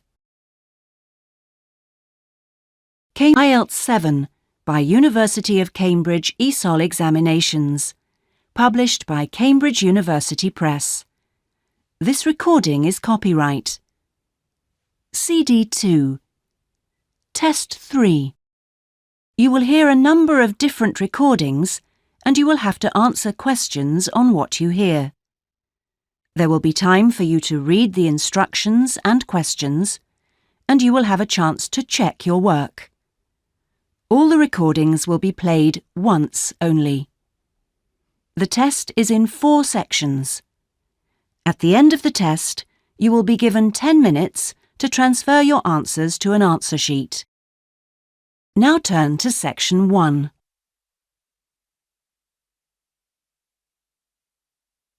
Section 1. You will hear a conversation between a student and a job advisor. First, you have some time to look at questions 1 to 5.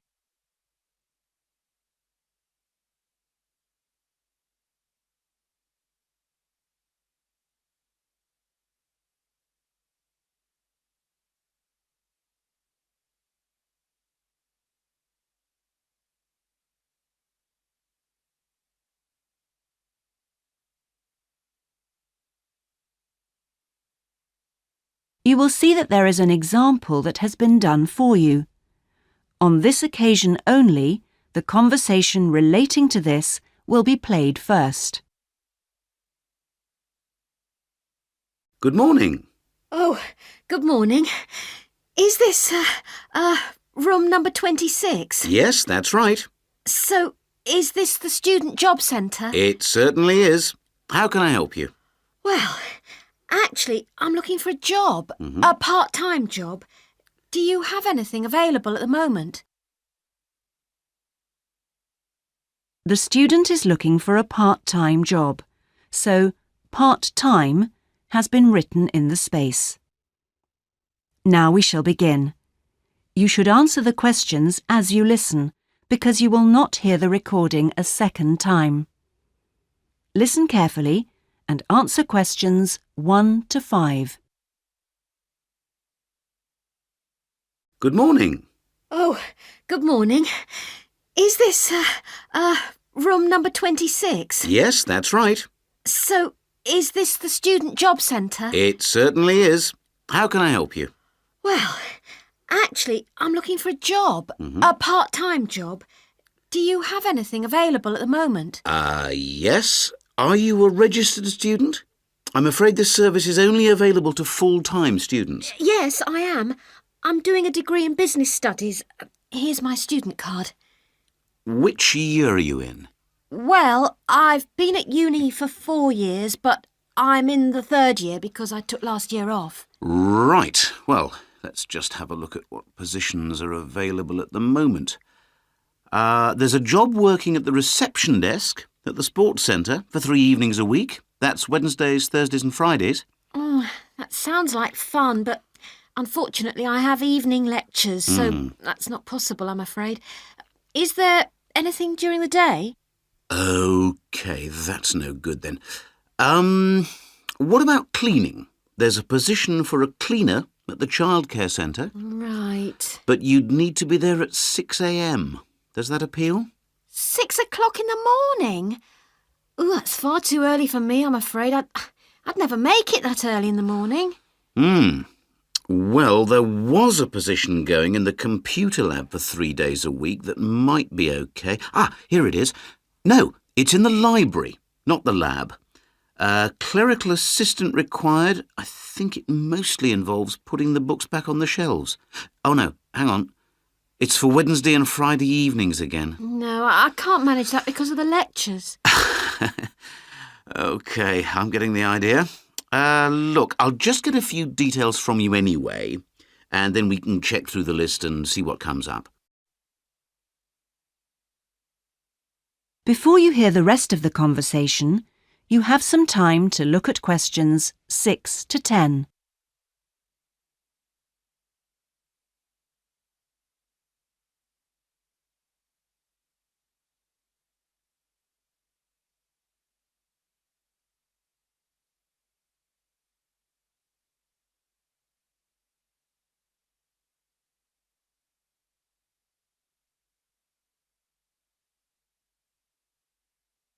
Now listen and answer questions 6 to 10. We'll fill in the personal details on this application form first, if that's okay. Yeah, that's fine. Now, what's your name again? Anita Newman. That's Newman. And your address, Anita? I'm in one of the halls of residence for postgraduate students. You know, International House. OK, that's easy. What's your room number there?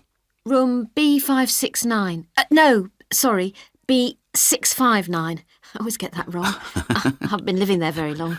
Do you have any other skills? Typing, languages, that sort of thing? Well, I speak some Japanese. Right, I'll make a note of that. Now, let's see what else is available.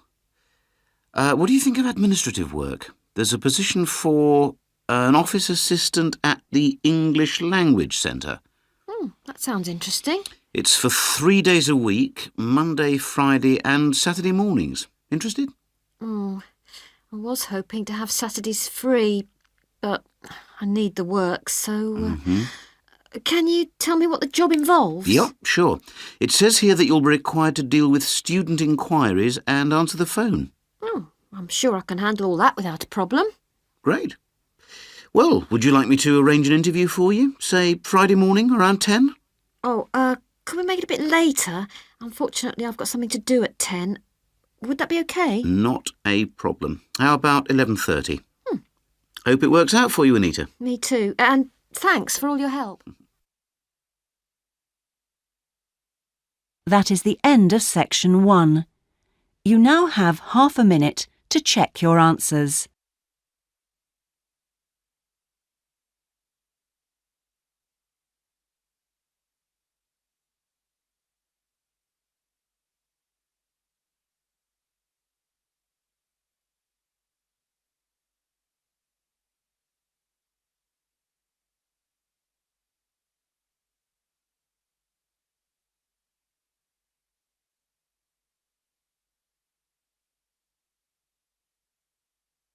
Now turn to section 2.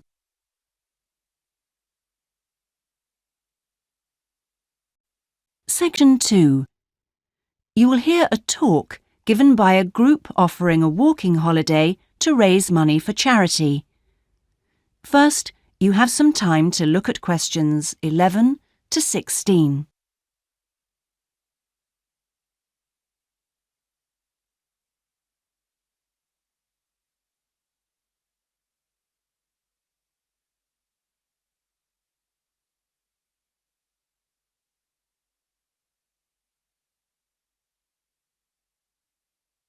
Now listen carefully and answer questions 11 to 16.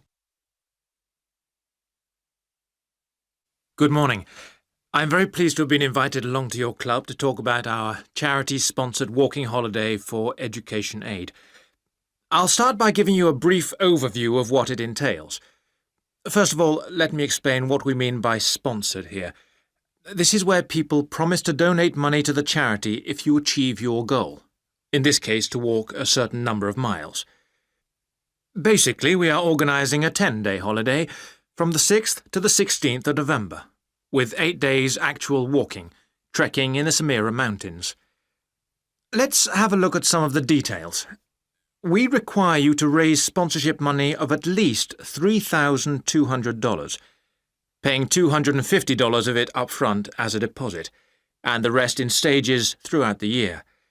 Out of this, about 35% will go on your expenses, and that leaves 65% guaranteed to go to the charity. Which brings me to the most important part. This trek is being specifically organised to help education in the Samira region. Last year, we helped train teachers for the disabled, and this year we're focusing on the pupils. Each of the walkers' sponsorship money will go to help an individual special needs pupil in one of the mountain schools. In the second part of the talk, I'll be giving you a lot more details. But back to the basic information. Age limits. This is the second time we've run this kind of holiday, and on the first we even had an 80-year-old. But we found it was wise to establish limits this time. You have to be at least 18, and the top limit is now 70. though you need to obtain a health certificate from your doctor if you are over 60 years old. Now, the Samira Mountains are among the highest in the world, but you mustn't be too daunted. We will mainly be trekking in the foothills only, although there will be spectacular views even in the foothills. However, you will need to be extremely fit if you aren't now and you're interested in coming with us. You have plenty of time to get into shape. You'll be sleeping in tents, so you must have quite a bit of equipment with you, but you will be helped by local assistants. Your bedding and so forth will be carried by them. We ask that you only walk with a small rucksack with needs for the day. I don't think I've really said enough about the marvellous area you'll be walking in. Let's have a look at some of the sights you'll be seeing.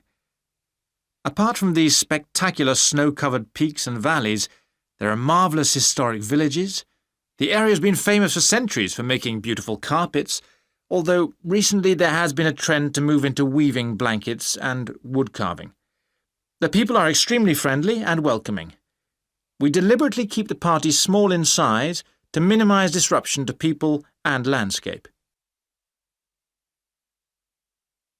Before you hear the rest of the talk, you have some time to look at questions 17 to 20.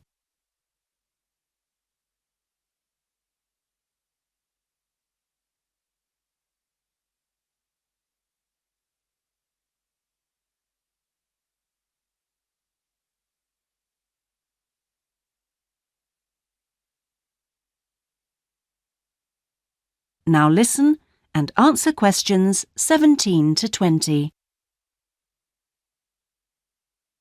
I hope that there are still some people interested. I will be distributing leaflets at the end where you can find out more information. But just for the moment, I'll outline the itinerary, the main high points of the holiday. Obviously, you'll start by flying out to Kishbar, the capital city, on day 1. After a couple of days to acclimatise yourself, you'll start the trek on day 3, walking through the enormous 𝐍𝐇ĥ forest, which will take the whole of the day. Day 4 takes us higher up, going through the foothills, past a number of villages, and visiting a school for the disabled in Sohan.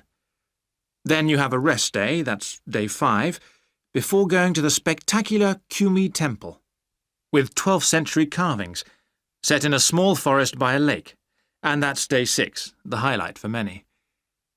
We stay near there for day 7, because then comes the hardest day, walking through very mountainous country, but culminating in a swim in the Pate Falls. This is the highest waterfall in the region. Day 9 is much easier, with part of the day spent in a village where they make some of the gorgeous red blankets. Then back down to Kishbar and the journey home. So, you can see it's a pretty packed timetable. That is the end of section 2. You now have half a minute to check your answers.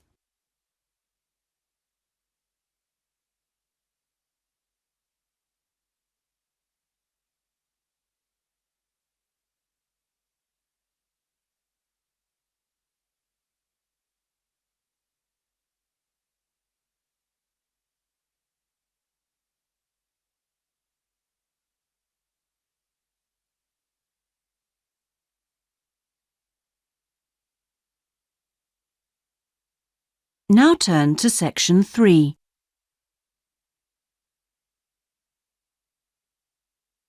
Section 3. You will hear part of a seminar on ocean research given by a climate scientist. First, you have some time to look at questions 21 to 25.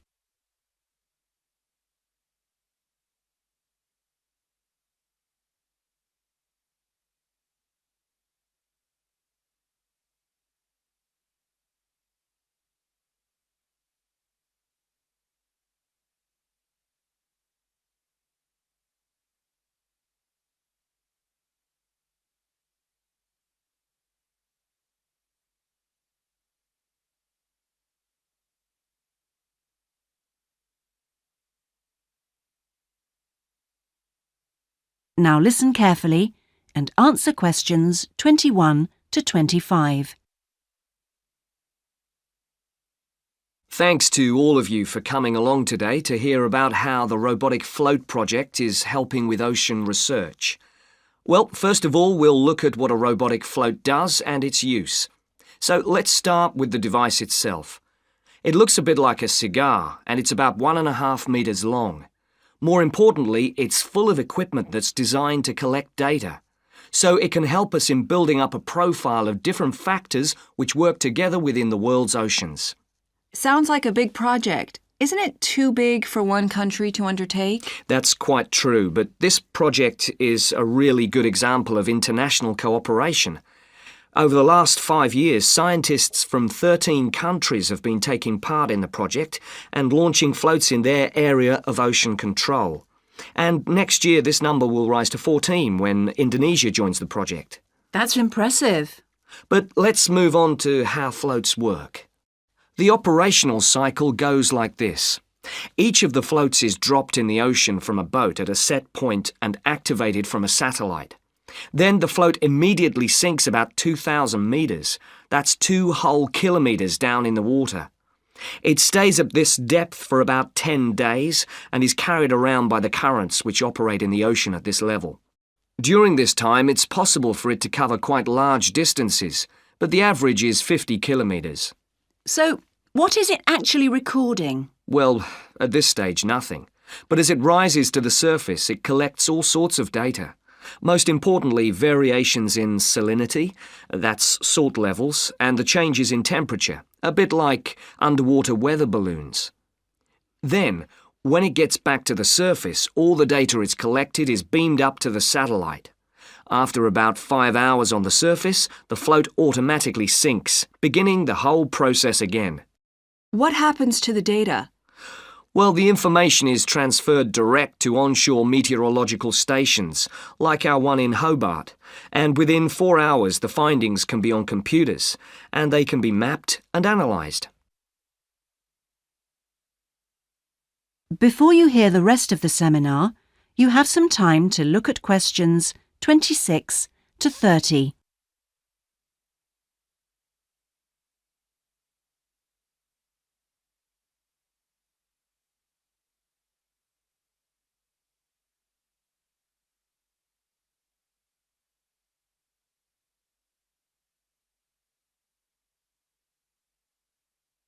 Now listen and answer questions 26 to 30.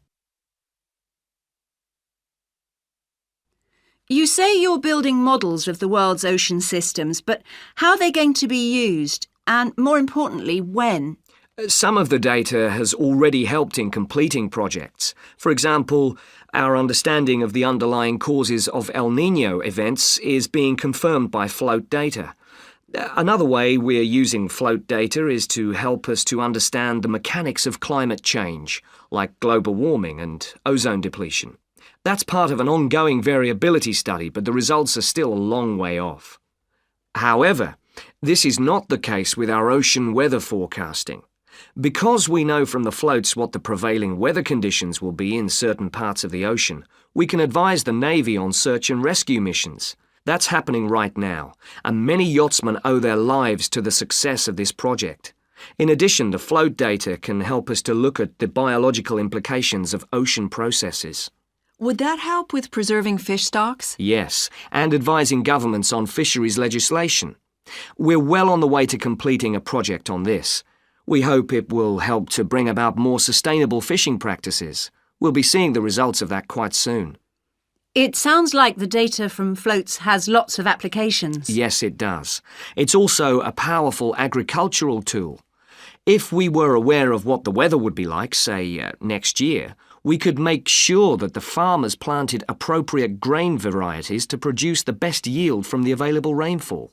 That sounds a bit like science fiction, especially when now we can't even tell them when a drought will break. I agree that this concept is still a long way in the future, but it will come eventually, and the float data will have made a contribution. That is the end of section 3. You now have half a minute to check your answers.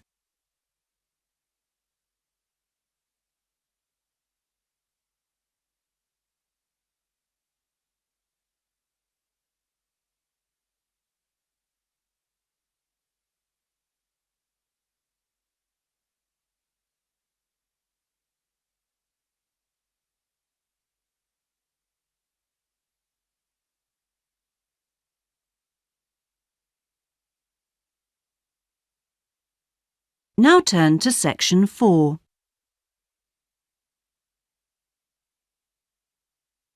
Section 4. You will hear part of a lecture about hotels and the tourist industry.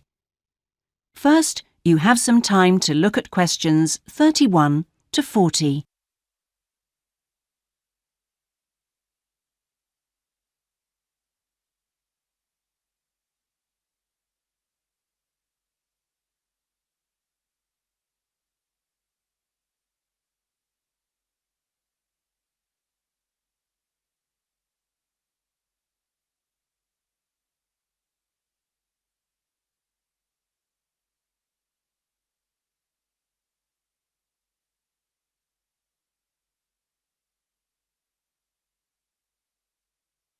Now listen carefully and answer questions 31 to 40. Good morning, everyone. Today's lecture forms part of the Hospitality and Tourism module. Last week, I looked at the economy end of the hotel business. This week, I'm going to discuss the luxury end of the market. Let's consider the following scenario. You wake up in the middle of the night in a strange hotel miles away from home, disoriented most probably from jet lag, when even the most expensive surroundings can seem empty and dispiriting. You have paid a great deal of money to stay in this first-class hotel with its contemporary technology, but according to recent research carried out by an international travel and public relations company, all is not well. The research suggests that even the most opulent, luxurious hotels seem to have underestimated the most basic needs of their customers, be they traveling for work or pleasure. The need to feel at home in surroundings which are both familiar and inviting. Do these findings, however, apply only to hotels situated in particular areas? Is it possible that the external environment can affect a guest's well-being?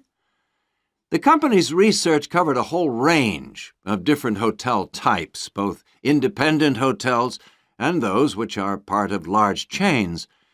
They investigated chic so-called boutique hotels in the heart of downtown business districts, stately mansions located in the depths of beautiful countryside, and plush hotels built at the edge of tropical beaches, surrounded by palm trees and idyllic blue ocean. And the research concluded that what was outside the hotel building simply didn't matter. This is a fascinating revelation, and those of you hoping to move into careers in the travel and leisure industry would be well advised to look at the findings in more detail. But back to the main point of this lecture, the need to feel at home. What can the hotel industry do about it? And is the very idea so subjective that it's impossible to do anything about it on a global basis?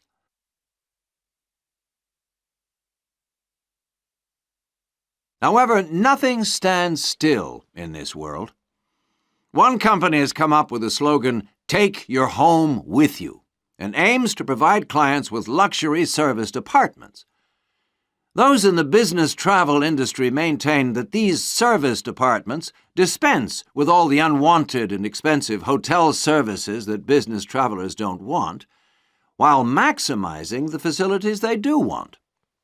For example, not only sleeping and living accommodation, but also a sleek modern kitchen that allows guests to cook and entertain, if they wish, at no additional cost.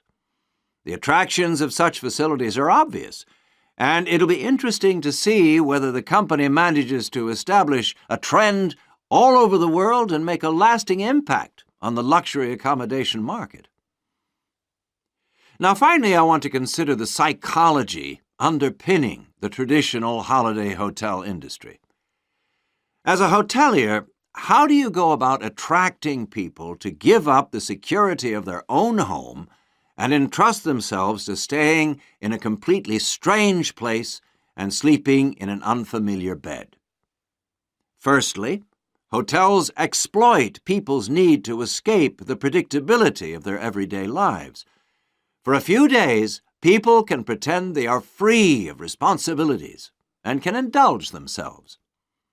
Secondly, there is something very powerful in our need to be pampered and looked after. It's almost as if we returned to being a baby when everything was done for us and we felt safe and secure. And not far removed from this is the pleasure in being spoilt and given little treats, like the minuscule bottles of shampoo and tiny bars of soap, the chocolate on your pillow at night. And we actually forget that we are paying for it all. Next week, I'm going to look at eco-hotels, a fairly new phenomenon, but increasingly popular, particularly... That is the end of section 4. You now have half a minute to check your answers.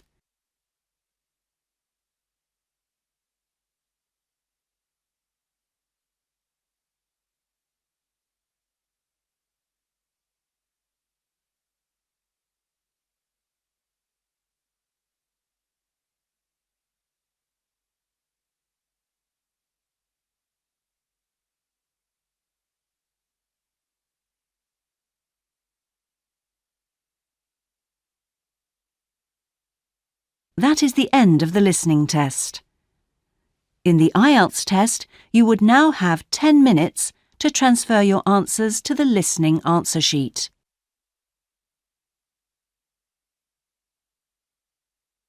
Test 4.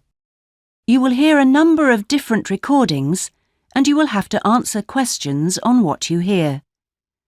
There will be time for you to read the instructions and questions, and you will have a chance to check your work.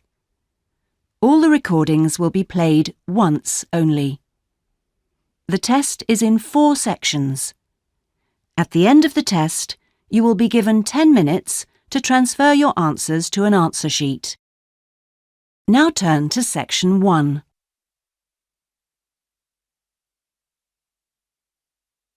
Section 1. You will hear a student talking to a housing officer about living with a homestay family. First, you have some time to look at questions 1 to 6.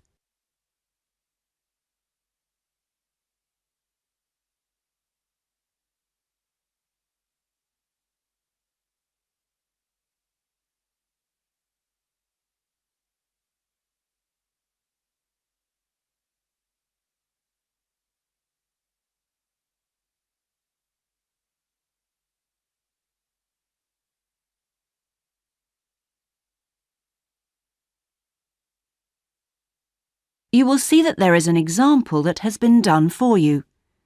On this occasion only, the conversation relating to this will be played first. Yes, what can I do for you? My friend is in homestay, and she really enjoys it, so I'd like to join a family as well. OK, so let me get some details. What's your name? My name is Keiko Yuchini. Could you spell your family name for me? It's Yuchini. That's Y-U-I-C-H-I-N-I.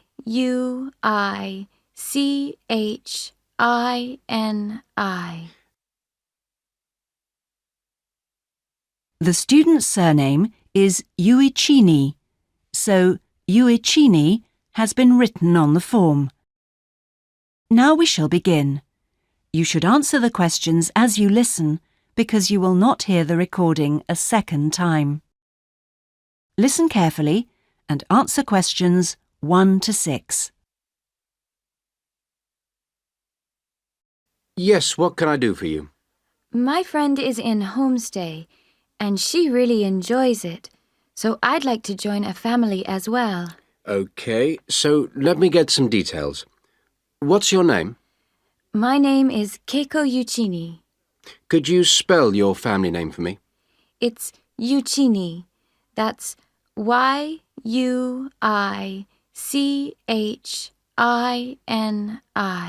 And your first name? It's Keiko. K-E-I-K-O. That's Keiko Yuchini. OK. And you're female. And your nationality? I'm Japanese. Right. And could I see your passport, please? Here it is. OK. Your passport number is JO6337.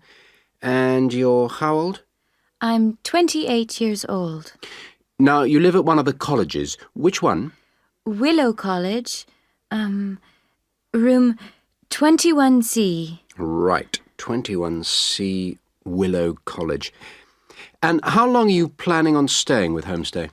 About 4 months. Longer if I like it. And what course are you enrolled in? Well, I've enrolled for 20 weeks in the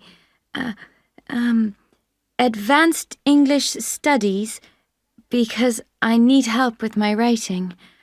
And I'm nearly at the end of my first 5-week course. OK.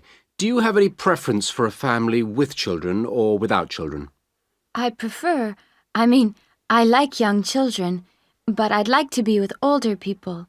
You know, adults, someone around my age. OK. And what about pets? I am a veterinarian, so that's fine. The more the better. Before you hear the rest of the conversation, you have some time to look at questions 7 to 10.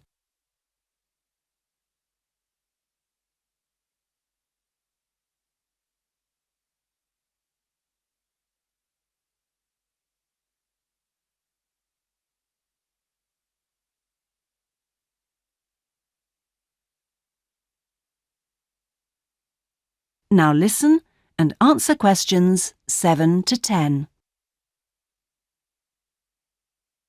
All right. Now, what about you? Are you a vegetarian or do you have any special food requirements? No, I am not a vegetarian, but I don't eat a lot of meat. I really like seafood. And what are your hobbies? I like reading and going to the movies. Do you play any sports? Yes, I joined the handball team, but I didn't like that, so I stopped playing. Now I play tennis on the weekend with my friends. All right. Let's see. Name, age, now the location. Are you familiar with the public transport system? No, I'm not really because I have been living on campus. I've been to the city a few times on the bus, but they are always late. What about the trains? I like catching the train. They are much faster. Now, let me go check on the computer and see who I've got. Listen, leave it with me. I'll check my records and I'll give you details this afternoon. Thank you for helping me. It's a pleasure. Bye. Bye. That is the end of section 1. You now have half a minute to check your answers.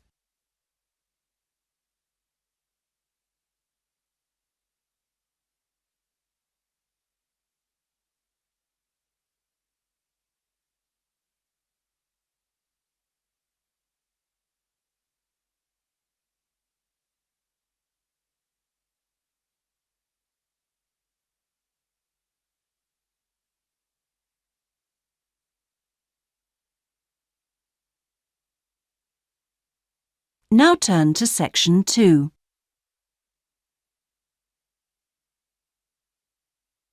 Section 2. You will hear a guide giving a tour of a park. First, you have some time to look at questions 11 to 14.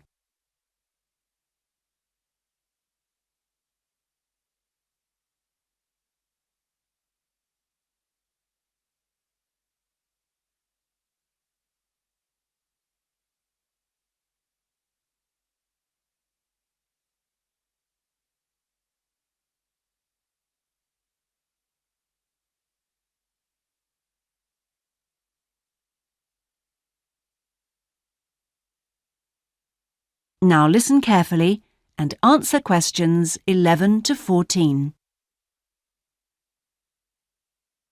Welcome to all of you. Can everybody see and hear me? Good. I'm Sally, your guide for this tour of the Bicentennial Park. I hope that you're all wearing your most comfortable shoes and that you can keep up the pace. So, let's get underway on our tour around this wonderful park. I'll start today with some general background information. There used to be a lot of factories in this area until the 1960s.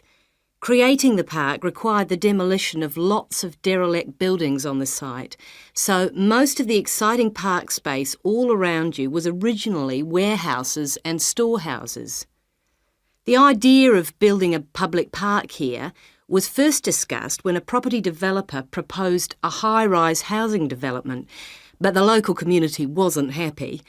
If the land was to be cleaned up, they wanted to use the site for recreation. Residents wanted open space for outdoor activities rather than housing or even an indoor sports complex. Now, to the Bicentennial Park itself. It has two areas, a nature reserve and a formal park with man-made features and gardens. The tall blue and white building in front of us is called the Tower and is the centre point for the formal gardens. It stands 12 metres high, so follow me up the stairs to where we can take advantage of the fantastic views. Before you hear the rest of the tour, you have some time to look at questions 15 to 20.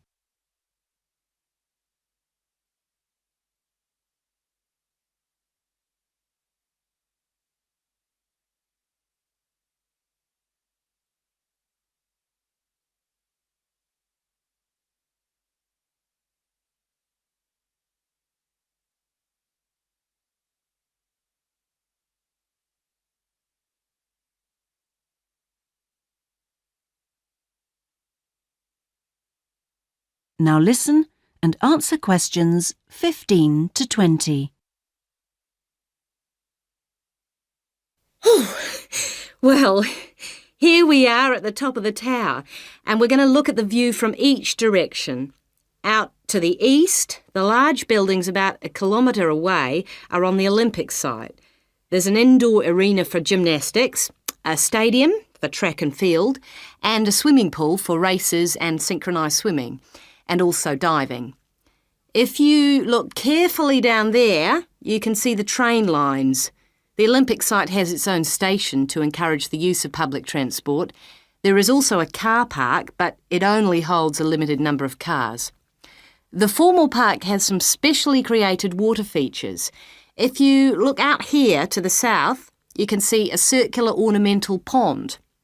And around to the west, you can relax and sit on a bench to smell the flowers in the rose garden. And finally, up to the north, if you look in front of you now, there's a lake with a small island in the centre.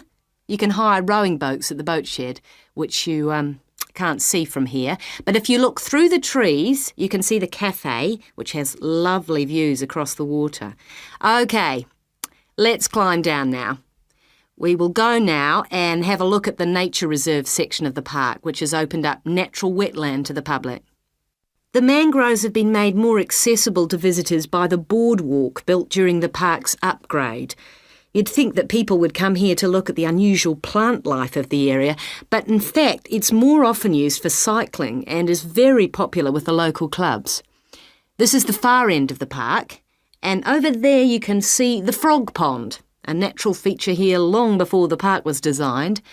Just next to it we have our outdoor classroom, a favourite spot for school parties. The area is now most often used by primary schools for biology lessons. And finally, let's pass by the Waterbird Refuge. This area is in a sheltered part of the estuary. That's why the park's viewing shelter is a favourite spot for bird watchers who can use it to spy through binoculars. You can watch a variety of water birds, but most visitors expect to see black swans when they come to the shelter. You might spot one yourself right now. Well, here we are back at our starting point, the Visitors Centre. That is the end of section 2. You now have half a minute to check your answers.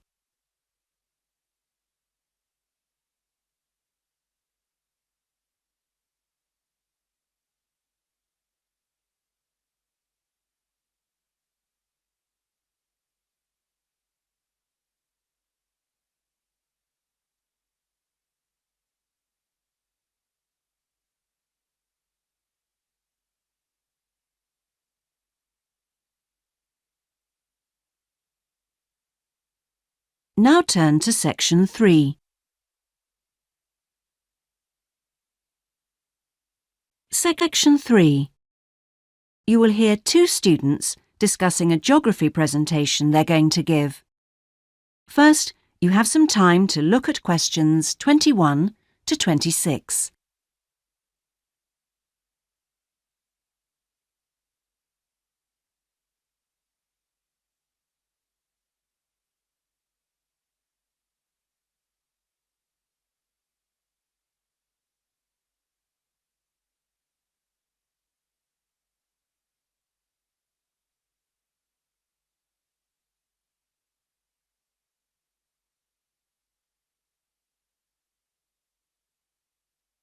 Now listen carefully and answer questions 21 to 26.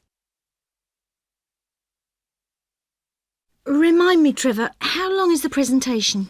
Dr. White said 3 per hour. So about 20 minutes.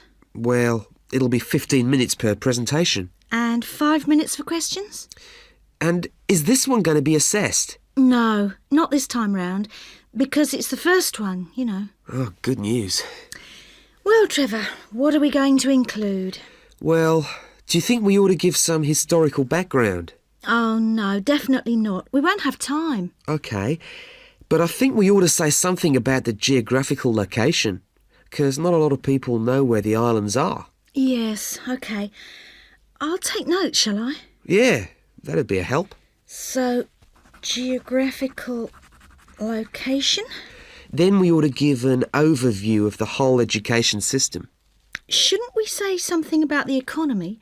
You know, agricultural produce, minerals and so forth? Well, Dr. White said we shouldn't go into that sort of detail. But it's pretty important when you think about it, you know, because it does influence the education system. Look, let's think about that one later, shall we? Let's see how we're doing for time. OK, so general overview of education. Of course. And then the role of English language. No, that goes in the language policy seminar, don't you remember? Are you sure? Positive. All right. So those are the topics we're going to be covering.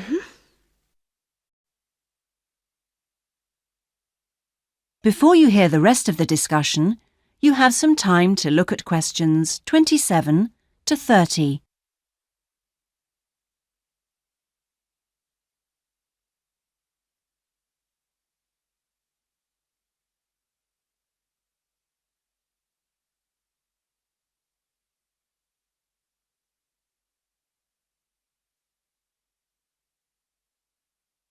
Now listen and answer questions 27 to 30.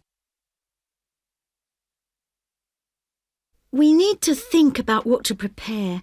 Dr. White said he wanted us to use plenty of visuals and things, and we might as well try them out when we're not being assessed. Well, the most important thing is the overhead projector. No problem. We'll get that from the media room.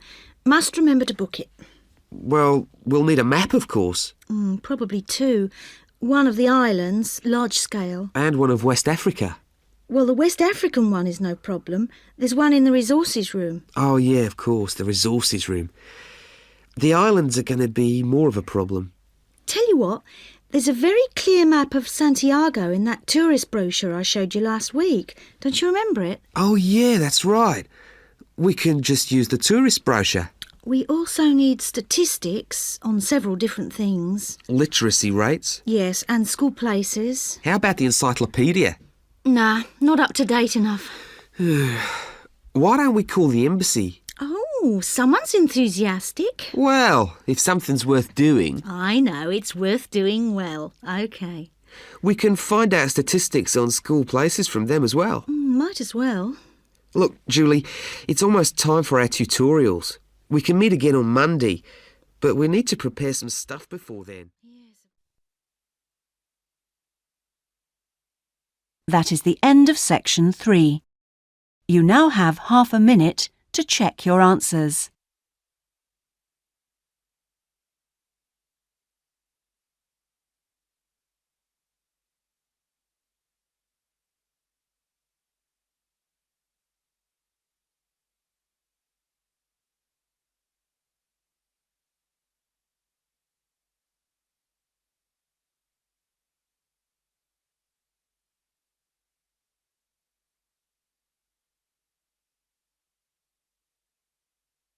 Now turn to Section 4.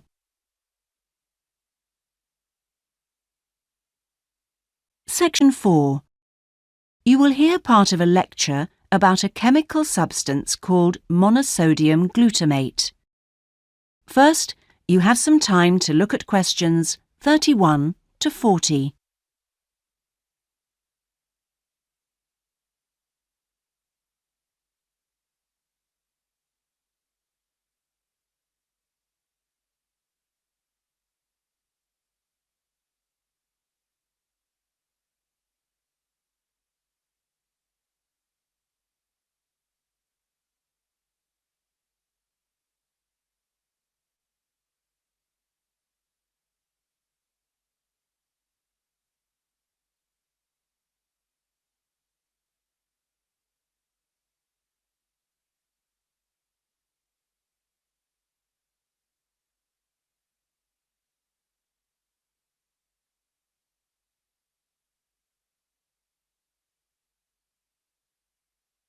Now listen carefully and answer questions 31 to 40.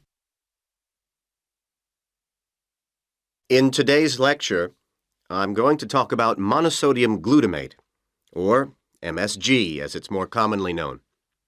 Now, MSG, as you probably know, is a flavor enhancer which is used particularly in Chinese and Japanese cooking. Today, I am going to explore why it is so popular in these cuisines, and more importantly, how does it enhance the flavor of food?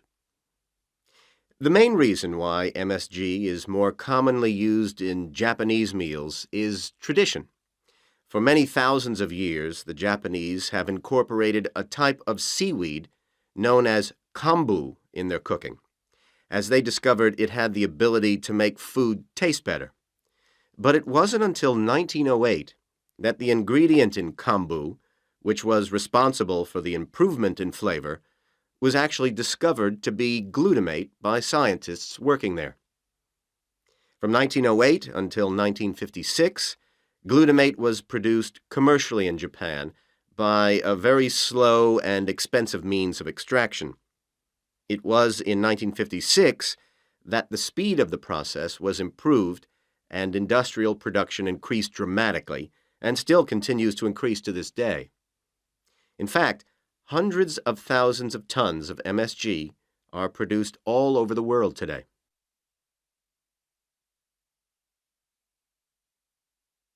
So what exactly is MSG?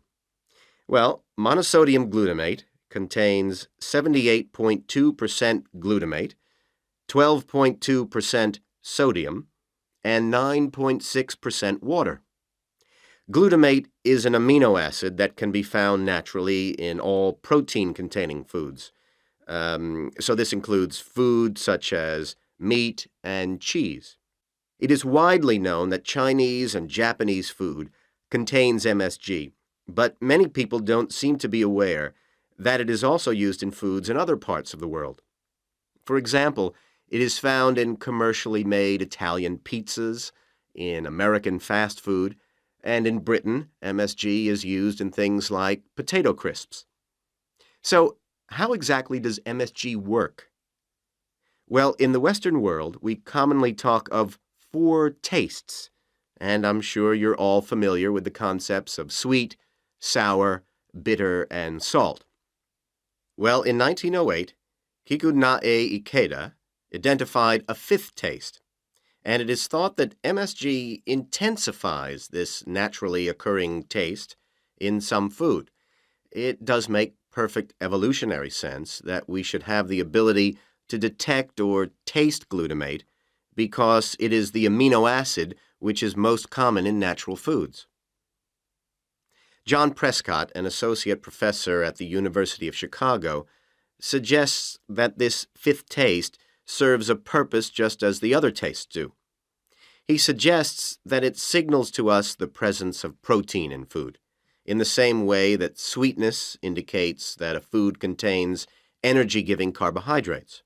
Bitterness, he says, alerts us to toxins in the food, while sourness warns us of spoilage, and saltiness signals the presence of minerals. So, What else do we know about this fifth taste? That is the end of section 4. You now have half a minute to check your answers.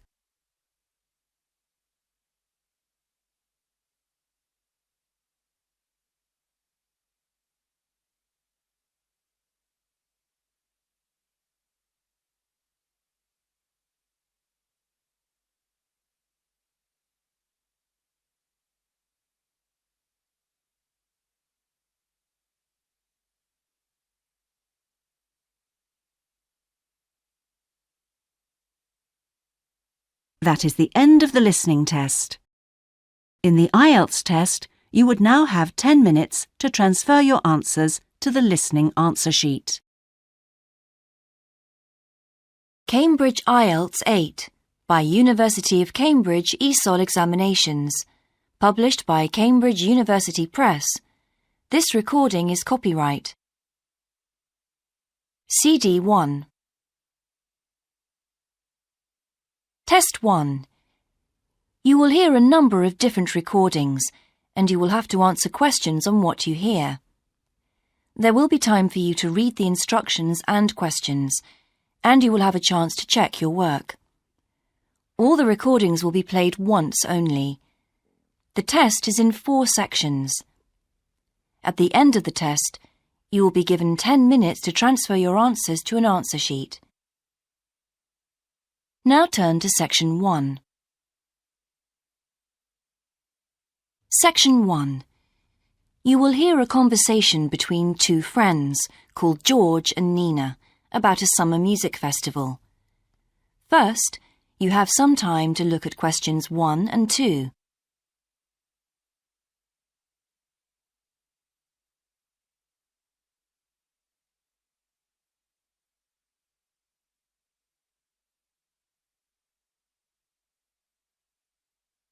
You will see that there is an example that has been done for you. On this occasion only, the conversation relating to this will be played first. Hi, George. Glad you're back. Loads of people have phoned you. Really? I felt just like your secretary. Sorry. I went into the library this afternoon to have a look at a newspaper and I came across something really interesting. What? A book? No, a brochure from a summer festival, mainly Spanish music. Look, I've got it here. George says that he found a brochure from a festival, so B has been circled as the answer. Now we shall begin. You should answer the questions as you listen, because you will not hear the recording a second time. Listen carefully and answer questions 1 and 2. Hi, George. Glad you're back. Loads of people have phoned you. Really? I felt just like your secretary. Sorry. I went into the library this afternoon to have a look at a newspaper and I came across something really interesting. What? A book? No, a brochure from a summer festival, mainly Spanish music. Look, I've got it here. Spanish music? I really love the guitar. Let's have a look. So what's this group, Guittarini? They're really good. They had a video with all the highlights of the festival at a stand in the lobby to the library, so I heard them. They play fantastic instruments, drums and flutes and old kinds of guitars. I've never heard anything like it before. Sounds great. OK, shall we go then? Spoil ourselves? Yes, let's. The only problem is there aren't any cheap seats. It's all one price. Well, in that case, we could sit right at the front. We'd have a really good view. Yeah, though I think that if you sit at the back, you can actually hear the whole thing better. Yes. Anyway, we can decide when we get there. Before you hear the rest of the conversation, you have some time to look at questions 3 to 10.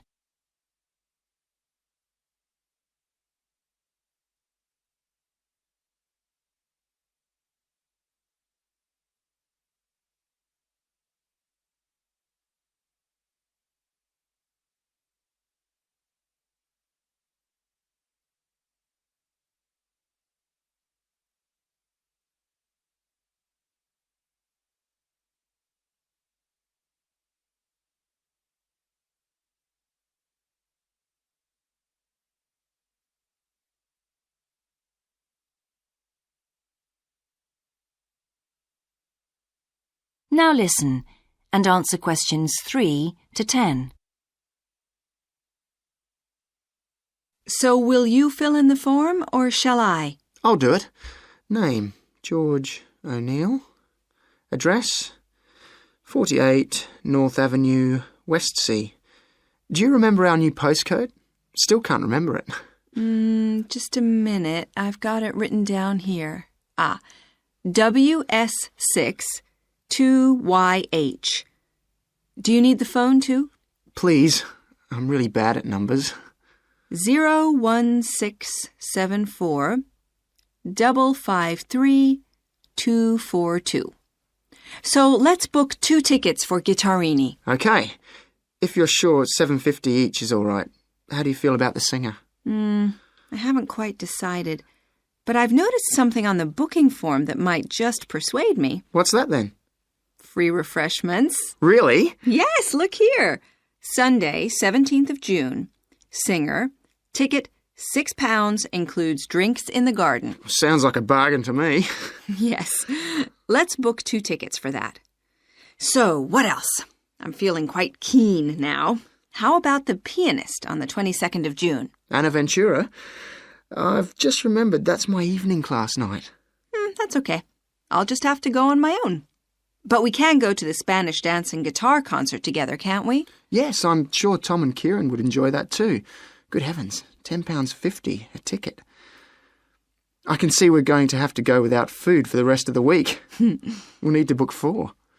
Wish we were students. Look, children, students, and senior citizens get a 50% discount on everything.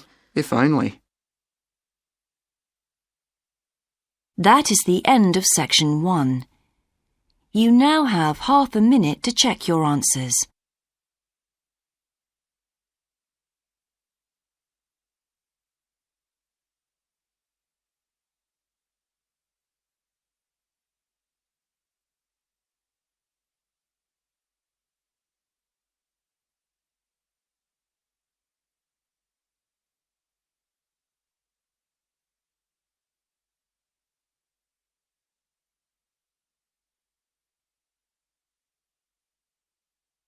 Now turn to section 2.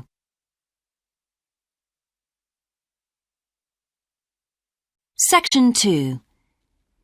You will hear the education officer of a dinosaur museum giving information to some teachers who are planning a school visit. First, you have some time to look at questions 11 to 15.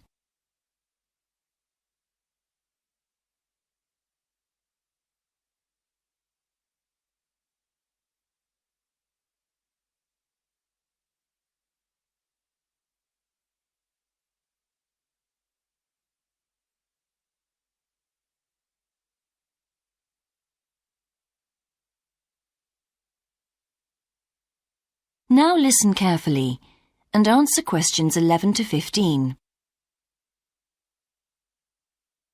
Hello, and thank you for asking me to your teachers' meeting to talk about the Dinosaur Museum and to tell you a bit about what you can do with your students there. Well, let me give you some of the basic information first. In regard to opening hours, we're open every day of the week from 9 a.m. to 8 p.m, except on Mondays, when we close at 1:30 p.m. And in fact, the only day in the year when we're closed is on the 25th of December. You can book a guided tour for your school group any time that we're open. If you bring a school group to the museum, when you arrive, we ask you to remain with your group in the car park. One or more of the tour guides will welcome you there and brief you about what the tour will be about. We do this there because our entrance is quite small and we really haven't got much room for briefing groups in the exhibition area. As far as the amount of time you'll need goes, if you bring a school group, you should plan on allowing a minimum of 90 minutes for the visit. This allows 15 minutes to get on and off the coach, 45 minutes for the guided tour, and 30 minutes for after-tour activities. If you're going to have lunch at the museum, you will of course have to allow more time. There are 2 cafes in the museum with seating for 80 people. If you want to eat there, you'll need to reserve some seating, as they can get quite crowded at lunchtime. Then, outside the museum at the back, there are tables, and students can bring their own lunch and eat it there in the open air. Before you hear the rest of the talk, you have some time to look at questions 16 to 20.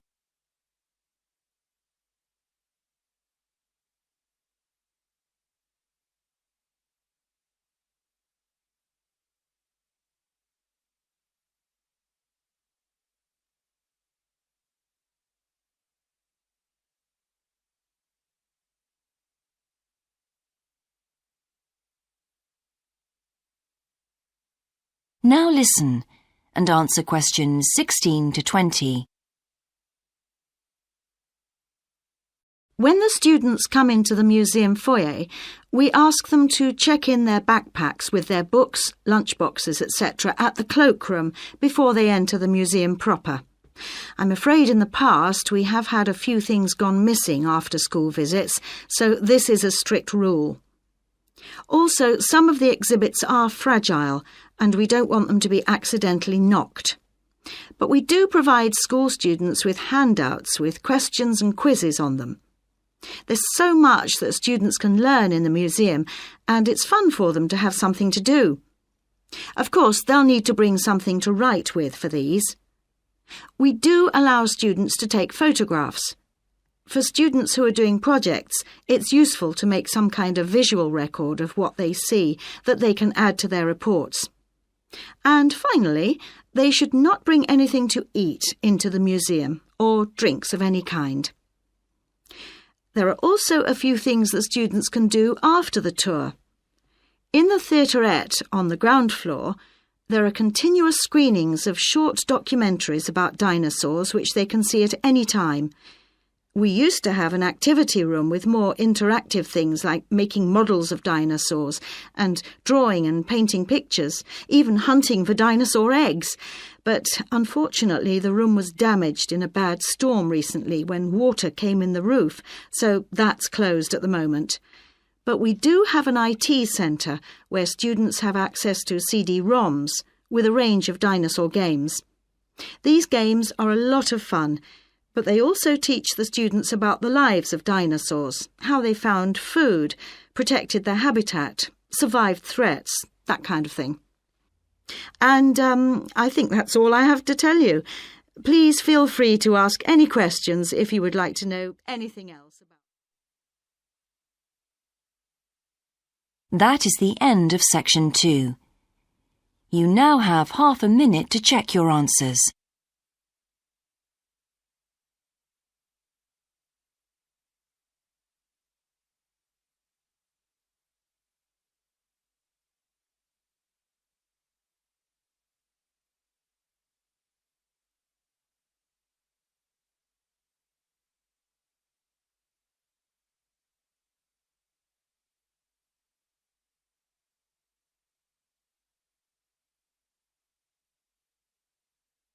Now turn to section 3.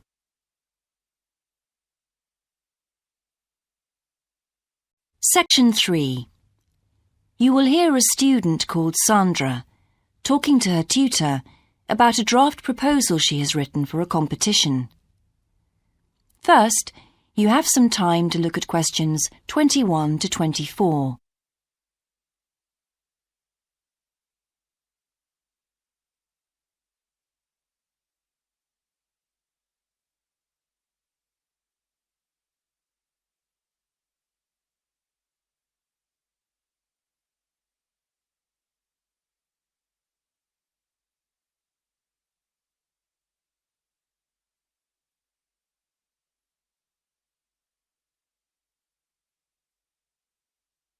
Now listen carefully and answer questions 21 to 24.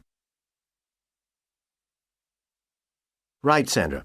You wanted to see me to get some feedback on your group's proposal, the one you're submitting for the Geography Society field trip competition. Uh-huh. I've had a look through your proposal, and I think it's a really good choice. Oh.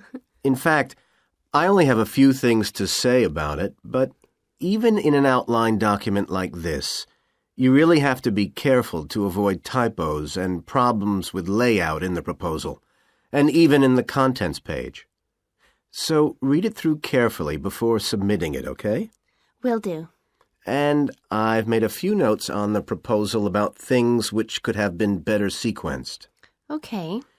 As for the writing itself, I've annotated the proposal as and where I thought it could be improved. Generally speaking, I feel you've often used complex structures and long sentences for the sake of it, and as a consequence, although your paragraphing and inclusion of subheadings help, it's quite hard to follow your train of thought at times. Oh. So cut them down a bit, can you? Really? Yes, and don't forget simple formatting like numbering. Didn't I use page numbers? I didn't mean that. Look, you've remembered to include headers and footers, which is good, but listing ideas clearly is important. Number them or use bullet points, which is even clearer. Then you'll focus the reader on your main points. I thought your suggestion to go to the Navajo Tribal Park was a very good idea. No, I've always wanted to go there.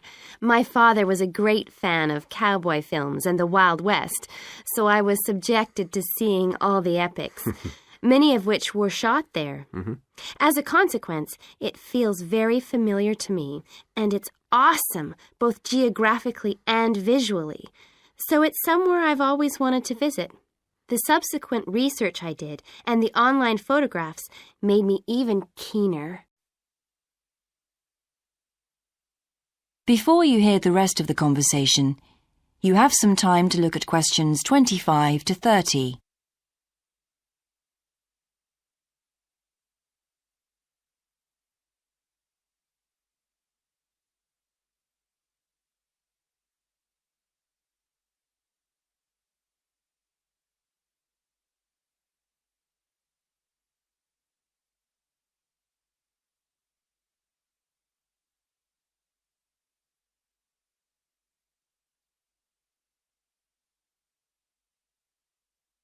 Now listen and answer questions 25 to 30.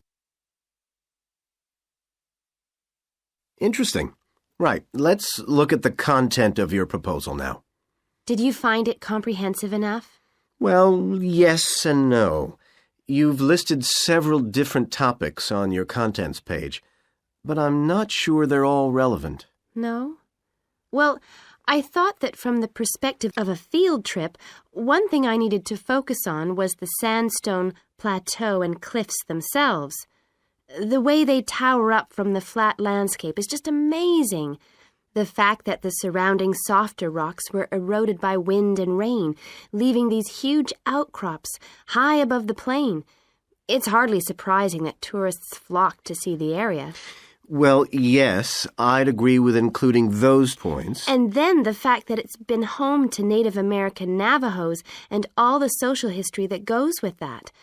The hardships they endured trying to save their territory from the invading settlers. Their culture is so rich. All those wonderful stories. Well, I agree it's interesting, but it's not immediately relevant to your proposal, Sandra. So, at this stage, I suggest you focus on other considerations. I think an indication of what the students on the trip could actually do when they get there should be far more central, so that certainly needs to be included and to be expanded upon. And I'd like to see something about the local wildlife and vegetation, too. Not that I imagine there's much to see.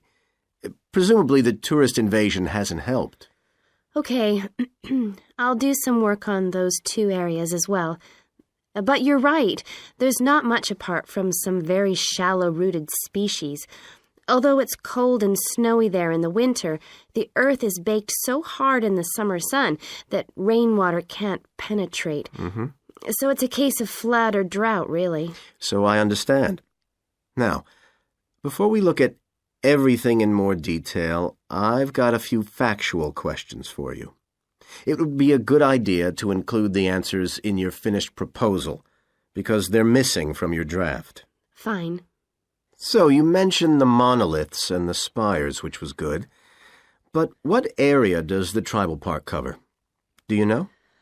12,000 hectares, and the plain is at about 5,850 meters above sea level. Larger than I expected. Okay, where's the nearest accommodation? That's a practical detail that you haven't included. Have you done any research on that? Yes, there's nowhere to stay in the park itself, but there's an old trading post called Goulding quite near. All kinds of tours start from Goulding, too. What kind of tours? Well, the most popular are in four-wheel drive Jeeps, but I wouldn't recommend hiring those. I think the best way to appreciate the area would be to hire horses instead and trek around on those. Biking is not allowed, and it's impossible to drive around the area in private vehicles. The tracks are too rough. Okay. Lastly, what else is worth visiting there? There are several caves, but I haven't looked into any details. I'll find out about them. Okay, good. Now what I'd like to know is more about... That is the end of section 3.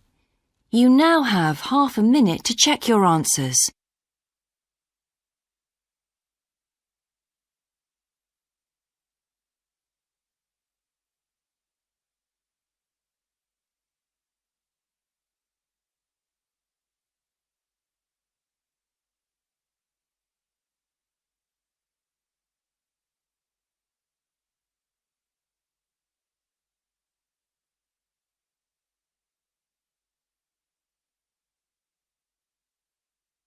Now turn to section 4.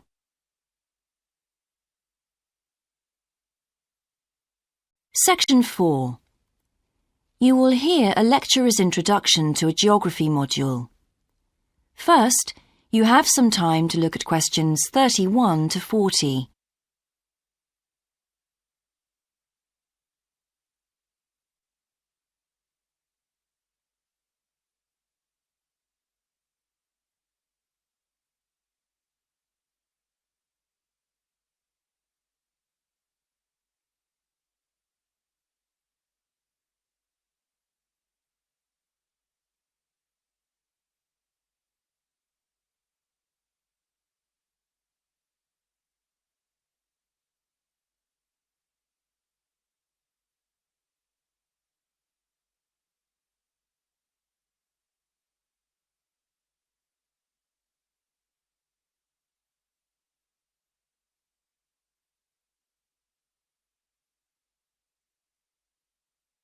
Now listen carefully and answer questions 31 to 40. So, welcome to your introductory geography lecture. We'll begin with some basics. Firstly, what do we learn by studying geography? Well, we learn a great deal about all the processes that have affected and that continue to affect the Earth's surface.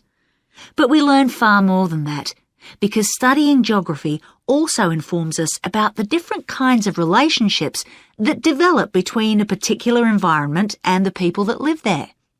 Okay, we like to think of geography as having two main branches.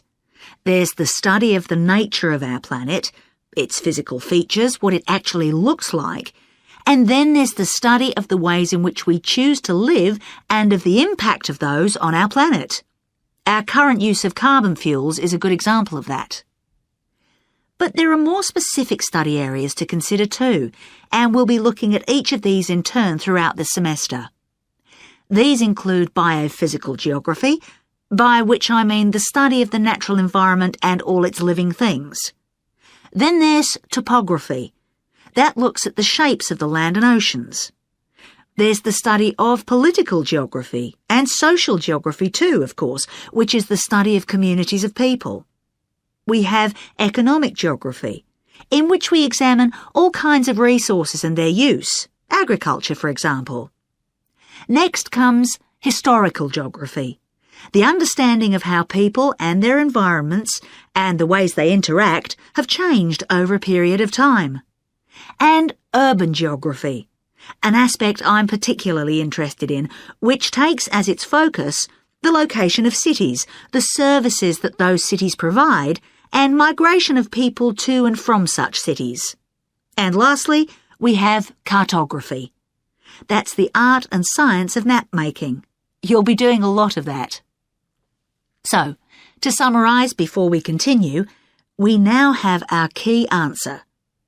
Studying this subject is important because without geographical knowledge, we would know very little about our surroundings and we wouldn't be able to identify all the problems that relate to them.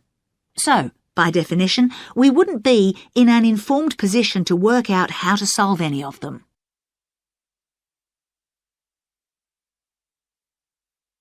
OK, now for some practicalities. What do geographers actually do? Well, we collect data to begin with. You'll be doing a lot of that on your first field trip. How do we do this? There are several means. We might, for example, conduct a census, count a population in a given area perhaps. We also need images of the Earth's surface which we can produce by means of computer generation technology or with the help of satellite relays. We've come a very long way from the early exploration of the world by sailing ships, when geographers only had pens and paper at their disposal. After we've gathered our information, we must analyse it. We need to look for patterns, most commonly those of causes and consequences. This kind of information helps us to predict and resolve problems that could affect the world we live in. But we don't keep all this information confidential.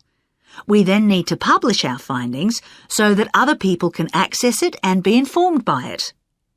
And one way in which this information can be published is in the form of maps. You'll all have used one at some stage of your life already. Let's consider the benefits of maps from a geographer's perspective. Maps can be folded and put in a pocket and can provide a great store of reference when they're collected into an atlas.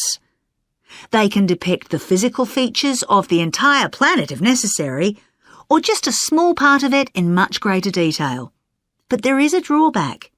You can't exactly replicate something that is three-dimensional, like our planet, on a flat piece of paper, because paper has only 2 dimensions. And that means there'll always be a certain degree of distortion on a map. It can't be avoided. We can also use aerial photographs, pictures taken by cameras at high altitude above the Earth. These are great for showing all kinds of geographical features that are not easy to see from the ground. You can easily illustrate areas of diseased trees, or how much traffic is on the roads at a given time, or information about deep seabeds, for example. Then there are Landsats. These are satellites that circle the Earth and transmit visual information to computers at receiving stations. They circle the Earth several times a day and can provide a massive information. You'll all be familiar with the information they give us about the weather, for example. So, what we're going to do now is look at a short presentation in which you'll see all these tools. That is the end of section 4. You now have half a minute to check your answers.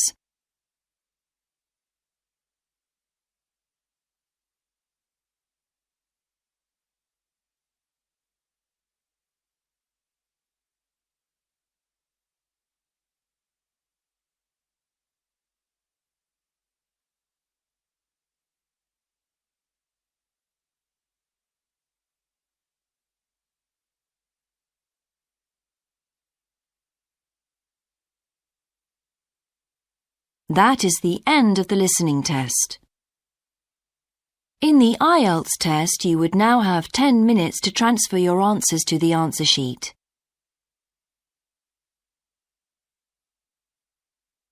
Test 2. You will hear a number of different recordings, and you will have to answer questions on what you hear. There will be time for you to read the instructions and questions, and you will have a chance to check your work. All the recordings will be played once only.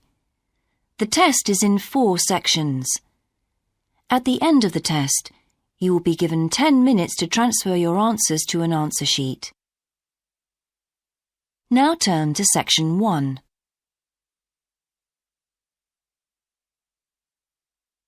Section 1. You will hear a conversation between a representative of an insurance company and a customer. First, you have some time to look at questions 1 to 3.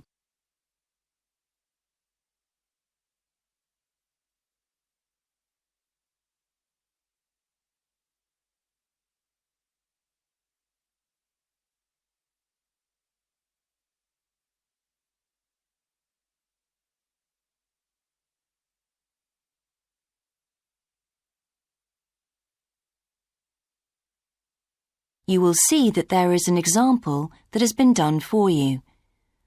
On this occasion only, the conversation relating to this will be played first.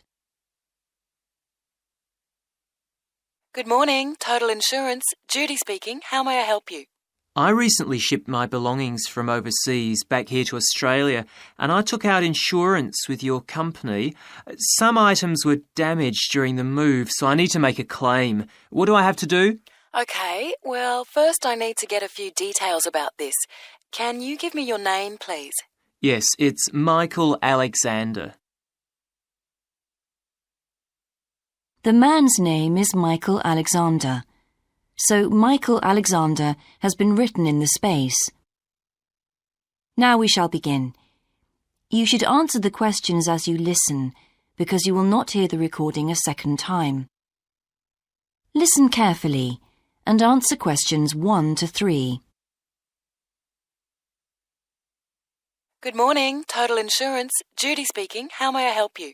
I recently shipped my belongings from overseas back here to Australia, and I took out insurance with your company.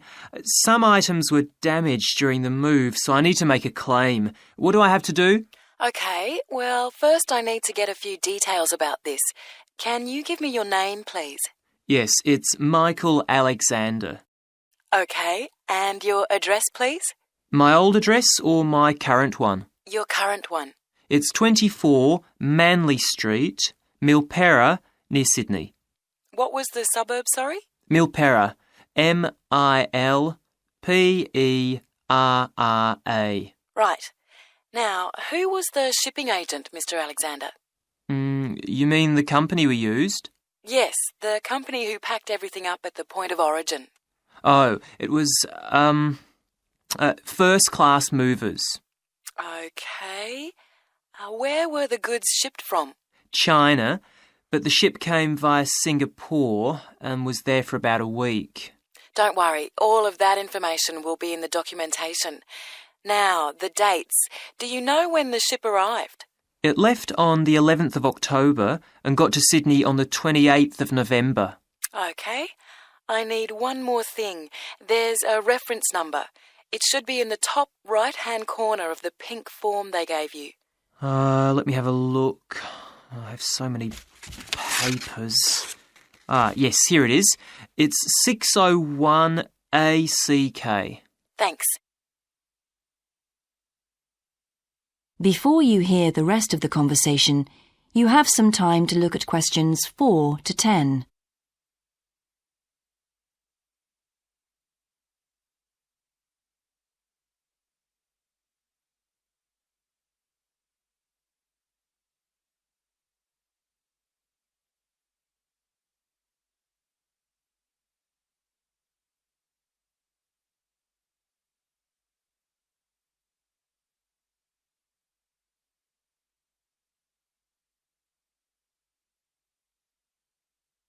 Now listen and answer questions 4 to 10. I need to take down a few details of the actual damage over the phone before you put in a full report. Can you tell me how many items were damaged and what the damage was? Yes, well, 4 things actually. I'll start with the big things.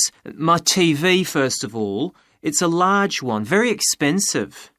Insurance doesn't cover electrical problems. It isn't an electrical problem. The screen has a huge crack in it, so it's unusable. I see. Any idea of the price to repair it? No. Well, I don't think it can be repaired. It will need a new one. Okay, I'll make a note of that and we'll see what we can do. Now, what was the second item? The cabinet from the bathroom was damaged as well. It's a lovely cabinet. We use it to keep our towels in. And what is the extent of the damage? Well, the back and the sides seem okay, but the door has a huge hole in it. It can't be repaired. I'm really not very happy about it. And how much do you think it will cost to replace it?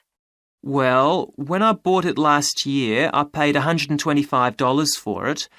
But the one I've seen here in Sydney is a bit more expensive. It's $140. Right. And what was the third item? My dining room table. It's a lovely table from Indonesia. It must have been very hot inside the container because one leg has completely split down the middle. The top and the other three look okay, thank goodness. Any idea of the price to repair it? Well, I had an estimate done on this actually because it is a very special table to us. They quoted us $200, which is really pricey, so I hope the insurance will cover the total cost. I'm sure that will be fine. What was the last item, Mr. Alexander? Well, we have a lovely set of china plates and dishes, with matching cups, saucers, the lot. They were all in the one box, which must have got dropped because some plates were broken. 6, actually. And can you tell me the replacement value of these? Well, it's hard to say because they were part of a set, but they can be up to $10 each as it's such a good set. OK, so that would be around $60 altogether. Yes, that's right. And is that all of the items? Yes. So, what do I have to do now? That is the end of section 1. You now have half a minute to check your answers.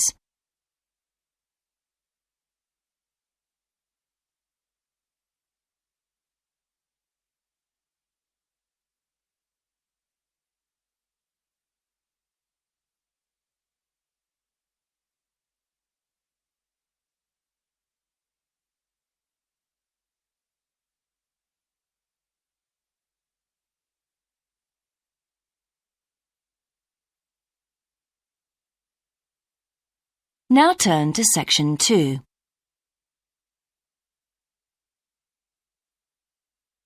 Section 2.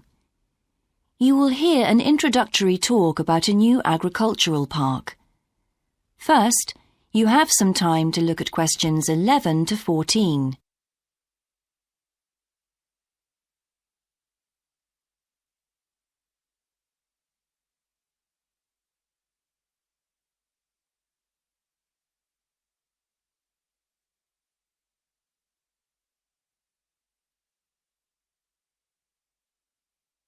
Now listen carefully and answer questions 11 to 14. Welcome to Greenvale Agricultural Park. As you know, we've only been open a week, so you're amongst our first visitors. We have lots of fascinating indoor and outdoor exhibits on our huge complex, spreading hundreds of hectares.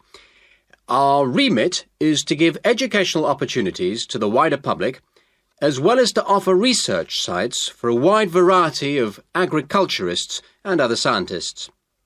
Let's start by seeing what there is to do. As you can see here on our giant wall plan, we are now situated in the reception block here. As you walk out of the main door into the park, there's a path you can follow. If you follow this route, you'll immediately come into the rare breeds section, where we keep a wide variety of animals, which I shall be telling you a little more about later. Next to this, moving east, is the large grazing area for the rare breeds. Then further east, in the largest section of our park, is the forest area. South of the grazing area, and in fact just next to the reception block, is our experimental crop area. In the middle of the park, this circular area, is our lake. These two small rectangular shapes here are the fish farms where we rear fish for sale.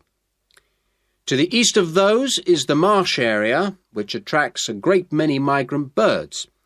In the southeastern corner, beyond the marsh, is our market garden area, growing vegetables and flowers.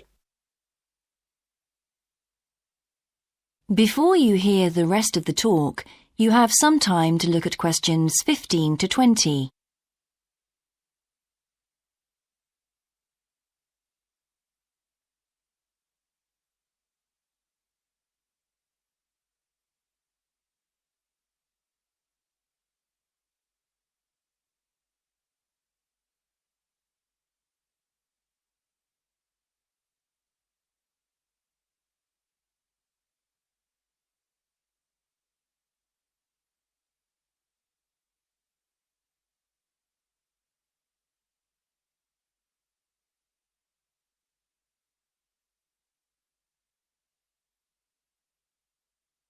Now listen and answer questions 15 to 20. All these areas can be visited by the general public for almost all the year. Although, please take note of the large signs at the entrance to each area, which tell you when certain areas are being used for particular controlled experiments and are therefore temporarily out of bounds to the public. You can see for yourself what a huge area the park covers, and a key question is always, how can we move around? Well, you have a choice of means, all environmentally friendly. Cars are banned in the park. We have bicycles, which you can hire behind the reception block here. The healthy ones of you can go on foot. And finally, there's our electric tram, powered from solar cells. You find more information about this at the front entrance. A good place to start on your tour is the rare breed section.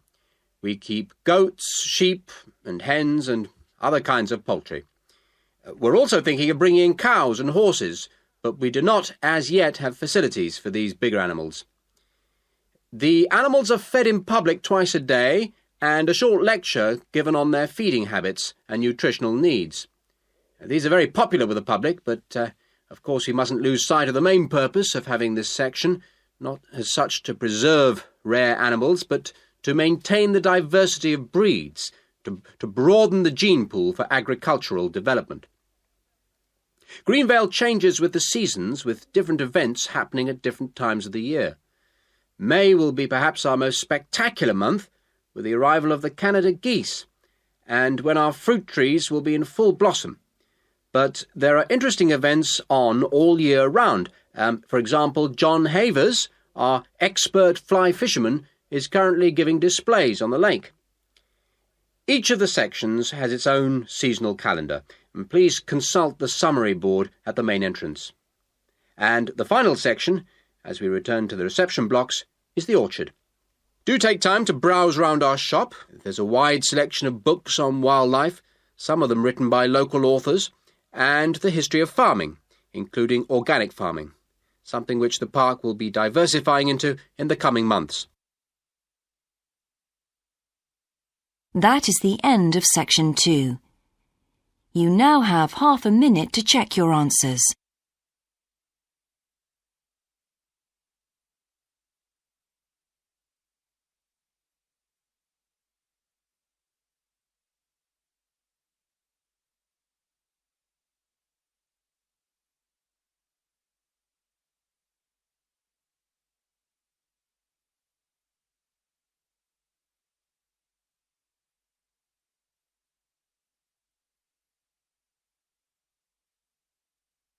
Now turn to section 3.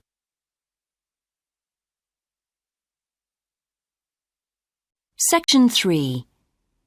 You will hear part of a seminar in which a researcher called Grant Freeman discusses his work on Australian honeybees with a group of students. First, you have some time to look at questions 21 to 24.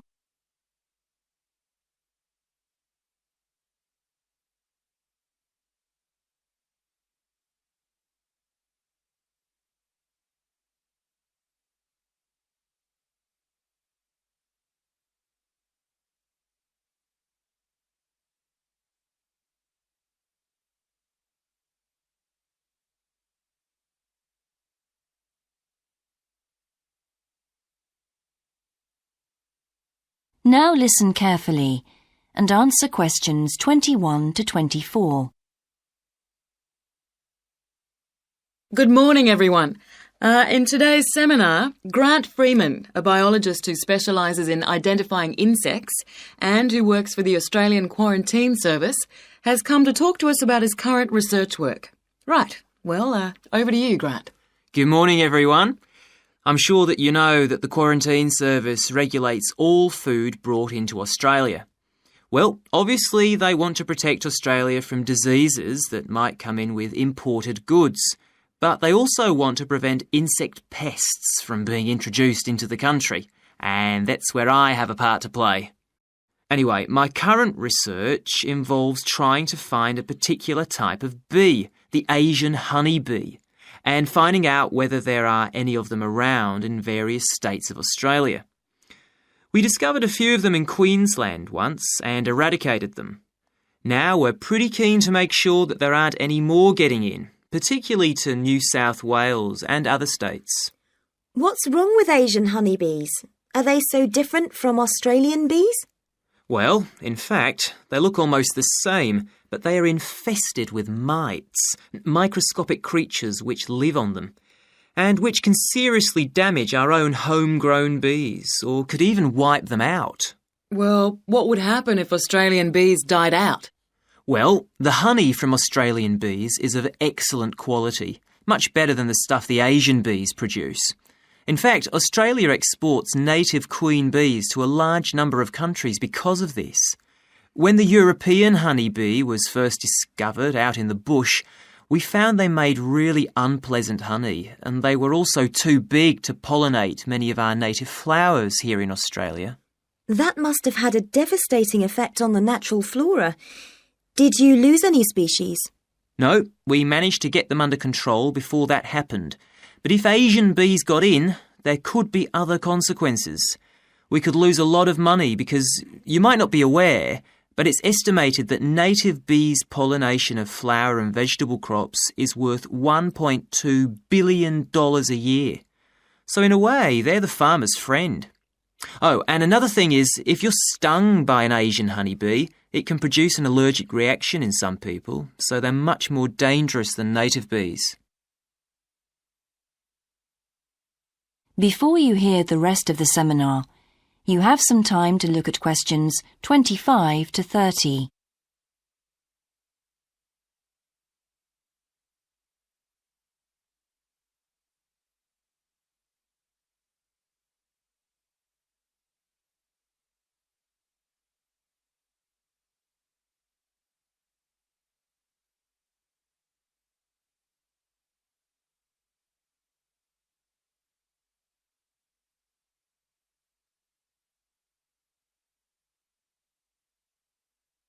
Now listen and answer questions 25 to 30.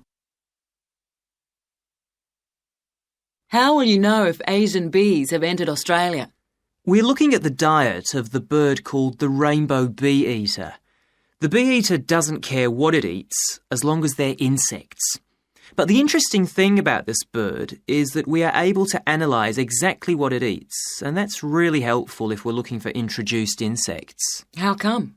Because insects have their skeletons outside their bodies, so the bee-eaters digest the meat from the inside. Then they bring up all the indigestible bits of skeleton, and of course the wings, in a pellet, a small ball of waste material which they cough up. That sounds a bit unpleasant. So how do you go about it? In the field, we track down the bee-eaters and find their favourite feeding spots, the places where the birds usually feed. It's here that we can find the pellets. We collect them up and take them back to the laboratory to examine the contents. How do you do that? The pellets are really hard, especially if they've been out in the sun for a few days. So, first of all, we treat them by adding water to moisten them and make them softer. Then we pull them apart under the microscope. Everything's all scrunched up, but we're looking for wings, so we just pull them all out and straighten them. Then we identify them to see if we can find any Asian bee wings. And how many have you found? So far, our research shows that Asian bees have not entered Australia in any number. It's a good result and much more reliable than trying to find live ones as evidence of introduced insects. Well, that's fascinating. Thank you, Grant, for those insights. I hope that you might inspire some of our students here to conduct some similar experiments. That is the end of section 3. You now have half a minute to check your answers.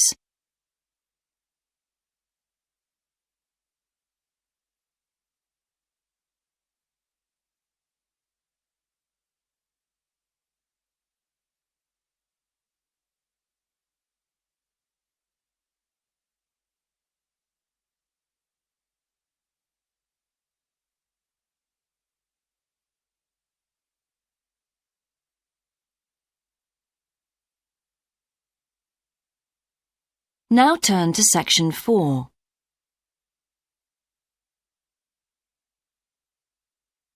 Section 4.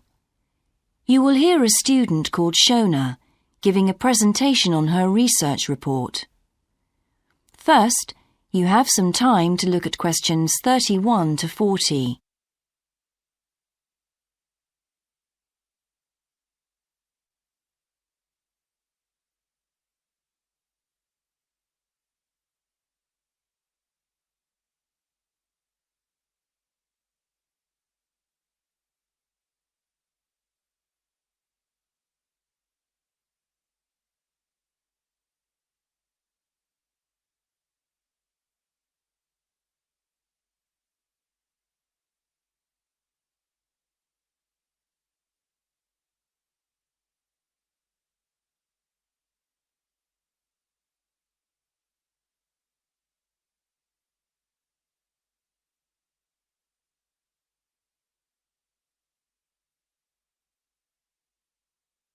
Now listen carefully and answer questions 31 to 40. I've been doing some research into what people in Britain think of doctors, the ones who work in general practice, the first call for medical care, and comparing this with the situation in a couple of other countries. I want to talk about the rationale behind what I decided to do. Now, I had to set up my program of research in 3 different countries, so I approached postgraduates in my field in overseas departments, contacting them by email to organize things for me at their end. I thought I would have trouble recruiting help, but in fact, everyone was very willing, and sometimes their tutors got involved too. I had to give my helpers clear instructions about what kind of sample population I wanted them to use. I decided that people under 18 should be excluded because most of them are students or looking for their first job. And also I decided at this stage just to focus on men who were in employment and set up something for people who didn't have jobs and for employed women later on as a separate investigation. I specifically wanted to do a questionnaire and interviews with a focus group. With the questionnaire, rather than limiting it to one specific point, I wanted to include as much variety as possible. I know questionnaires are a very controlled way to do things, but I thought I could do taped interviews later on to counteract the effects of this. And the focus group may also prove useful in future by targeting subjects I can easily return to, as the participants tend to be more involved. So I'm just collating the results now. At the moment, it looks as if in the UK, despite the fact that newspapers continually report that people are unhappy with medical care, in fact, it is mainly the 3rd level of care, which takes place in hospitals, that they are worried about.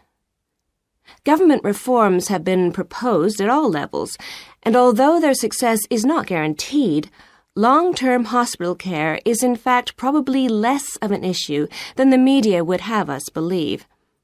However, I've still got quite a bit of data to look at. Certainly, I will need to do more far-reaching research than I had anticipated in order to establish if people want extra medical staff invested in the community, or if they want care to revert to fewer but larger key medical units. The solution may well be something that can be easily implemented by those responsible in local government, with central government support, of course. This first stage has proved very valuable, though. I was surprised by how willing most of the subjects were to get involved in the project. I had expected some unwillingness to answer questions honestly, but I was taken aback and rather concerned that something I thought I'd set up very well didn't necessarily seem that way to everyone in my own department.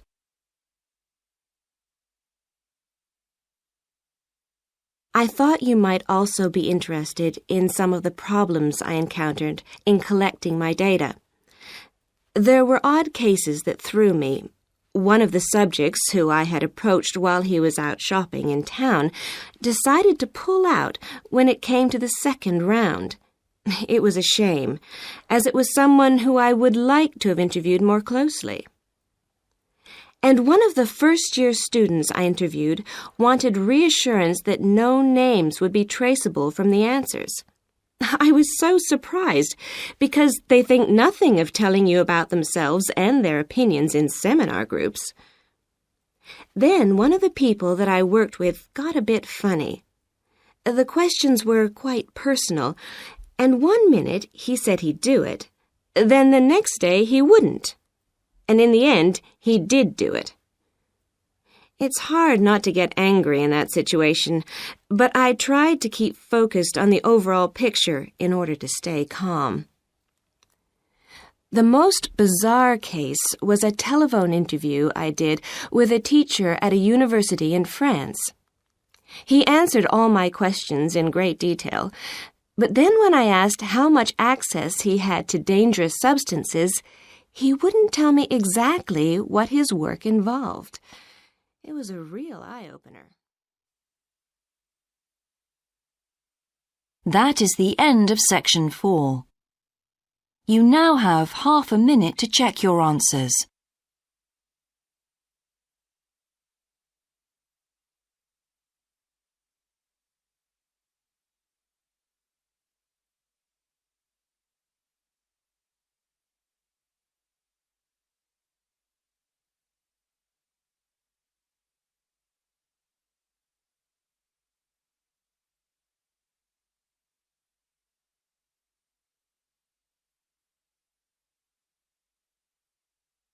That is the end of the listening test. In the Ielts test, you would now have 10 minutes to transfer your answers to the answer sheet. Cambridge Ielts 8 by University of Cambridge ESOL Examinations, published by Cambridge University Press. This recording is copyright. CD 2. Test 3. You will hear a number of different recordings, and you will have to answer questions on what you hear. There will be time for you to read the instructions and questions, and you will have a chance to check your work.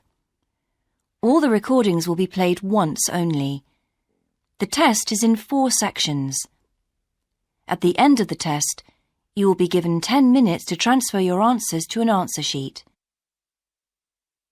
Now turn to Section 1. Section 1. You will hear an estate agent talking to a customer who wants to rent a house. First, you have some time to look at questions 1 to 8.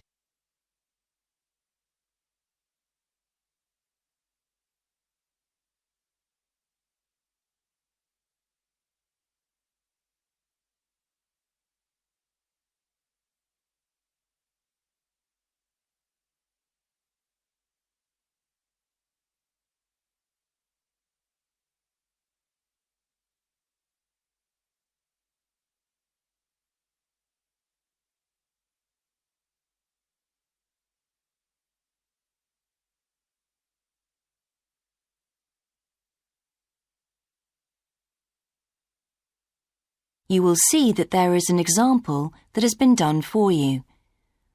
On this occasion only, the conversation relating to this will be played first. Good morning. How can I help you? Hello. I'm interested in renting a house somewhere in the town. Right. Could I have your name, please? Yes, it's Stephen Godfrey. And tell me how many bedrooms you're looking for. Well, we'd need 4 because I'm going to share the house with 3 friends. The number of bedrooms needed is 4, so 4 has been written in the space. Now we shall begin. You should answer the questions as you listen, because you will not hear the recording a second time. Listen carefully and answer questions 1 to 8. Good morning. How can I help you? Hello. I'm interested in renting a house somewhere in the town. Right. Could I have your name, please? Yes, it's Stephen Godfrey. And tell me how many bedrooms you're looking for. Well, we'd need 4 because I'm going to share the house with 3 friends. OK. There are several of that size on our books. They mostly belong to families who are working abroad at the moment. What about the location? It'd be nice to be central. Oh, that might be difficult, as most houses of that size are in the suburbs. Still, there are a few. What's your upper limit for the rent? We'd like something around £500 a month, but we could go up to £600 if we have to. But we can't go beyond that. Mm-hmm. Do you know how long you want to rent the house for? The minimum let is 6 months, as you probably realise. We're at college here for 2 years, and we don't want to have to move during that time if we can avoid it. Right. And how soon do you want to move in? All our lets start on the 1st of the month. Well, as soon as possible, really. So that means September 1st. OK. Let me have a look at what we've got. We have photographs of all the houses on our book, so you can get an idea of what they're like. There's this one in Oakington Avenue at £550 a month, combined living room and dining room with a separate kitchen. It doesn't have a garage, though you can park in the road. We'd prefer to have one if possible. Right. Then have a look at this house in Mead Street. Mm-hmm. It's got a very large living room and kitchen, bathroom, cloakroom. How much is it? That one's £580. It's very well furnished and equipped. It also has plenty of space for parking, and it's available for a minimum of a year. Oh, and there's a big garden. I don't think we could cope with that, to be honest. We'll be too busy to look after it. OK. Then there's this older house in Hamilton Road. Living room, kitchen, diner, and it has a study. £550 a month. That looks rather nice. But whereabouts in Hamilton Road? Towards the western end. Oh, that'll be very noisy. I know the area. Yes, it's pretty lively. But some people like it, though. Well, what about this house in Devon Close? That looks lovely. There's a big demand for houses in that area, so prices tend to be quite high. But this one hasn't been decorated for a few years, which has kept the rent down a bit. It's got a living room, dining room and small kitchen, and it's £595 a month. I think it would suit you from what you've said. It sounds fine. Before you hear the rest of the conversation, you have some time to look at questions 9 and 10.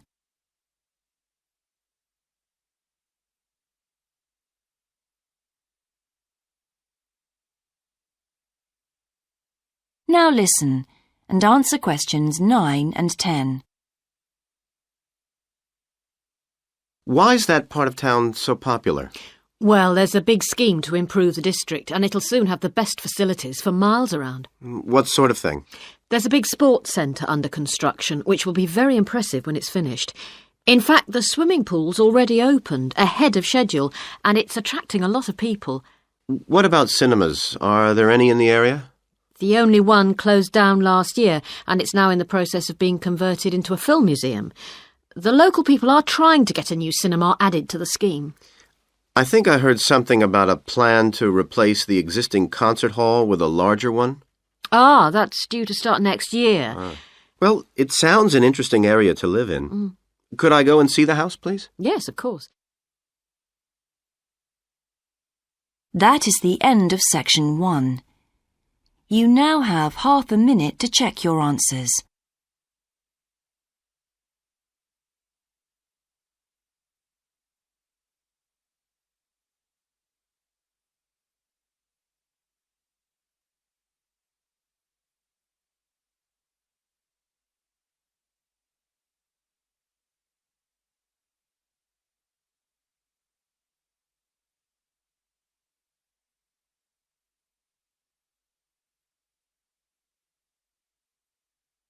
Now turn to section 2.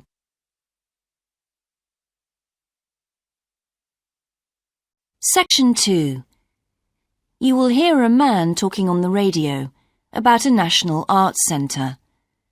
First, you have some time to look at questions 11 to 16.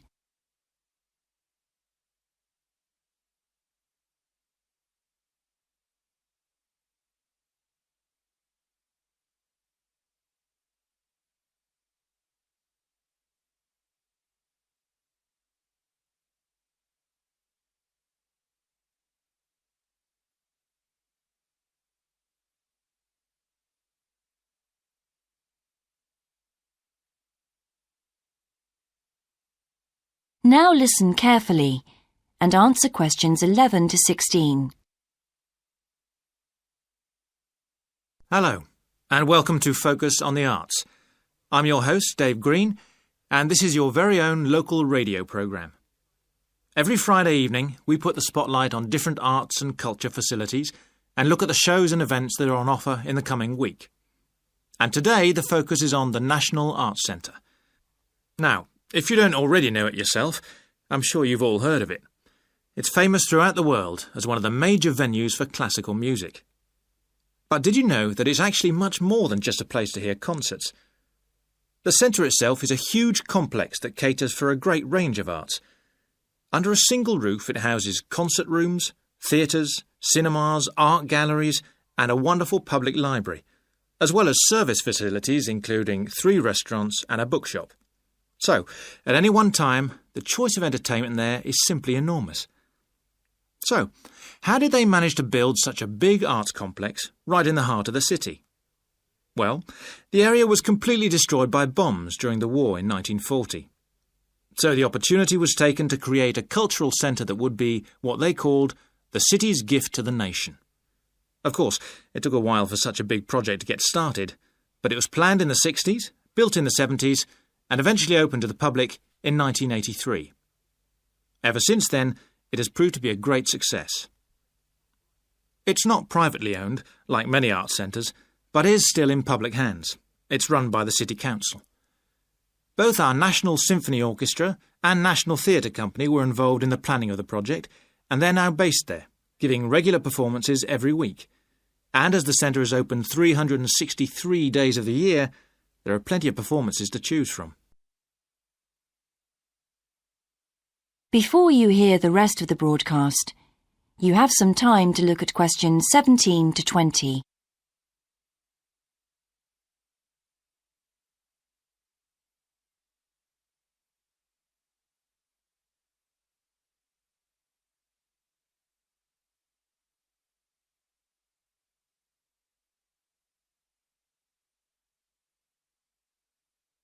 Now listen and answer questions 17 to 20. So, to give you some idea of what's on, and to help you choose from the many possibilities, we've made a selection of the star attractions. If you're interested in classical music, then we recommend you go along to the National on either Monday or Tuesday evening at 7:30 for a spectacular production of The Magic Flute, probably the most popular of all Mozart's operas. It's in the Garden Hall, and tickets start at only £8, but you'll have to be early if you want to get them that cheap. And remember, it's only on for those 2 evenings. For those more interested in the cinema, you might like to see the new Canadian film, which is showing on Wednesday evening at 8 p.m. in Cinema 2, and that's called 3 Lives. It's had fantastic reviews, and tickets cost just £4.50, which is a reduction on the usual price of £5.50. So, it's really good value, especially for such a great movie. But you can see the centre's main attraction at the weekend, because on Saturday and Sunday, 11 a.m. to 10 p.m, they're showing a wonderful new exhibition that hasn't been seen anywhere else in Europe yet. It's a collection of Chinese art called Faces of China. That's in Gallery 1, and it has some really fascinating paintings and sculptures by leading artists from all over China. And the good news is that it's completely free, so don't miss it. So why not go along to the National Arts Centre next week for one or all of these great events? And you can always pick up a programme and check out all the other performances and exhibitions on offer, or coming soon, on almost every day of the year. Next week, we'll be looking at the new Museum of Science. That is the end of section 2. You now have half a minute to check your answers.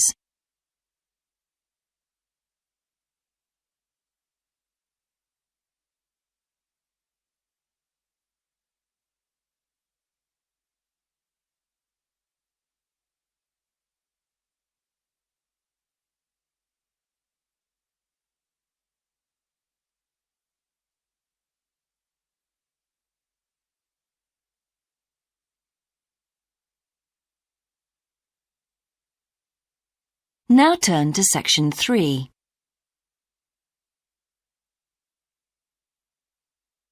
Section 3. You will hear a university tutor and a new student called Paul discussing Paul's work experience and Latin American Studies course. First, you have some time to look at questions 21 to 26.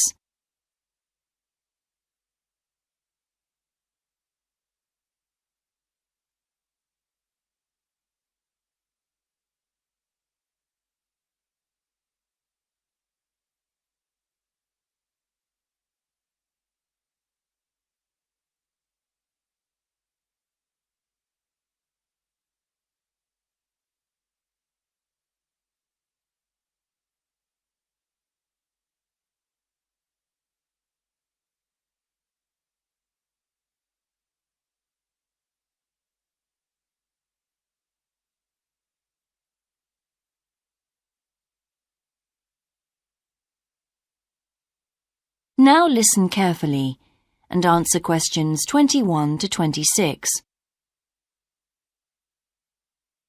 I've been reading your personal statement, Paul. First, let's talk about your work experience in South America. What took you there? Was it to gain more fluency in Spanish? Well, as I'm combining Spanish with Latin American studies, my main idea was to find out more about the way people lived there. My spoken Spanish was already pretty good, in fact. So you weren't too worried about language barriers? No. In fact, I ended up teaching English there, although that wasn't my original choice of work. I see. How did you find out about all this? I found an agency that runs all kinds of voluntary projects in South America. What kind of work? Well, there were several possibilities. You mean construction, engineering work? Yes, getting involved in building projects was an option. Then there was tourism, taking tourists for walks around the volcanoes, which I actually chose to do, and then there was work with local farmers. But you didn't continue with that project. Why not? Because I never really knew whether I'd be needed or not. I'd thought it might be difficult physically, but I was certainly fit enough. Now, I wanted to do something that had more of a proper structure to it, I suppose. I get demotivated otherwise. What do you think you learned from your experience? It must have been a great opportunity to examine community life. Yes, but it was difficult at first to be accepted by the locals. It was a very remote village, and some of them were reluctant to speak to me, although they were always interested in my clothes and how much I had to pay for them. Well, that's understandable. Yes, but things soon improved. What struck me was that when people became more comfortable with me and less suspicious, we really connected with each other in a meaningful way. You made good friends? Yes, with two of the families in particular. Good. What about management? Did you have a project manager? Yes, and he gave me lots of advice and guidance. And was he good at managing too? That wasn't his strong point. I think he was often more interested in the academic side of things than filing reports. He was a bit of a dreamer. And did you have a contract? I had to stay for a minimum of 3 months. My parents were surprised when I asked to stay longer, 6 months in the end. I was so happy there. And did anything on the administration side of things surprise you? What was the food and lodging like? Simple, but there was plenty to eat, and I only paid $7 a day for that, which was amazing, really. And they gave me all the equipment I needed, even a laptop. You didn't expect that then? No. Well, I'll look forward to hearing more. Before you hear the rest of the discussion, you have some time to look at questions 27 to 30.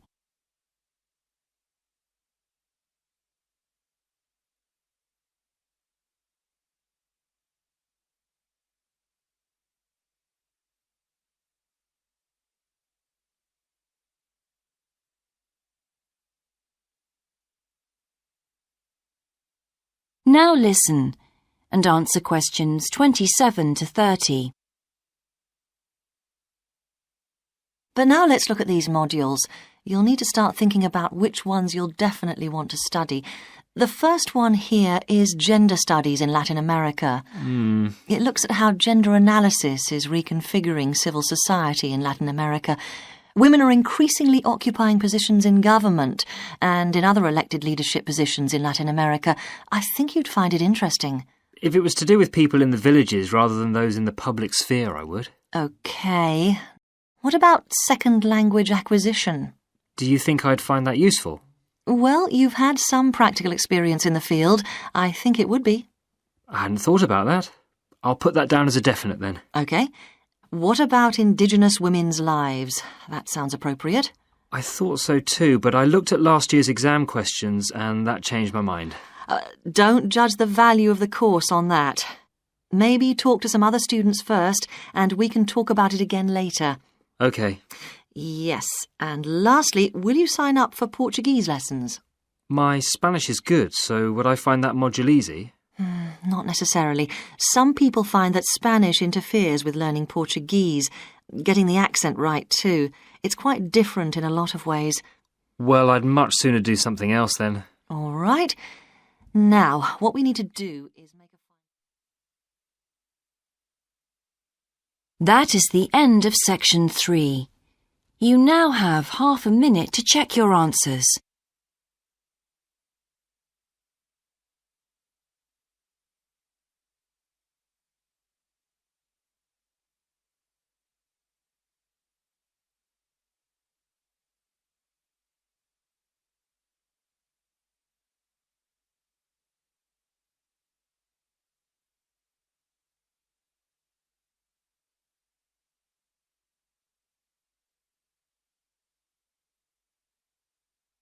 Now turn to section 4.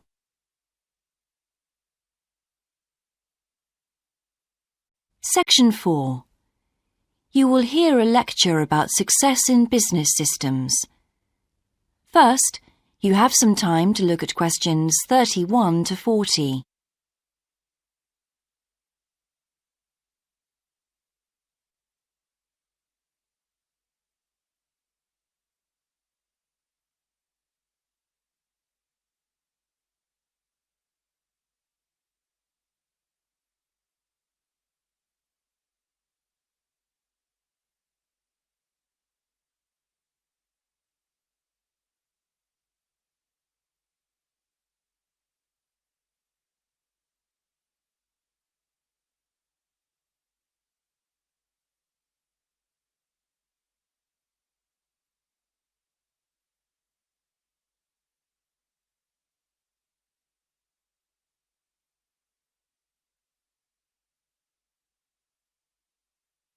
Now listen carefully and answer questions 31 to 40. Good morning, everyone. In the last few lectures, I've been dealing with business finance, but now I'm going to move on to business systems. And in today's lecture, I'm going to talk about what can go wrong when businesses try to copy their own best practices. Once a business has successfully introduced a new process, managing a branch bank, say, or selling a new product, the parent organization naturally wants to repeat that success and capture it, if possible, on a bigger scale. The goal, then, is to utilize existing knowledge and not to generate new knowledge. It's a less glamorous activity than pure innovation, but it actually happens more often, as a matter of fact. However, surprisingly, getting things right the second time is not necessarily any simpler than it was the first time. Now, there's been a lot of research into how companies can repeat their previous successes, and it certainly hasn't been confined to the United States. It seems that most large industries are trying to repeat their own successes and manage the knowledge they've acquired. But even so, it has been shown that the overwhelming majority of attempts fail. A host of studies confirm this, covering a wide range of business settings: branch banks, retail stores, real estate agencies, factories, call centers, to name but a few. So why do so few managers get things right the second or third time? Let's consider one reason for failure: placing too much trust in the people who are running the successful operation, the experts, shall we say. Managers who want to apply existing knowledge typically start off by going to an expert, such as the person who designed and is running a successful department store, and picking their brains. Now, this approach can be used if you want to gain a rough understanding of a particular system, or understand smaller, isolated problems. The trouble is, even the expert doesn't fully grasp the whole thing, because when it comes to complex systems, the individual components of the process are interwoven with one another. The expert never has complete access to the necessary information. And the situation's complicated even further by the fact that experts are usually not aware of their own ignorance. The ignorance can take various forms. For instance, a lot of details of the system are invisible to managers. Some may be difficult to describe, learned on the job, and well known by workers, perhaps, but impossible to describe in a way that's helpful. And there are some things that people know or do that they're not even aware of.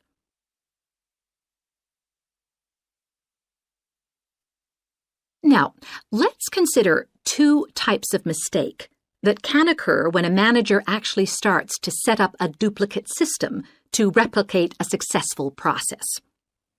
Firstly, perhaps he forgets that he was just trying to copy another process and starts trying to improve on it. Another mistake is trying to use the best parts of various different systems in the hope of creating the perfect combination. Unfortunately, attempts like these usually turn out to be misguided and lead to problems. Why? Well, for various reasons. Perhaps there weren't really any advantages after all, because the information wasn't accurate. Or perhaps the business settings weren't really comparable. More typically, the advantages are real enough, but there are also disadvantages that have been overlooked. For example, the modifications might compromise safety in some way. So, what's the solution? Well, I don't intend to suggest that it's easy to get things right the second time. It's not. But the underlying problem has more to do with attitudes than the actual difficulty of the task, and there are ways of getting it right. These involve adjusting attitudes, first of all. Being more realistic and cautious, really. Secondly, they involve exerting strict controls on the organizational and operational systems. And this, in turn, means copying the original as closely as possible.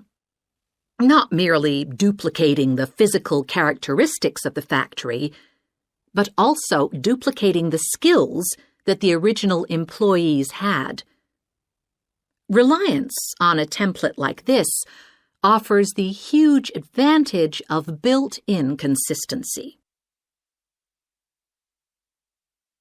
That is the end of section 4. You now have half a minute to check your answers.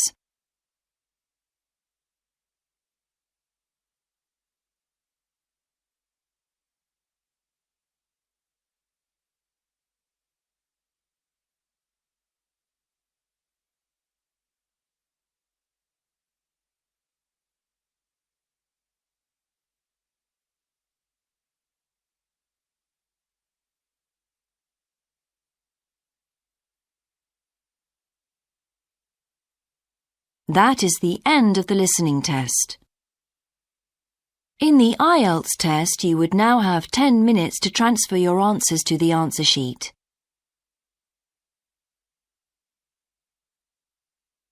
Test 4.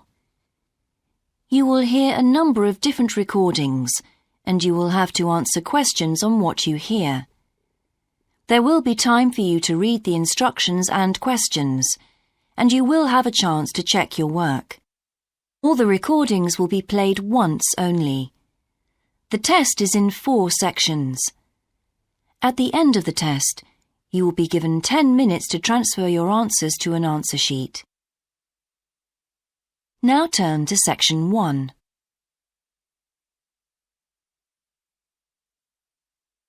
Section 1.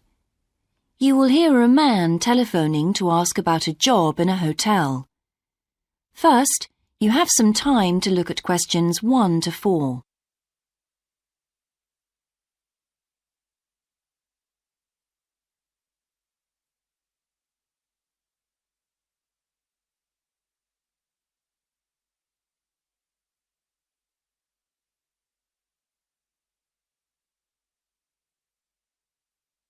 You will see that there is an example that has been done for you.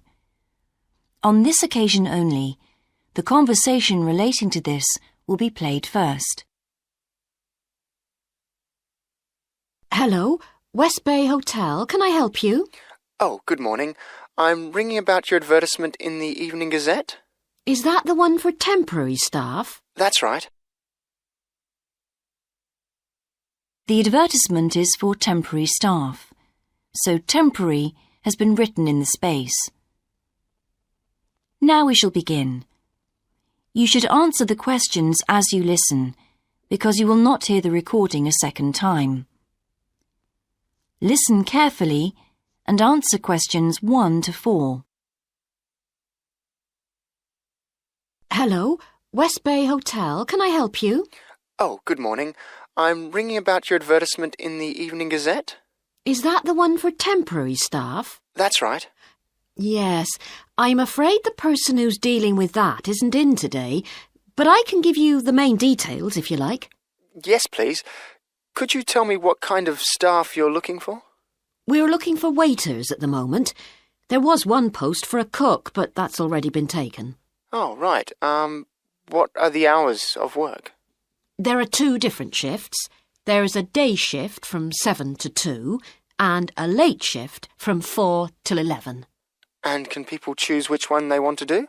Not normally, because everyone would choose the day shift, I suppose. You alternate from one week to another. OK, I'm just writing all this down. What about time off? You get 1 day off, and I think you can negotiate which one you want. It's more or less up to you, but it has to be the same one every week. Do you know what the rates of pay are? Yes, I've got them here. You get £5.50 an hour, and that includes a break. Do I have to go home to eat, or...? You don't have to. You can get a meal in the hotel if you want to, and there's no charge for it, so you might as well. Oh, good. Yes, so let's see. I get £231 a week. You'd also get tips. Our guests tend to be quite generous. Before you hear the rest of the conversation, you have some time to look at questions 5 to 10.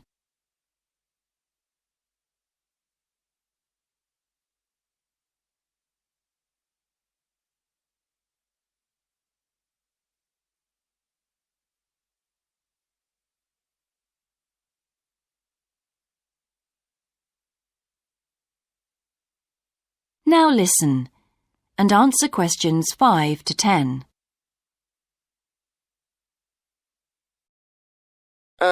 Is there a uniform? What about clothes? Yes, I forgot to mention that. You need to wear a white shirt, just a plain one, and dark trousers. You know, not green or anything like that. And we don't supply those. That's OK, I've got trousers. I just have to buy a couple of shirts. What about anything else? Do I need a waistcoat or anything? You have to wear a jacket, but the hotel lends you that. I see. One last thing. I don't know what the starting date is. Just a minute. I think it's sometime around the end of June. Yes, the 28th, in time for the summer. That's great. I'm available from the 10th. Oh, good.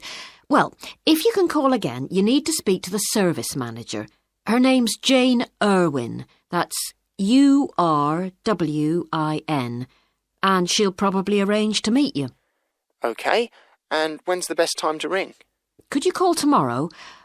She usually starts checking the rooms at midday, so before then if you can, so she'll have more time to chat. I'll just give you her number because she's got a direct line. Thanks. It's 832-009. 823-009. No, 832. Oh, OK. Yes, I'll do that. And by the way, she will ask you for a reference, so you might like to be thinking about that. You know, just someone who knows you and can vouch for you. Yes, no problem. Well, thanks very much for your help. You're welcome. Bye. Bye. That is the end of section 1. You now have half a minute to check your answers.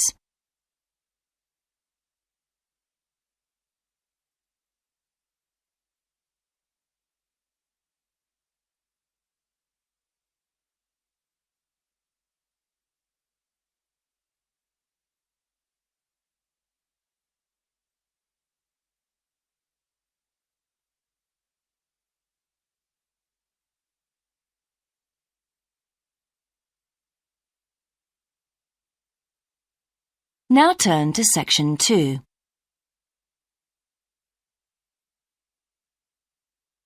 Section 2. You will hear a man being interviewed on local radio about a plan to improve a suburb called Red Hill. First, you have some time to look at questions 11 to 13.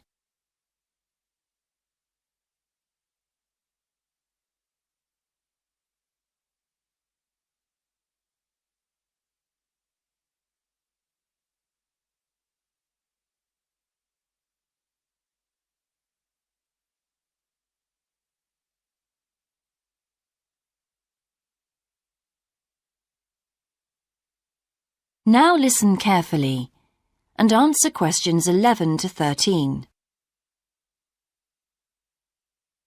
Good morning and welcome again to your city today.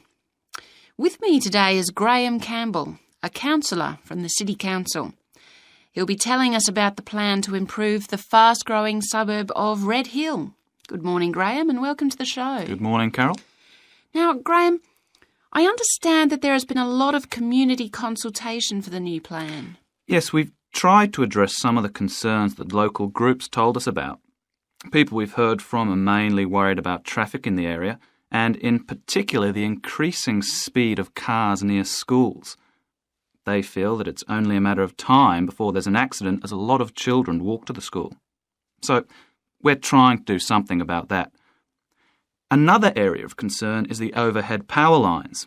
These are very old and a lot of people we spoke to asked if something could be done about them.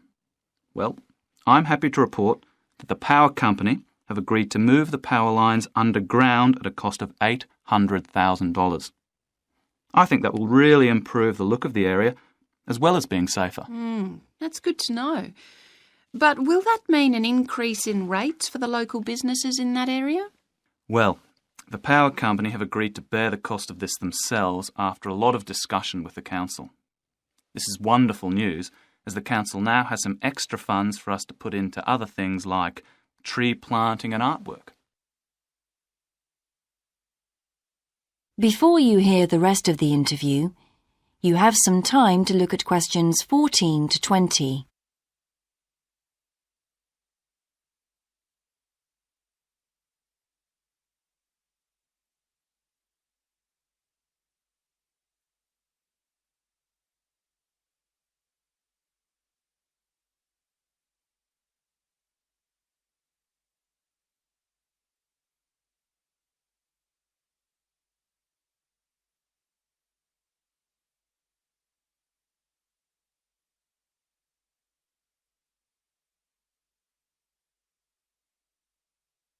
Now listen and answer questions 14 to 20.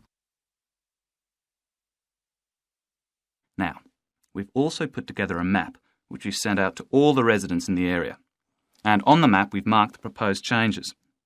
Firstly, we'll plant mature pine trees to provide shelter and shade just to the right of the supermarket in Days Road. In order to address the traffic problems, the pavements on the corner of Carberry and Thomas Street will be widened. This will help to reduce the speed of vehicles entering Thomas Street. We think it's very important to separate the local residential streets from the main road, so the roadway at the entrance to Thomas Street from Days Road will be painted red. This should mark it more clearly and act as a signal for traffic to slow down. One way of making sure that the pedestrians are safe is to increase signage at the intersections. A Keep Clear sign will be erected at the junction of Evelyn Street and Hill Street to enable traffic to exit at all times. Something we're planning to do to help control the flow of traffic in the area is to install traffic lights halfway down Hill Street where it crosses Days Road. Now, we haven't only thought about the cars and traffic, of course. There's also something for the children. We're going to get school children in the area to research a local story, the life of a local sports hero, perhaps. And an artist will incorporate that story into paintings on the wall of a building on the other side of Hill Street from the supermarket. And finally, we've agreed to build a new children's playground, which will be at the other end of Hill Street, close to the intersection with Carberry Street. Wonderful. Now, what's the next stage? Well, the final plan... That is the end of section 2. You now have half a minute to check your answers.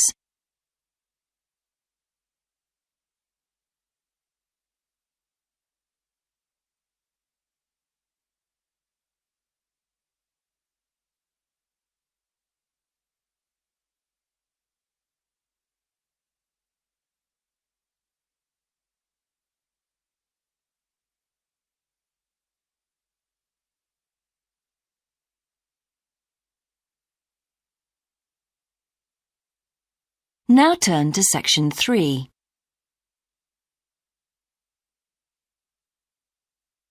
Section 3. You will hear two students called Dan and Jeannie discussing their studies at university. First, you have some time to look at questions 21 to 26.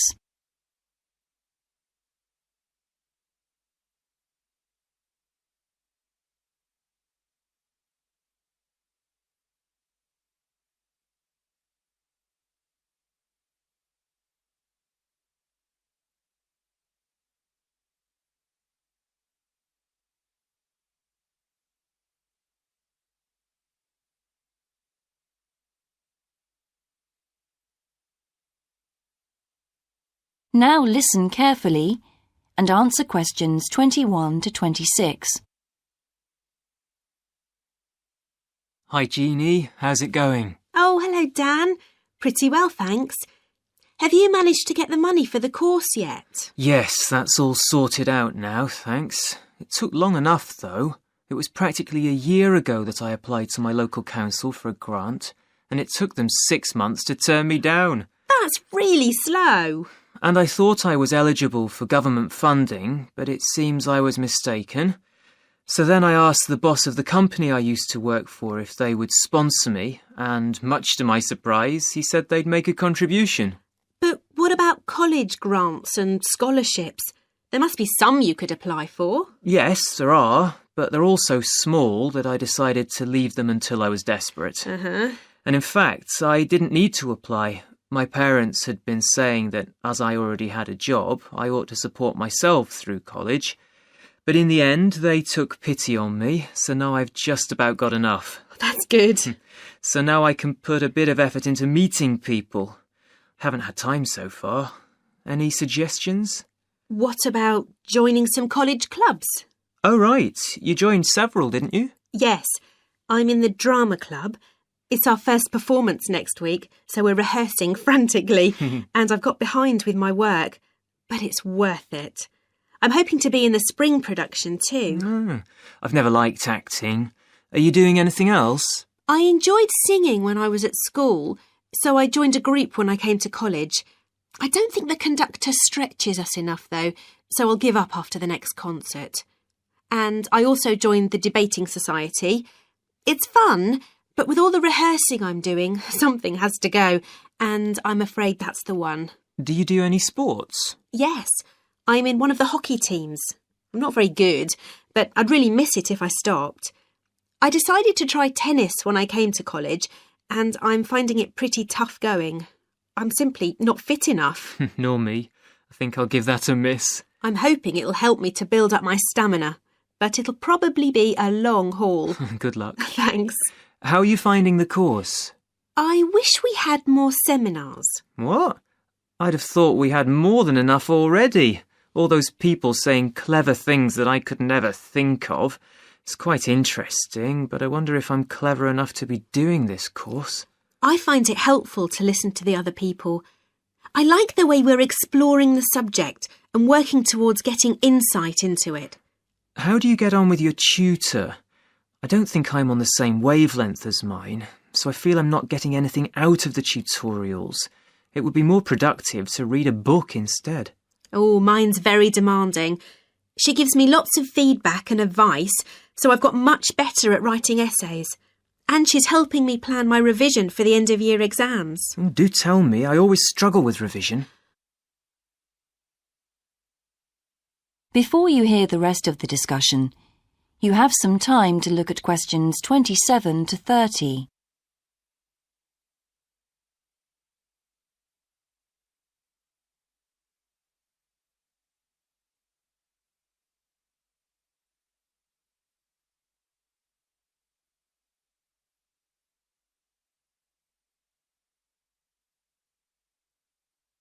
Now listen and answer questions 27 to 30. Well, the first thing is to find out exactly what's required in the exams. Would it help to get hold of some past papers? Yes, they'll help to make it clear. Right, I'll do that. Then what? Then you can sort out your revision priorities based on what's most likely to come up. I put these on a card and read them through regularly. But that isn't enough in itself. You also need a timetable to see how you can fit everything in the time available. Then keep it in front of you while you're studying. I've done that before, but it hasn't helped me. Maybe you need to do something different every day. So if you break down your revision into small tasks and allocate them to specific days, there's more incentive to tackle them. With big topics, you're more likely to put off starting. Good idea. And as I revise each topic, I write a single paragraph about it. Then later I can read it through quickly and it helps fix things in my mind. Oh, that's brilliant. I also write answers to questions for the exam practice. It's hard to make myself do it, though. Well, I'll try. Thanks a lot, Jeannie. That's a great help. No problem. See you around. Bye. That is the end of section 3. You now have half a minute to check your answers.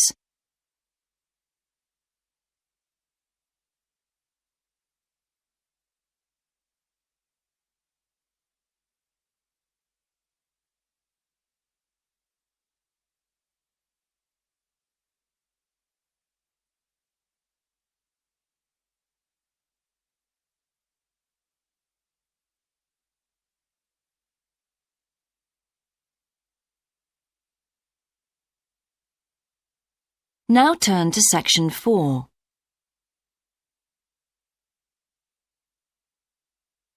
Section 4. You will hear a lecturer giving a talk about Australian rock art to a group of archaeology students. First, you have some time to look at questions 31 to 40.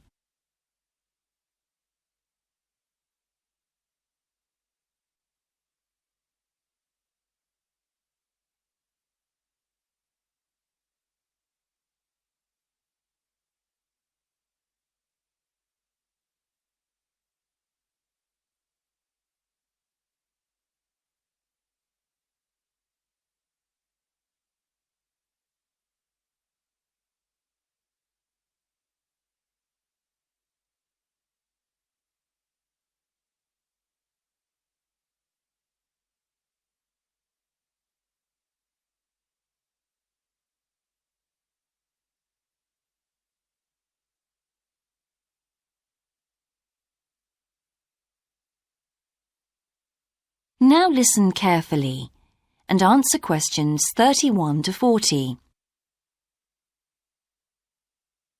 Good morning, everyone. I've been invited to talk about my research project into Australian Aboriginal rock paintings. The Australian Aborigines have recorded both real and symbolic images of their time on rock walls for many thousands of years. Throughout the long history of this tradition, new images have appeared and new painting styles have developed. and these characteristics can be used to categorise the different artistic styles. Among these are what we call the dynamic, YAM, and modern styles of painting. One of the most significant characteristics of the different styles is the way that humans are depicted in the paintings. The more recent paintings show people in static poses, but the first human images to dominate rock art paintings over 8,000 years ago were full of movement. These paintings showed people hunting and cooking food, and so they were given the name dynamic to reflect this energy. It's quite amazing considering they were painted in such a simple stick-like form. In the YAM period, there was a movement away from stick figures to a more naturalistic shape. However, they didn't go as far as the modern style, which is known as X-ray because it actually makes a feature of the internal skeleton as well as the organs of animals and humans. The YAM style of painting got its name from the fact that it featured much curvier figures that actually resemble the vegetable called a yam, which is similar to a sweet potato. The modern paintings are interesting because they include paintings at the time of the first contact with European settlers. Aborigines managed to convey the idea of the settlers' clothing by simply painting the Europeans without any hands, indicating the habit of standing with their hands in their pockets. Size is another characteristic. The more recent images tend to be life-size or even larger, but the dynamic figures are painted in miniature. Aboriginal rock art also records the environmental changes that occurred over thousands of years. For example, we know from the dynamic paintings that over 8,000 years ago, Aborigines would have rarely eaten fish, and sea levels were much lower at this time. In fact, fish didn't start to appear in paintings until the Yam period, along with shells and other marine images. The paintings of the Yam tradition also suggest that, during this time, the Aborigines moved away from animals as their main food source and began including vegetables in their diet, as these feature prominently. Freshwater creatures didn't appear in the paintings until the modern period from 4,000 years ago.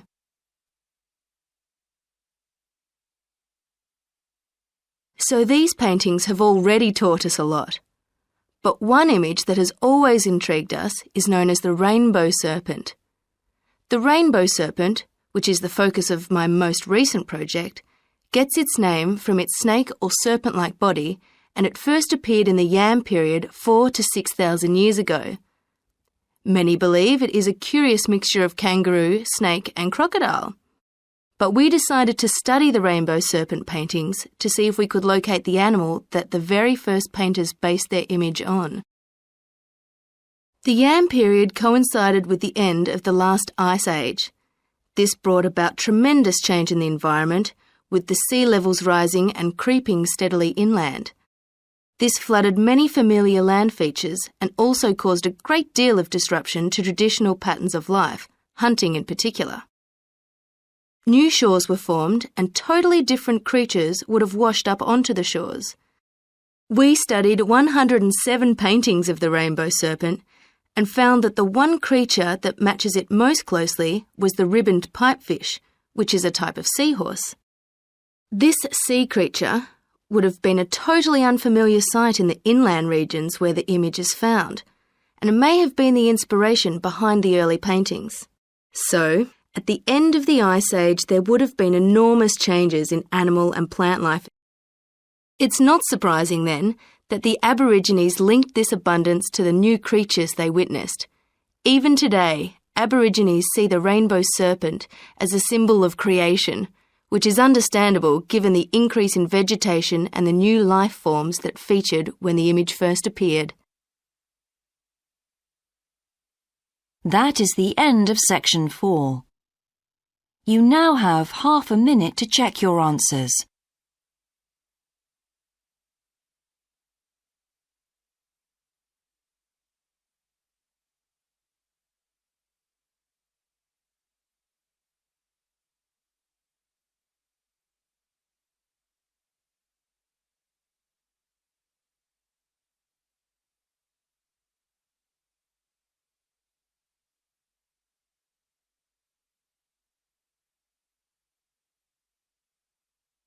That is the end of the listening test. In the Ielts test, you would now have 10 minutes to transfer your answers to the answer sheet.